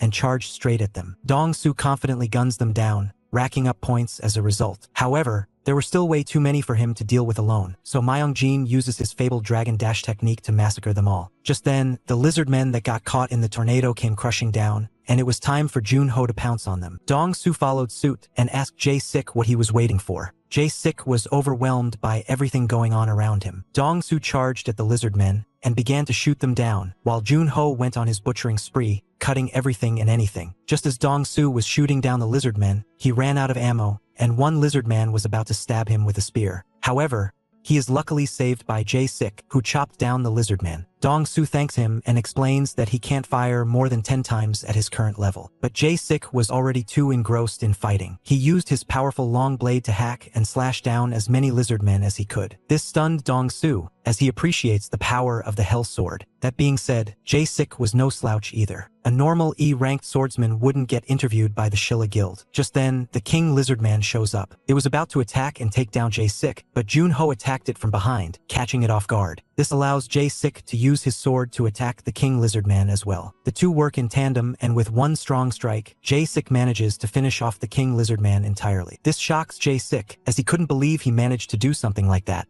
Others weren't exactly happy about this either. Him finishing off the King Lizardman meant that they finished the dungeon and needed to leave. So, they wouldn't be able to collect enough bloodstones. Jae-sik apologizes, citing that he got a bit too excited. Anyway, the door bus countdown began, and they had 5 minutes to get out, so they began to run. Dong-soo regrets wasting his time, because if they could actually collect the bloodstones, they could have made $400,000. Jun-ho tells him to let it go, and that they can come back to collect them later. Dong-soo then says that he is craving some fish cake skewers, and that he would like to grab some after getting out. Meanwhile, Myung-jin stumbles a little because of the pain he felt on his leg. This was due to getting bit on the spot by the necrobill earlier. After that, the Awakeners Bureau Squad 3 went to the dungeon to search for things. They had explored 30% of the dungeon, but still hadn't found anything of use. They were done analyzing the writings on the cave, and now it was time to move to the next sector. The base camp informs them that a group of 6 spear lizardmen were approaching them from 4 o'clock, and they were 70 yards away. Captain Lee takes note of that,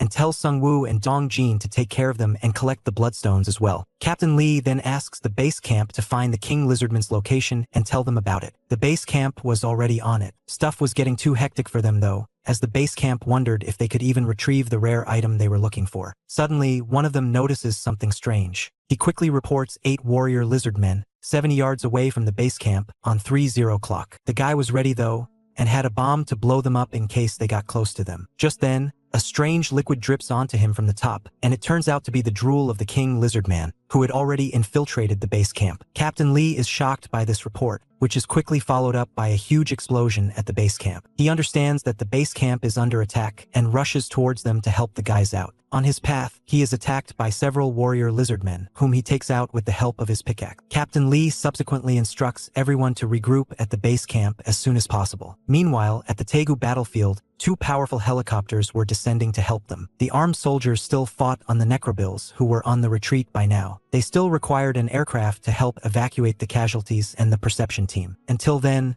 they kept on firing and taking down the necrobills on the run. Sun Jin-woo explains to Choi Soo-young that his unit was on their way to Gangbuk when they heard about the problem here. He was glad to have made it on time and saved them. Soo-young adds that they were supposed to go from here and meet up with the PDH unit. Jin-woo says that the PDH units are already in battle, because a new portal opened up while they were already dealing with 2 level 5 dungeon breaks. So for now, his unit's job was to escort the perception team safely until they met up with the 2nd armored bridge, after which they'd be taking orders from the defense headquarters. Just then, a large explosion causes one of the heavy-duty helicopters to crash. This was due to the sudden appearance of the big mammon monster. A clip of this was being shown to Kim Miso. This was said to be the last recorded update coming from a special videographer of the 707A unit. The defense unit thought it was something they should show the control team, hence why he showed the clip to Kim Miso. She asks him if this was the final update they got from them. He says yes and says they won't be getting another until the situation is under control. Kim Miso questions why they were in that place anyway,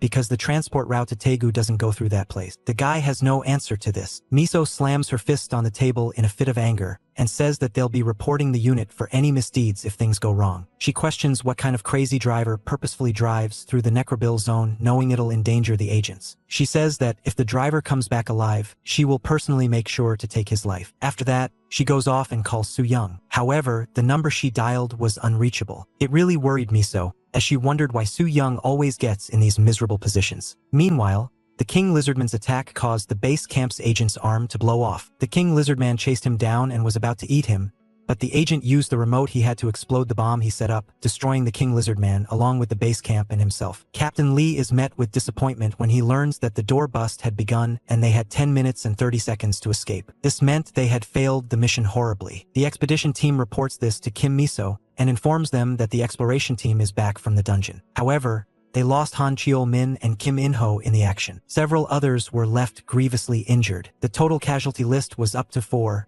which makes Miso question why so many people were losing their lives in a level 4 dungeon. The team member speculates that it could be because the exploration team decided to split up and explore as much as possible. As for the rest of them, they were recovering and were preparing to re-enter the dungeon in 2 hours or so. Kim Miso tells them to wait, as she was searching to see if more agents could be added to the expedition. She asks what the other teams are doing, to which she is told that they are making another plan. After that, Kim Miso asks if there's any information about the rare items they went out to gather. There was no information on that because the base camp got ambushed, so they got busy clearing up and escaping. There was no significant report before that even. This upsetted Kim Miso. The researcher then tells her that they've discovered that time moves 2 times faster in the dungeon, because the expedition team spent 2 days inside the dungeon when only a single day passed outside. Confused, Kim Miso thinks about Park Soo-ho and how he returned after 10 years. Using that, they can conclude that he spent 20 years inside the dungeon. However, Soo-ho claimed he was there for thousands of years. They used various methods to verify that he wasn't lying when he claimed that. However, if he really did spend 1,000 years inside, 500 years should have passed in the outside world. It was quite a confusing mess overall. Regardless, Kim Miso notes that Soo-ho's team have been clearing up dungeons way too quickly, and that their team needs to speed up. If that meant sending more agents,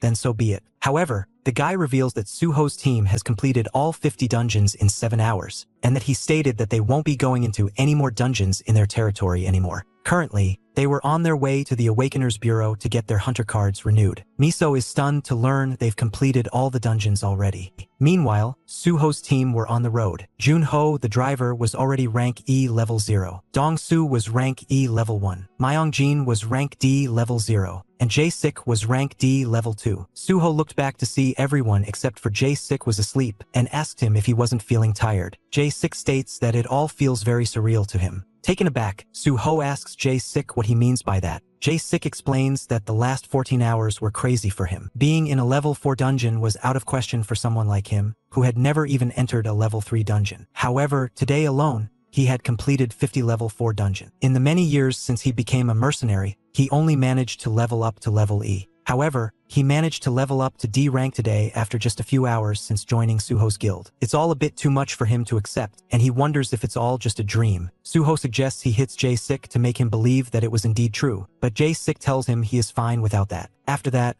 they arrive at the Awakeners Bureau, and Soo-ho tells everyone to get ready and finish this part quickly so they can go and grab some lobsters to eat. Inside, Soo-ho goes for the rank assessment test again. This time, he could hear the same cryptic message he once heard inside the machine once again. However, this time it was much clearer. Soo-ho recalls the conversation with Kim Miso, where she told him that the person who created the dimensional energy measurement machine was a doctor from England. Kim Miso had talked to the doctor and promised to inform Soo-ho whenever she could find an appointment for him to meet the doctor. Soo-ho also looks forward to getting on the plane to England as soon as he gets the call. Just then, his test ends, and Dong-soo tells him that his dimensional energy surpasses that of anyone in C rank. But for some reason, it's saying that his rank is C. This confuses Soo-ho, because he thought only he could see other people's rank through a pop-up menu. Dong-soo and Ko say that everyone upon awakening their abilities can probably see others' rank. This is when a researcher comes in and says that it's widely believed that everyone can see their dimensional rank upon awakening. But the truth is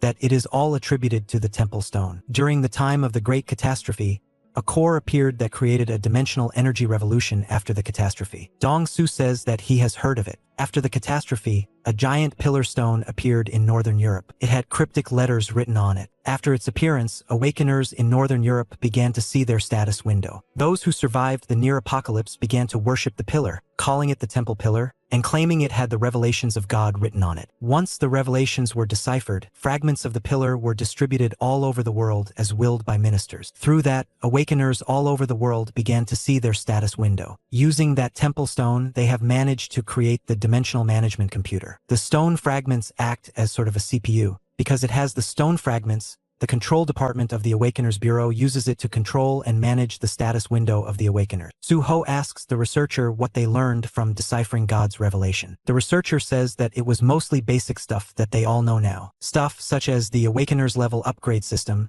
and the usage of dimensional energy. However, these things were big back when it was first discovered. Soo-ho finds this fascinating and wonders if everything that happened was all according to God's plan. After getting out of there, Soo-ho questions how they can meet this God the researcher was talking about. Dong-soo thinks going to the afterlife might be the only option. Soo-ho then asks if a hypothetical nuclear bomb explodes during a dungeon break, would it be the one who activated it that gets to return as an awakener, or would it be everyone who lost their life? Dong-soo corrects him, telling him that it's only possible to awaken if the weapon used was made through dimensional energy. After that, Soo-ho congratulates everyone for leveling up through hard work. Everyone was stoked, especially Jae-sik, who felt this was all a dream. Suho tells him to wake up from his dream for once, because this was the reality. They were all back to level 0 in their ranks though because of the adjustment. Suho says that there's still a level 5 dungeon, the Orc Castle, left for him to explore. Junho asks him why he wants to go back there, considering he had a rough time once before. Suho says that his wild stats have gone up a lot since, and that he will be able to tame more beasts. There are lots of wolves there, so he plans on meeting up with some more family members of his. Dong-su asks him what they should do while he is in the Orc Castle, to which Suho suggests they keep exploring the level 4 dungeons and rack up points under Jang Jae-sik, as he has a lot of experience. Jae-sik is more than willing to take the lead, but Dong-su feels a bit down knowing they won't be able to hang out with Suho for longer. That being said, he realizes that leveling up means they'll get more pension,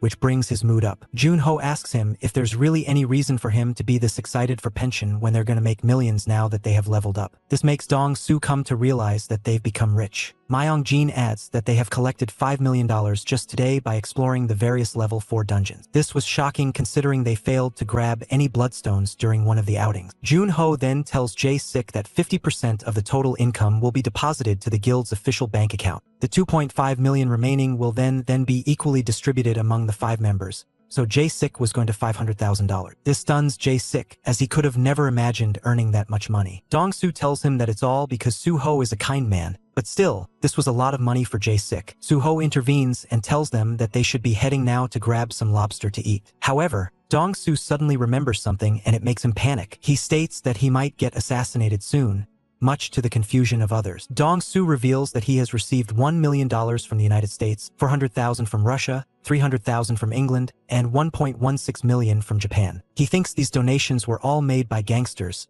who are now out for his life. This confuses the rest, because Suho has been revealed as a normal dungeon returnee, yet they still keep obsessing over them. Dong-su suggests that it might be due to Suho's brilliant plantation and harvesting ability. Because of the catastrophe, inhabitable land has decreased, and so has fertile land. Most of the food that comes to the world is through planet Aruka. That is why everyone wants to have Suho on their side to secure themselves. Myong-jin is at least glad to know that they won't starve thanks to Suho. However, Suho asks him why they are still approaching him when they said no to them through Dong-su. About that, Dong-su tried to say no to them, but they kept sending money and kept pressing him for a proper answer. So one night, after getting drunk, he made a mistake and told them that the money they sent as donation wasn't enough to get Suho's attention. So they sent more money, and now if Suho doesn't talk to them, they'll either get him banned from YouTube for being a scammer or send hitmen after him. He will also have to cough up all the money and more. So, Dong-su begged Suho to make a video message to refuse them. In exchange, he was willing to give all the profit earned from his channel to the guild's account and change the channel name to Suho Guild. Suho agreed, but wanted to get it done quickly because he was hungry and craving lobsters. So they set up an impromptu livestream. Dong-su tells everyone that the moment they waited for was here. Suho himself was here to have a conversation with them. However, instead of a conversation, Suho just tells them that he is not interested and leaves. Dong-su is left stunned by this and asked if that's all he is going to say.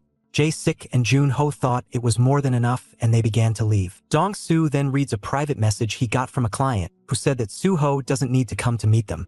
Instead, they come to meet him and have a conversation. Suho says he is fine with that because he can't stop anyone from coming to Korea. They ask him where the request is from, to which Dong-su says it is from Japan. Afterwards, a man spots Suho entering the level 5 dungeon and informs an influential man about it. The influential man tells him to keep an eye on Suho for the time. He then calls up a famous entertainment agency and asks the director about the girl group member who mentioned that her ideal type of man is Suho. He believes that the girls group is releasing a new album, so he asks the director if they want some scandal marketing. The director is confused as to what he meant, but the guy instructs his driver to turn the car around because they needed to go somewhere else to pick up a guest. The guy then calls up the chairman of DGB group, his father. He tells his father that he was going to do something big for their group. The father was pissed at him and told him to come back immediately. He messed up a lot for them already and has been avoiding coming face to face with his father. The guy wanted his father to trust him a bit because he is the sole heir to his father's position. He promised to recruit Park Suho to make up for all of his past exploits. His father wanted none of that. He already sent Mr. Cheon, a trusty man of his, to go and recruit Suho. This angers the guy because he had a different plan. He hangs up the phone, leaving his father more pissed. Meanwhile, he was annoyed at his father for not showing any belief in him. After that, he calls Song-yi the idol with a crush on Suho. The girl was excited to know that she was getting introduced to Suho, and the heir told her to come outside, because he was going to pick her up to meet him. After hanging up, he couldn't help but be a bit annoyed at Mr. Cheon for becoming a thorn in his life. However, he knows that an old man like Cheon could never recruit Suho. A young man like him would be better suited to recruit another young man, and his plan of making Suho fall for a cute idol group member was foolproof in his eyes. He just wanted to get this done and recruit Suho,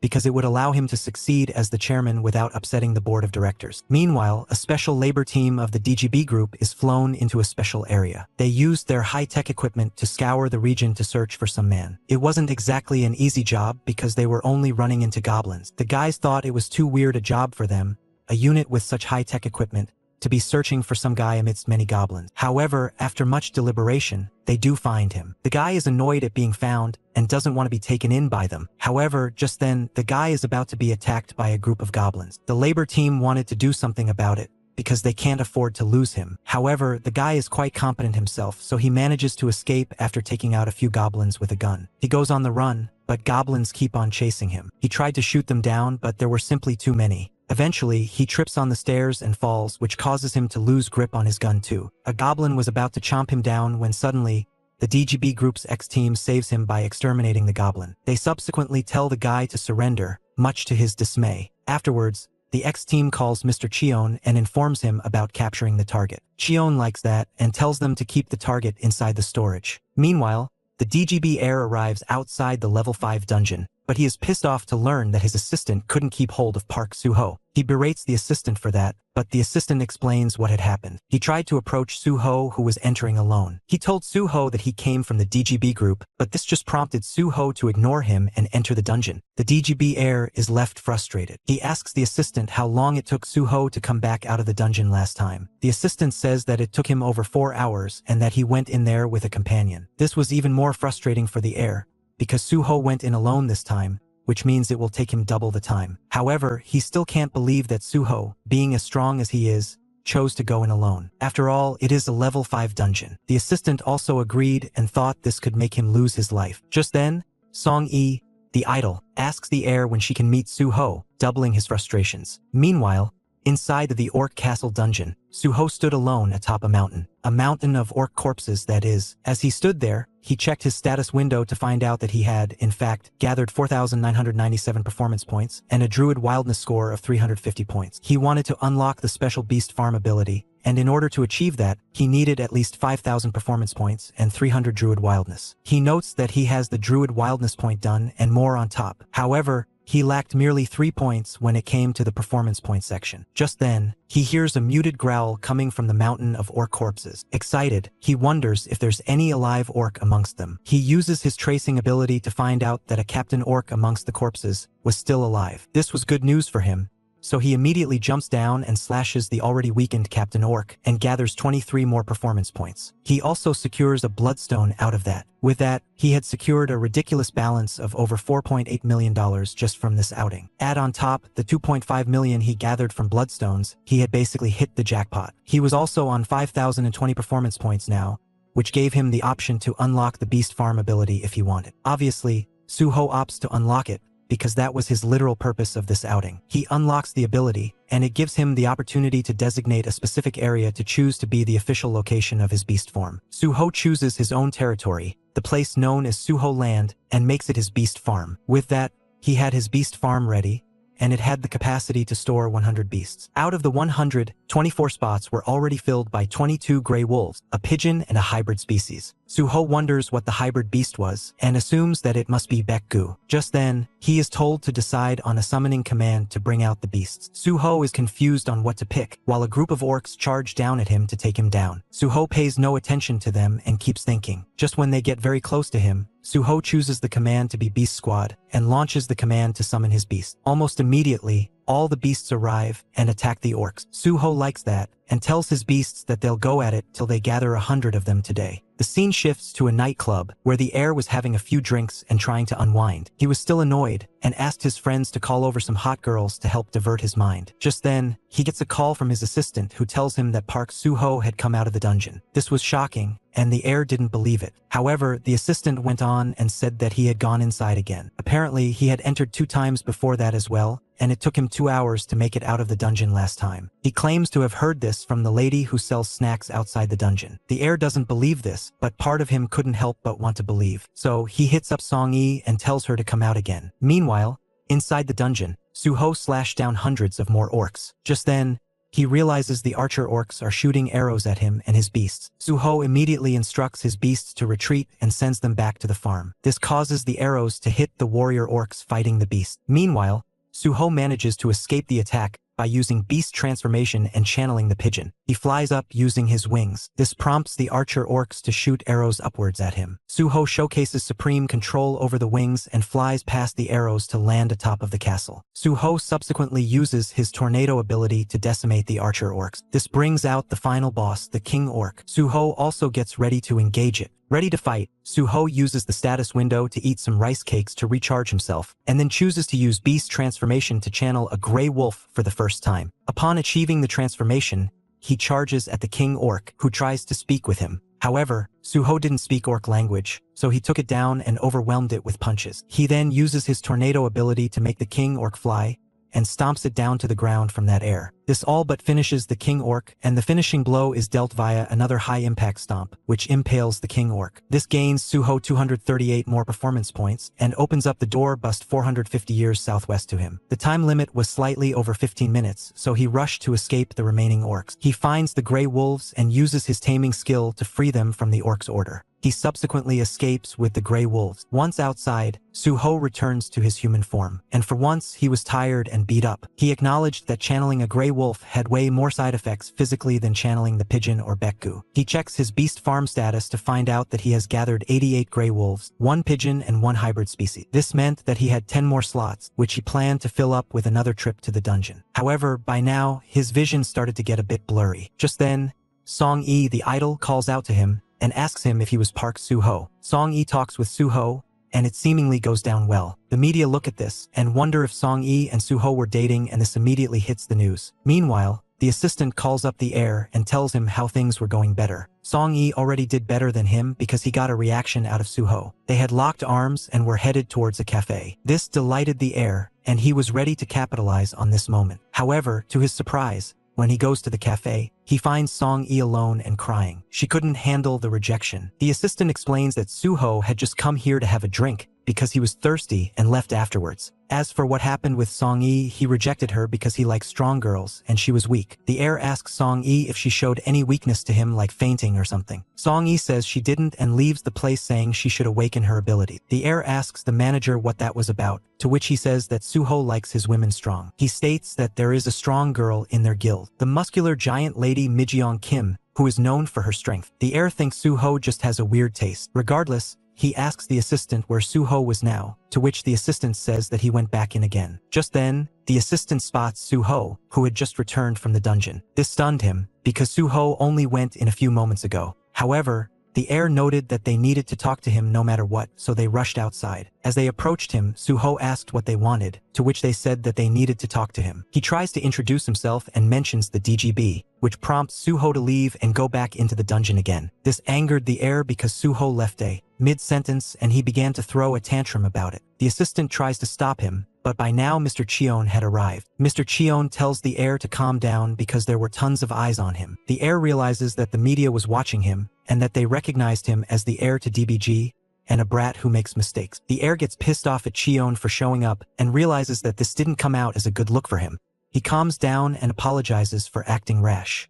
Mr. Cheon tells him to calm down and tells him that he would handle the situation. This annoyed him, but Mr. Cheon told him that he had worked hard enough and that he will have plenty of chances to form a friendship with Suho later. The heir concedes and admits that it might be a bit too late in the night to make friends. So he leaves, but he was still holding a grudge against the sly old man. After that, Mr. Cheon calls the chairman of DGB to inform him that he has the situation under control. The chairman asks if his son, Hakan, caused any trouble, Mr. Cheon tells him that they have a bigger matter on their hands. He states that Park Soo-ho's dungeon clearance skills were on a whole different level. The chairman says that he expected no less of Soo-ho, and that's why he is putting so much effort into getting him. Just then, Soo-ho gets out of the dungeon again, shocking Mr. Cheon. Upon getting out, Soo-ho blabbers to himself about how he had already gotten 100 beasts, hitting the limit. To level up, he needed 200. He calculates how much time it would take him to get 200, before wondering if he should go for it now, or leave it for another time. Just as he is thinking about all of this, he notices Mr. Cheon and gets startled. Mr. Cheon greets Soo-ho, which makes Soo-ho wonder why he was getting greeted by so many new faces. The man introduces himself as Cheon,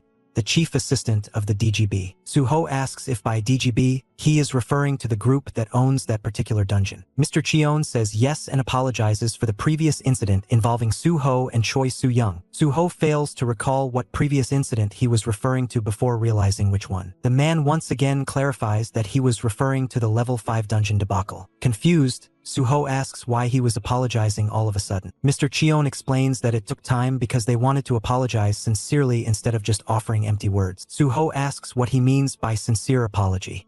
Mr. Cheon goes on, adding that they want to express their deepest gratitude too, confusing Soo-ho even more.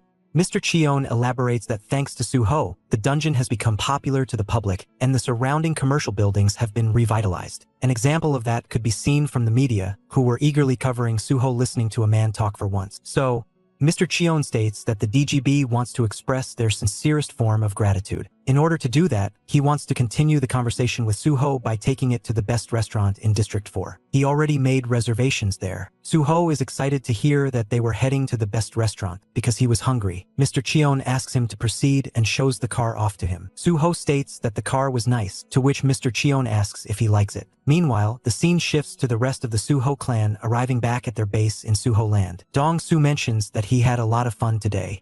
They got to eat lobsters and even got to drink. Jae-sik was happy too. He adds that he knows that Myung-jin's beliefs restrict him from drinking with him. However, he is sad that Jun-ho didn't get to drink as well, because he was the one with the responsibility to drive them back home. Dong-soo suggests they get a driver for their guild. Jae-sik agrees and Myung-jin says they should just add more people to the team. Just then, Dong-soo remembers something important. Jun-ho asks him what it was. Dong-soo mentions that there was a meeting to attend today with people who volunteered to join their guild. Jun-ho asks him if he was seriously bringing this up just now, to which Dong-soo admits to have forgotten about it, because he was too busy eating. Myung-jin also mentions that he was supposed to go to the construction office today, but couldn't because of work. If the schedule remains tight like this, they won't be able to do other things. Dong-soo suggests they get lobster and drink again tomorrow if they have the same schedule. He also thinks Jun-ho should be the one interviewing new members. Jun-ho agrees, but he doesn't have a proper hunter's license, which means he can only be in the group as a porter. This shocks everyone, and they tell him to get a license as quickly as possible. Jun-ho wants to, and he knows that the exam registration date is tomorrow. The rest note that he would be out until his exams are over then, leaving the three of them with more work. However, they trust Soo-ho to sort everything out for them. Just then, Gun-woo, Jun-ho's son, and Granny Suk-ja come out. They greet them, while they tell Suk-ja that they've brought lobster and alcohol for her. In the meantime, Soo-ho was done having his meal with the DGB chief secretary. Soo-ho enjoyed it, but thought that it was probably too much. They fed him such fine cuisine and gave him 3 pickup trucks worth $300,000 each just for some trivial incident that happened earlier. Mr. Cheon tells him that it's nothing because Soo-ho could have lost his life. Besides, they had even more exquisite gifts to give him.